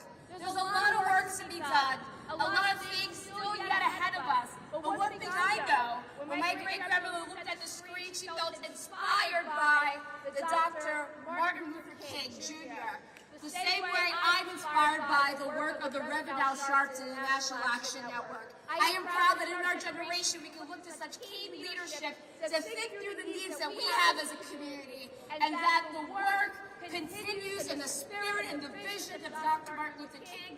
His family, I am eternally grateful to represent the board and be part of such a powerful organization. Thank you. Calling now for the last 2 speakers, please give us your attention. Honorable Mark Tiano, who is the United States Representative of California 39th Congressional District, and Ken Martin, Chairman of the Democratic National Committee. They will follow each other. Good afternoon, good troublemakers. Good afternoon. I'm Mark Tiano. I'm chair of the Congressional Equality Caucus and first vice chair of the Congressional Asian Pacific American Caucus. We're not here simply to remember history. We're here because the work that began 63 years ago is unfinished. We're here because the battles we thought had long been settled have resurfaced. Birthright citizenship is under attack. Americans feel the need to carry a passport to prove they belong. Fascists are using their power to intimidate Americans into silence. And these are not echoes of some distant past. They are the reality of this moment. And this moment is an awakening. Norms will not protect us. Every generation must take up the work of renewing and perfecting the idea of America so that America lives up to its promise.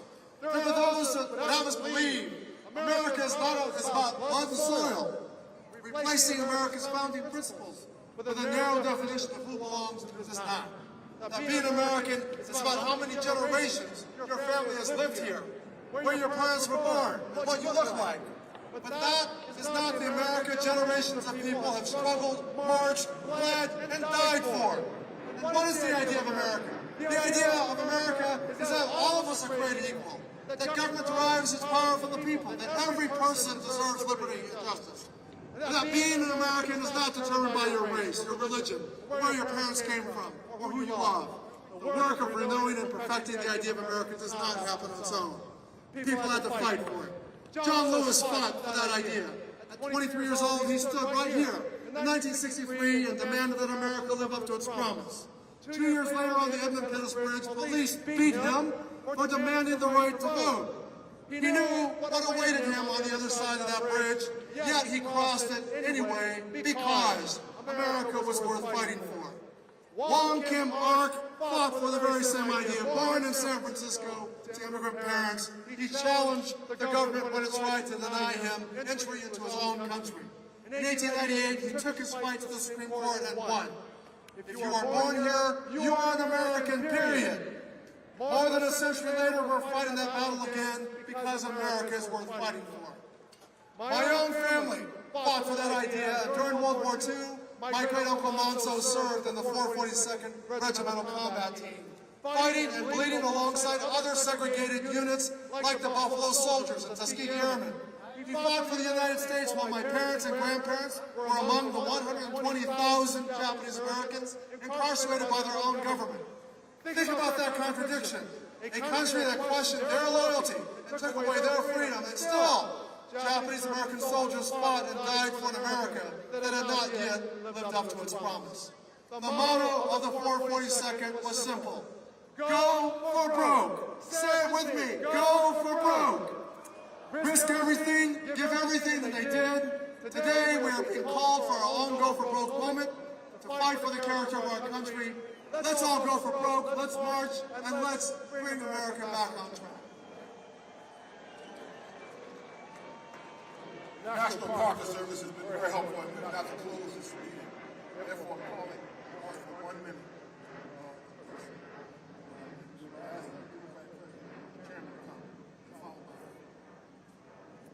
Thank you, everybody. Thank you to Reverend Sharpton and to Martin Luther King III for your leadership. It is an honor to stand with all of you in this hallowed ground today, 63 years to the day since Dr. Martin Luther King summoned America to live up to its highest ideals.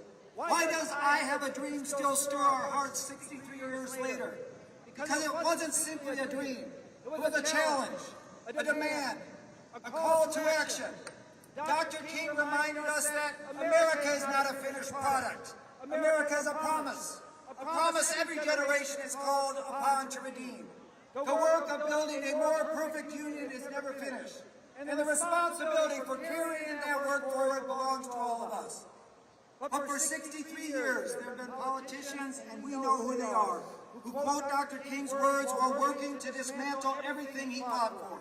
They talk about judging people by the content of their character while trafficking in hateful rhetoric and pushing harmful policies. They praise the civil rights movement while attacking the very rights that the movement won.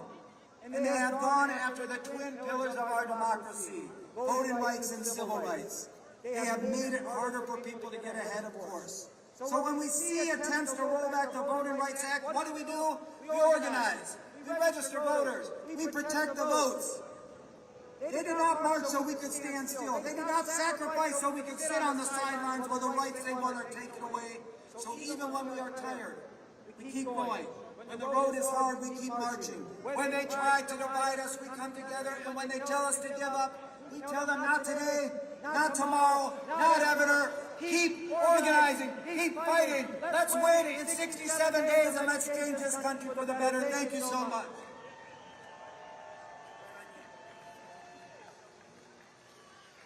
Let us now welcome Brittany Packnett Cunningham and Bishop Leah Daughtry.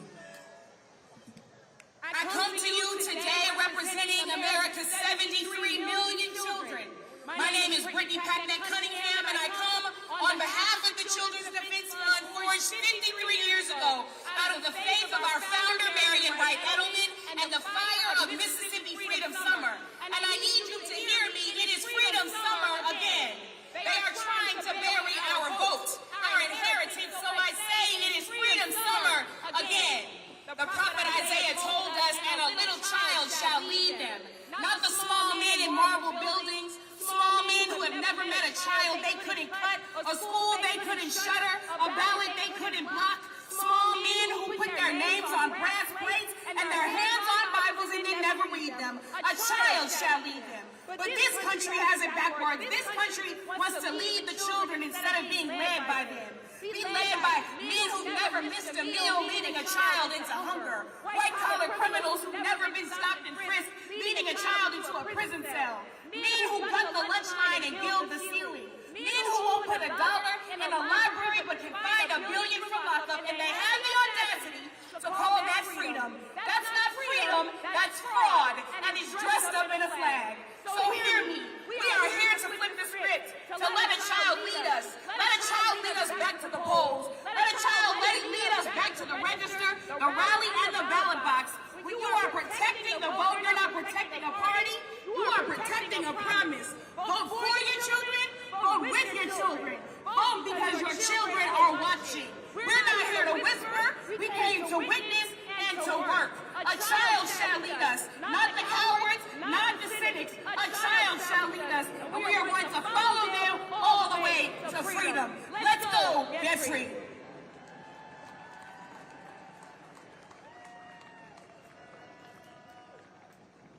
We are getting ready to line up. Some of you are moving over. We're going to have a benediction. But Attorney Jennifer Jones Austin, will you come forward? I didn't hear you say nothing today. That's the vice chairman. And she told me we got to get out of here, but I want y'all to give her another hand, our vice chair. We got to go.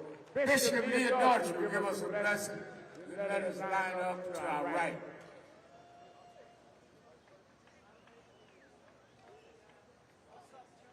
As we prepare to march, let us pray. God of Exodus and Isaiah, God who called us out of bondage and called us to be repairers of the breach, we thank you for this day, for this wall, for these feet that have carried us here, just as they carried our mothers and our fathers 63 years ago. Lord, the courts have moved against us. Section 2 has been wounded. Our votes have been challenged. Our rights have been trodden. Our humanity has been questioned. But Lord, you did not raise up a movement to depend on 9 votes in a marble building. You raised up a people. And so we do not send these marchers out in mourning. We send them out in commission to serve the least, the last, and the lost, the left out, the locked out, and the left behind.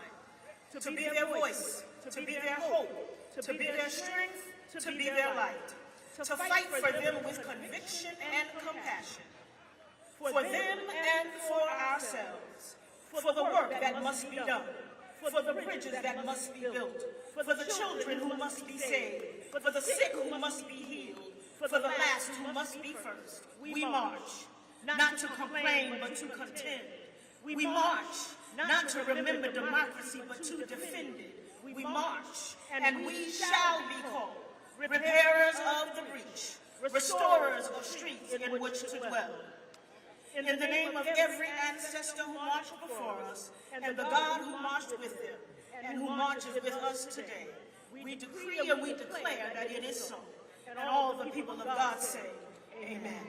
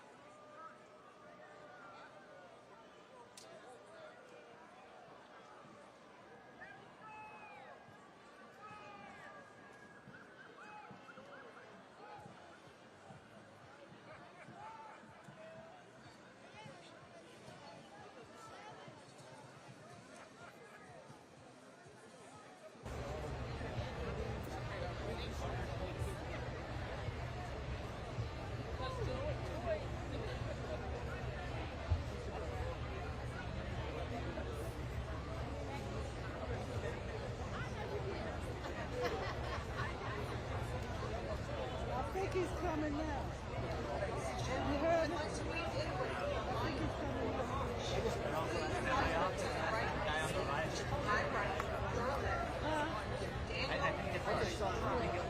Let us watch. I see them walk.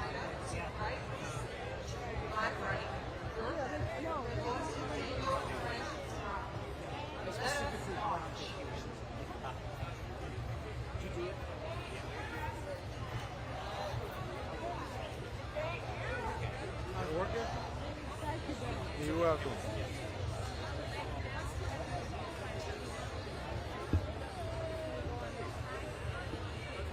Y'all can come this way. Y'all can come this way, y'all. Okay, thank you. Are y'all ready to march for democracy? Oh, good. Are y'all ready to march for democracy? Show me what community looks like. This is what democracy looks like. Show me what community looks like. This is what community looks like. Show me what democracy looks like. This is what democracy looks like. Show me what democracy looks like. This is what democracy looks like. No hate, no fear. Everyone is welcome here. No hate, no fear. Everyone is welcome here. No hate, no fear. Everyone is welcome here. No hate, no fear. Everyone is welcome here. No hate, no fear. Everyone is welcome here. No hate, no fear. Everyone is welcome here. No fear. Everyone is welcome here. No hate. No fear.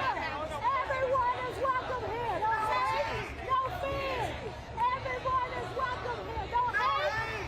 No fear. Everyone is welcome here. No hate. No fear. Everyone is welcome here. No hate. No fear. Everyone is welcome here. No hate. No fear. Everyone is welcome here. No hate. No fear. No hate.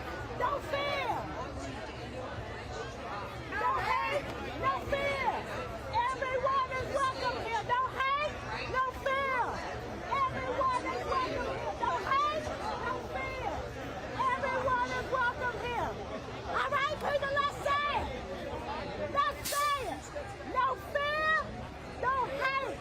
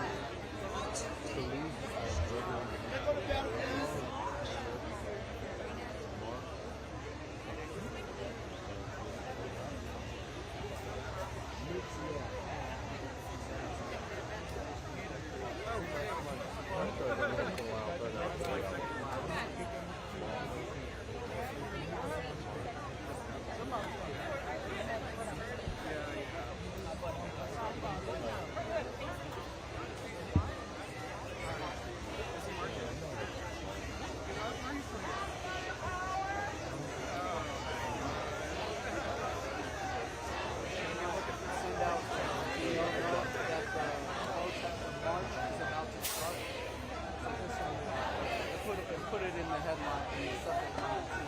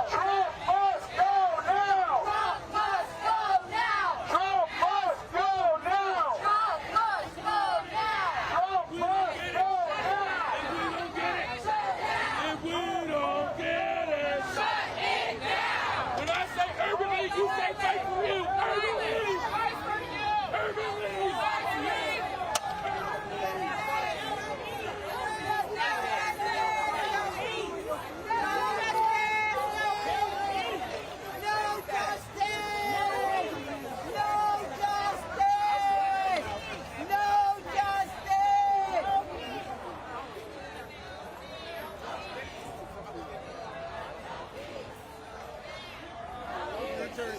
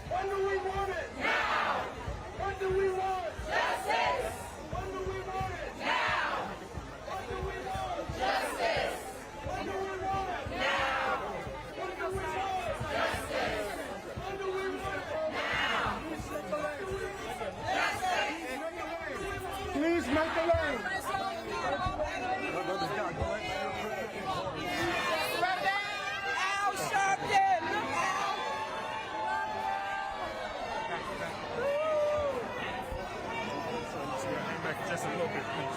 Thank you. That's okay.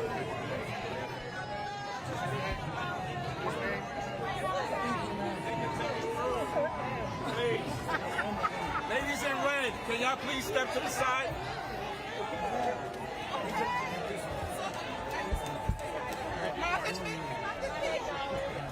Right here.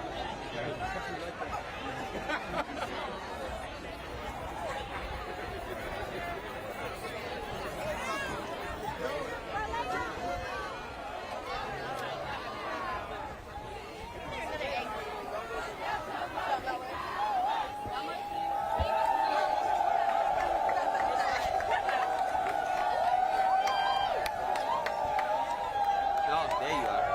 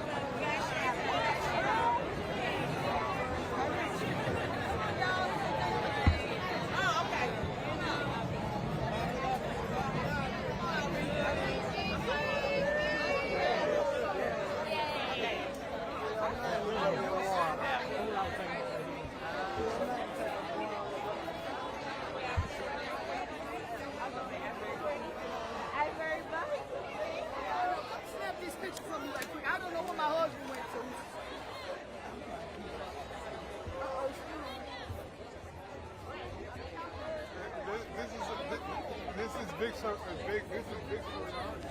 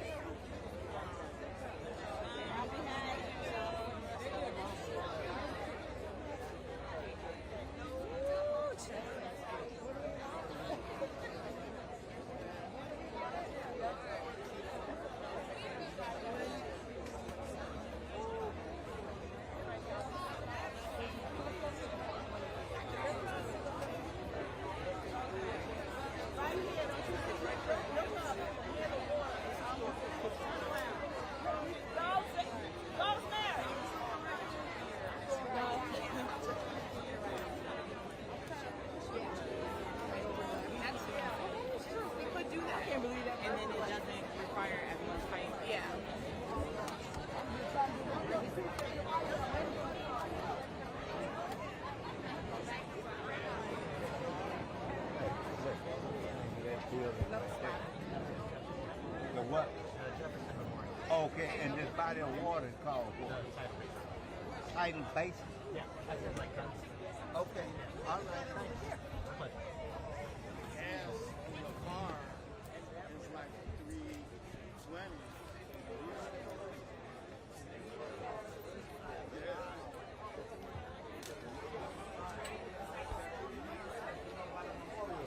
I'm right here by Martin Luther King.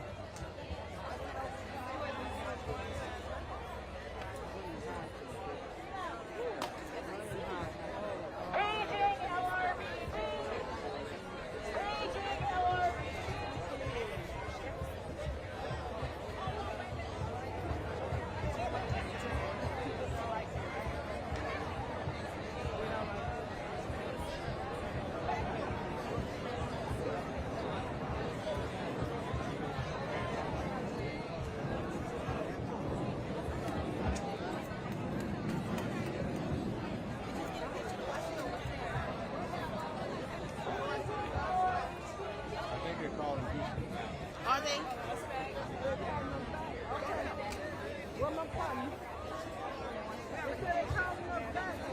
Get the money shot, right? Get the money shot.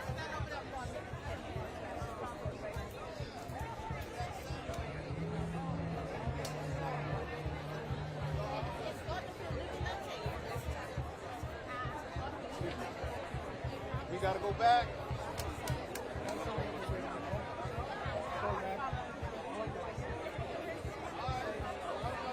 Oh, you're welcome. We sprinted right over here yesterday morning.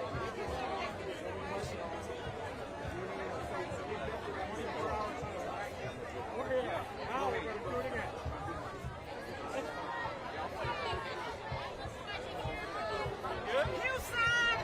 Houston, back to the bus. Houston, back to the bus.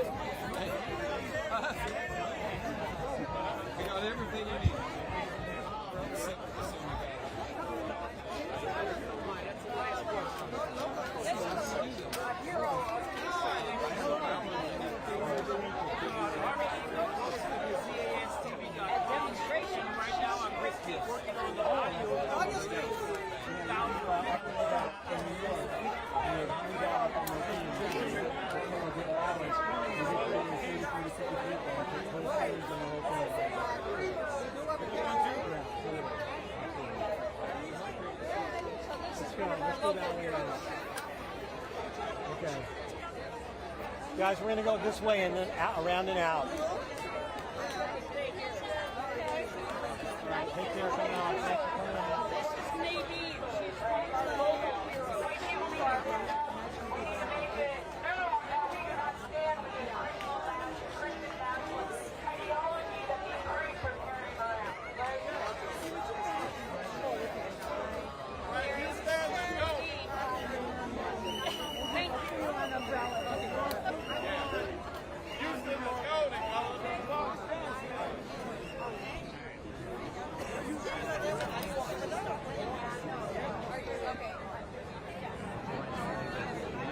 I got you. Oh, you're wound up.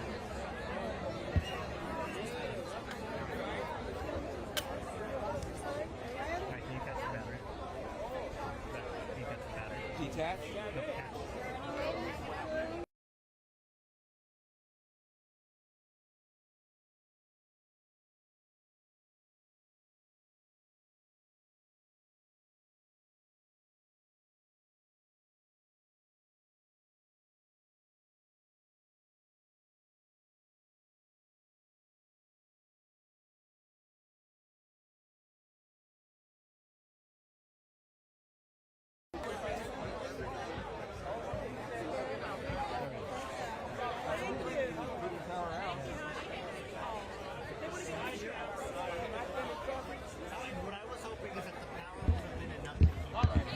Should have.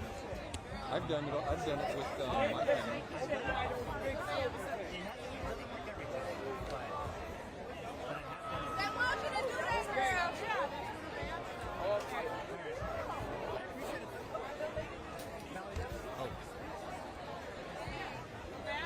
All right, John, thank you.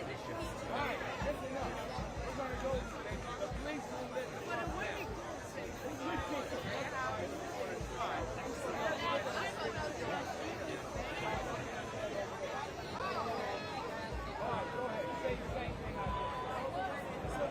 Should I do the 100?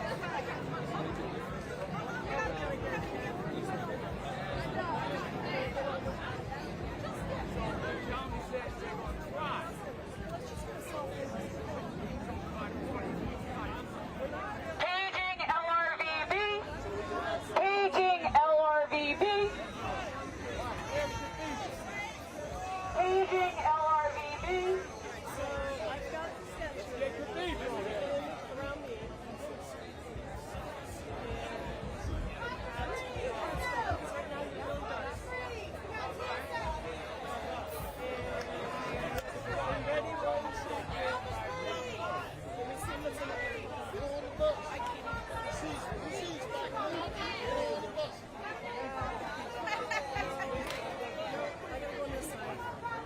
Ladies, come over here.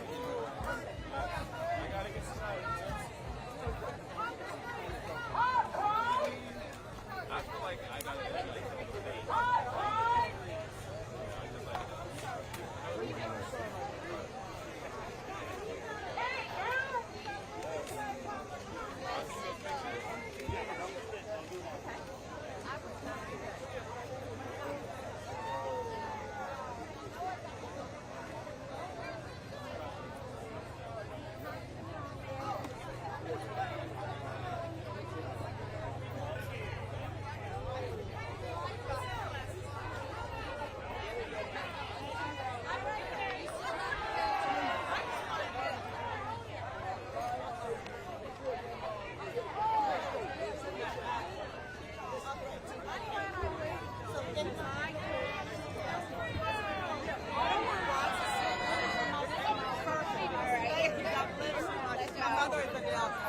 My mother is the jail.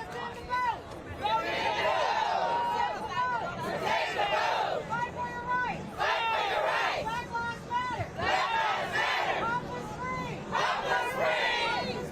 Hopeless free. Raleigh, North Carolina. Raleigh, North Carolina. Raleigh, North Carolina.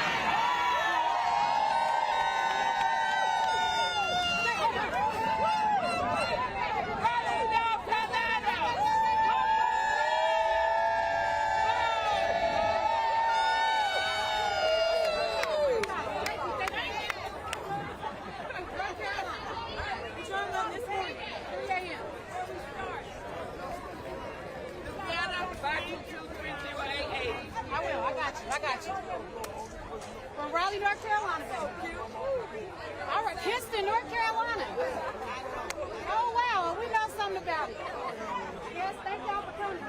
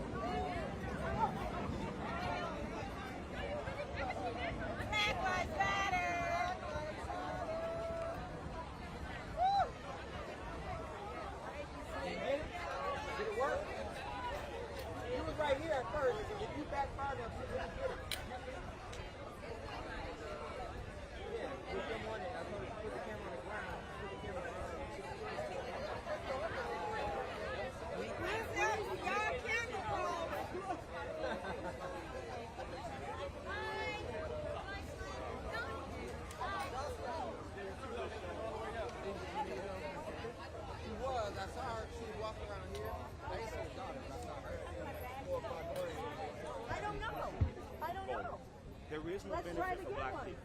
Let's try it again. Well, tell me one. I didn't say that there's no benefit. Tell me one benefit.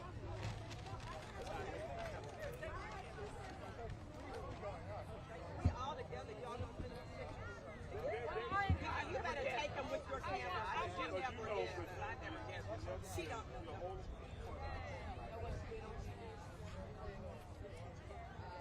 Stay down.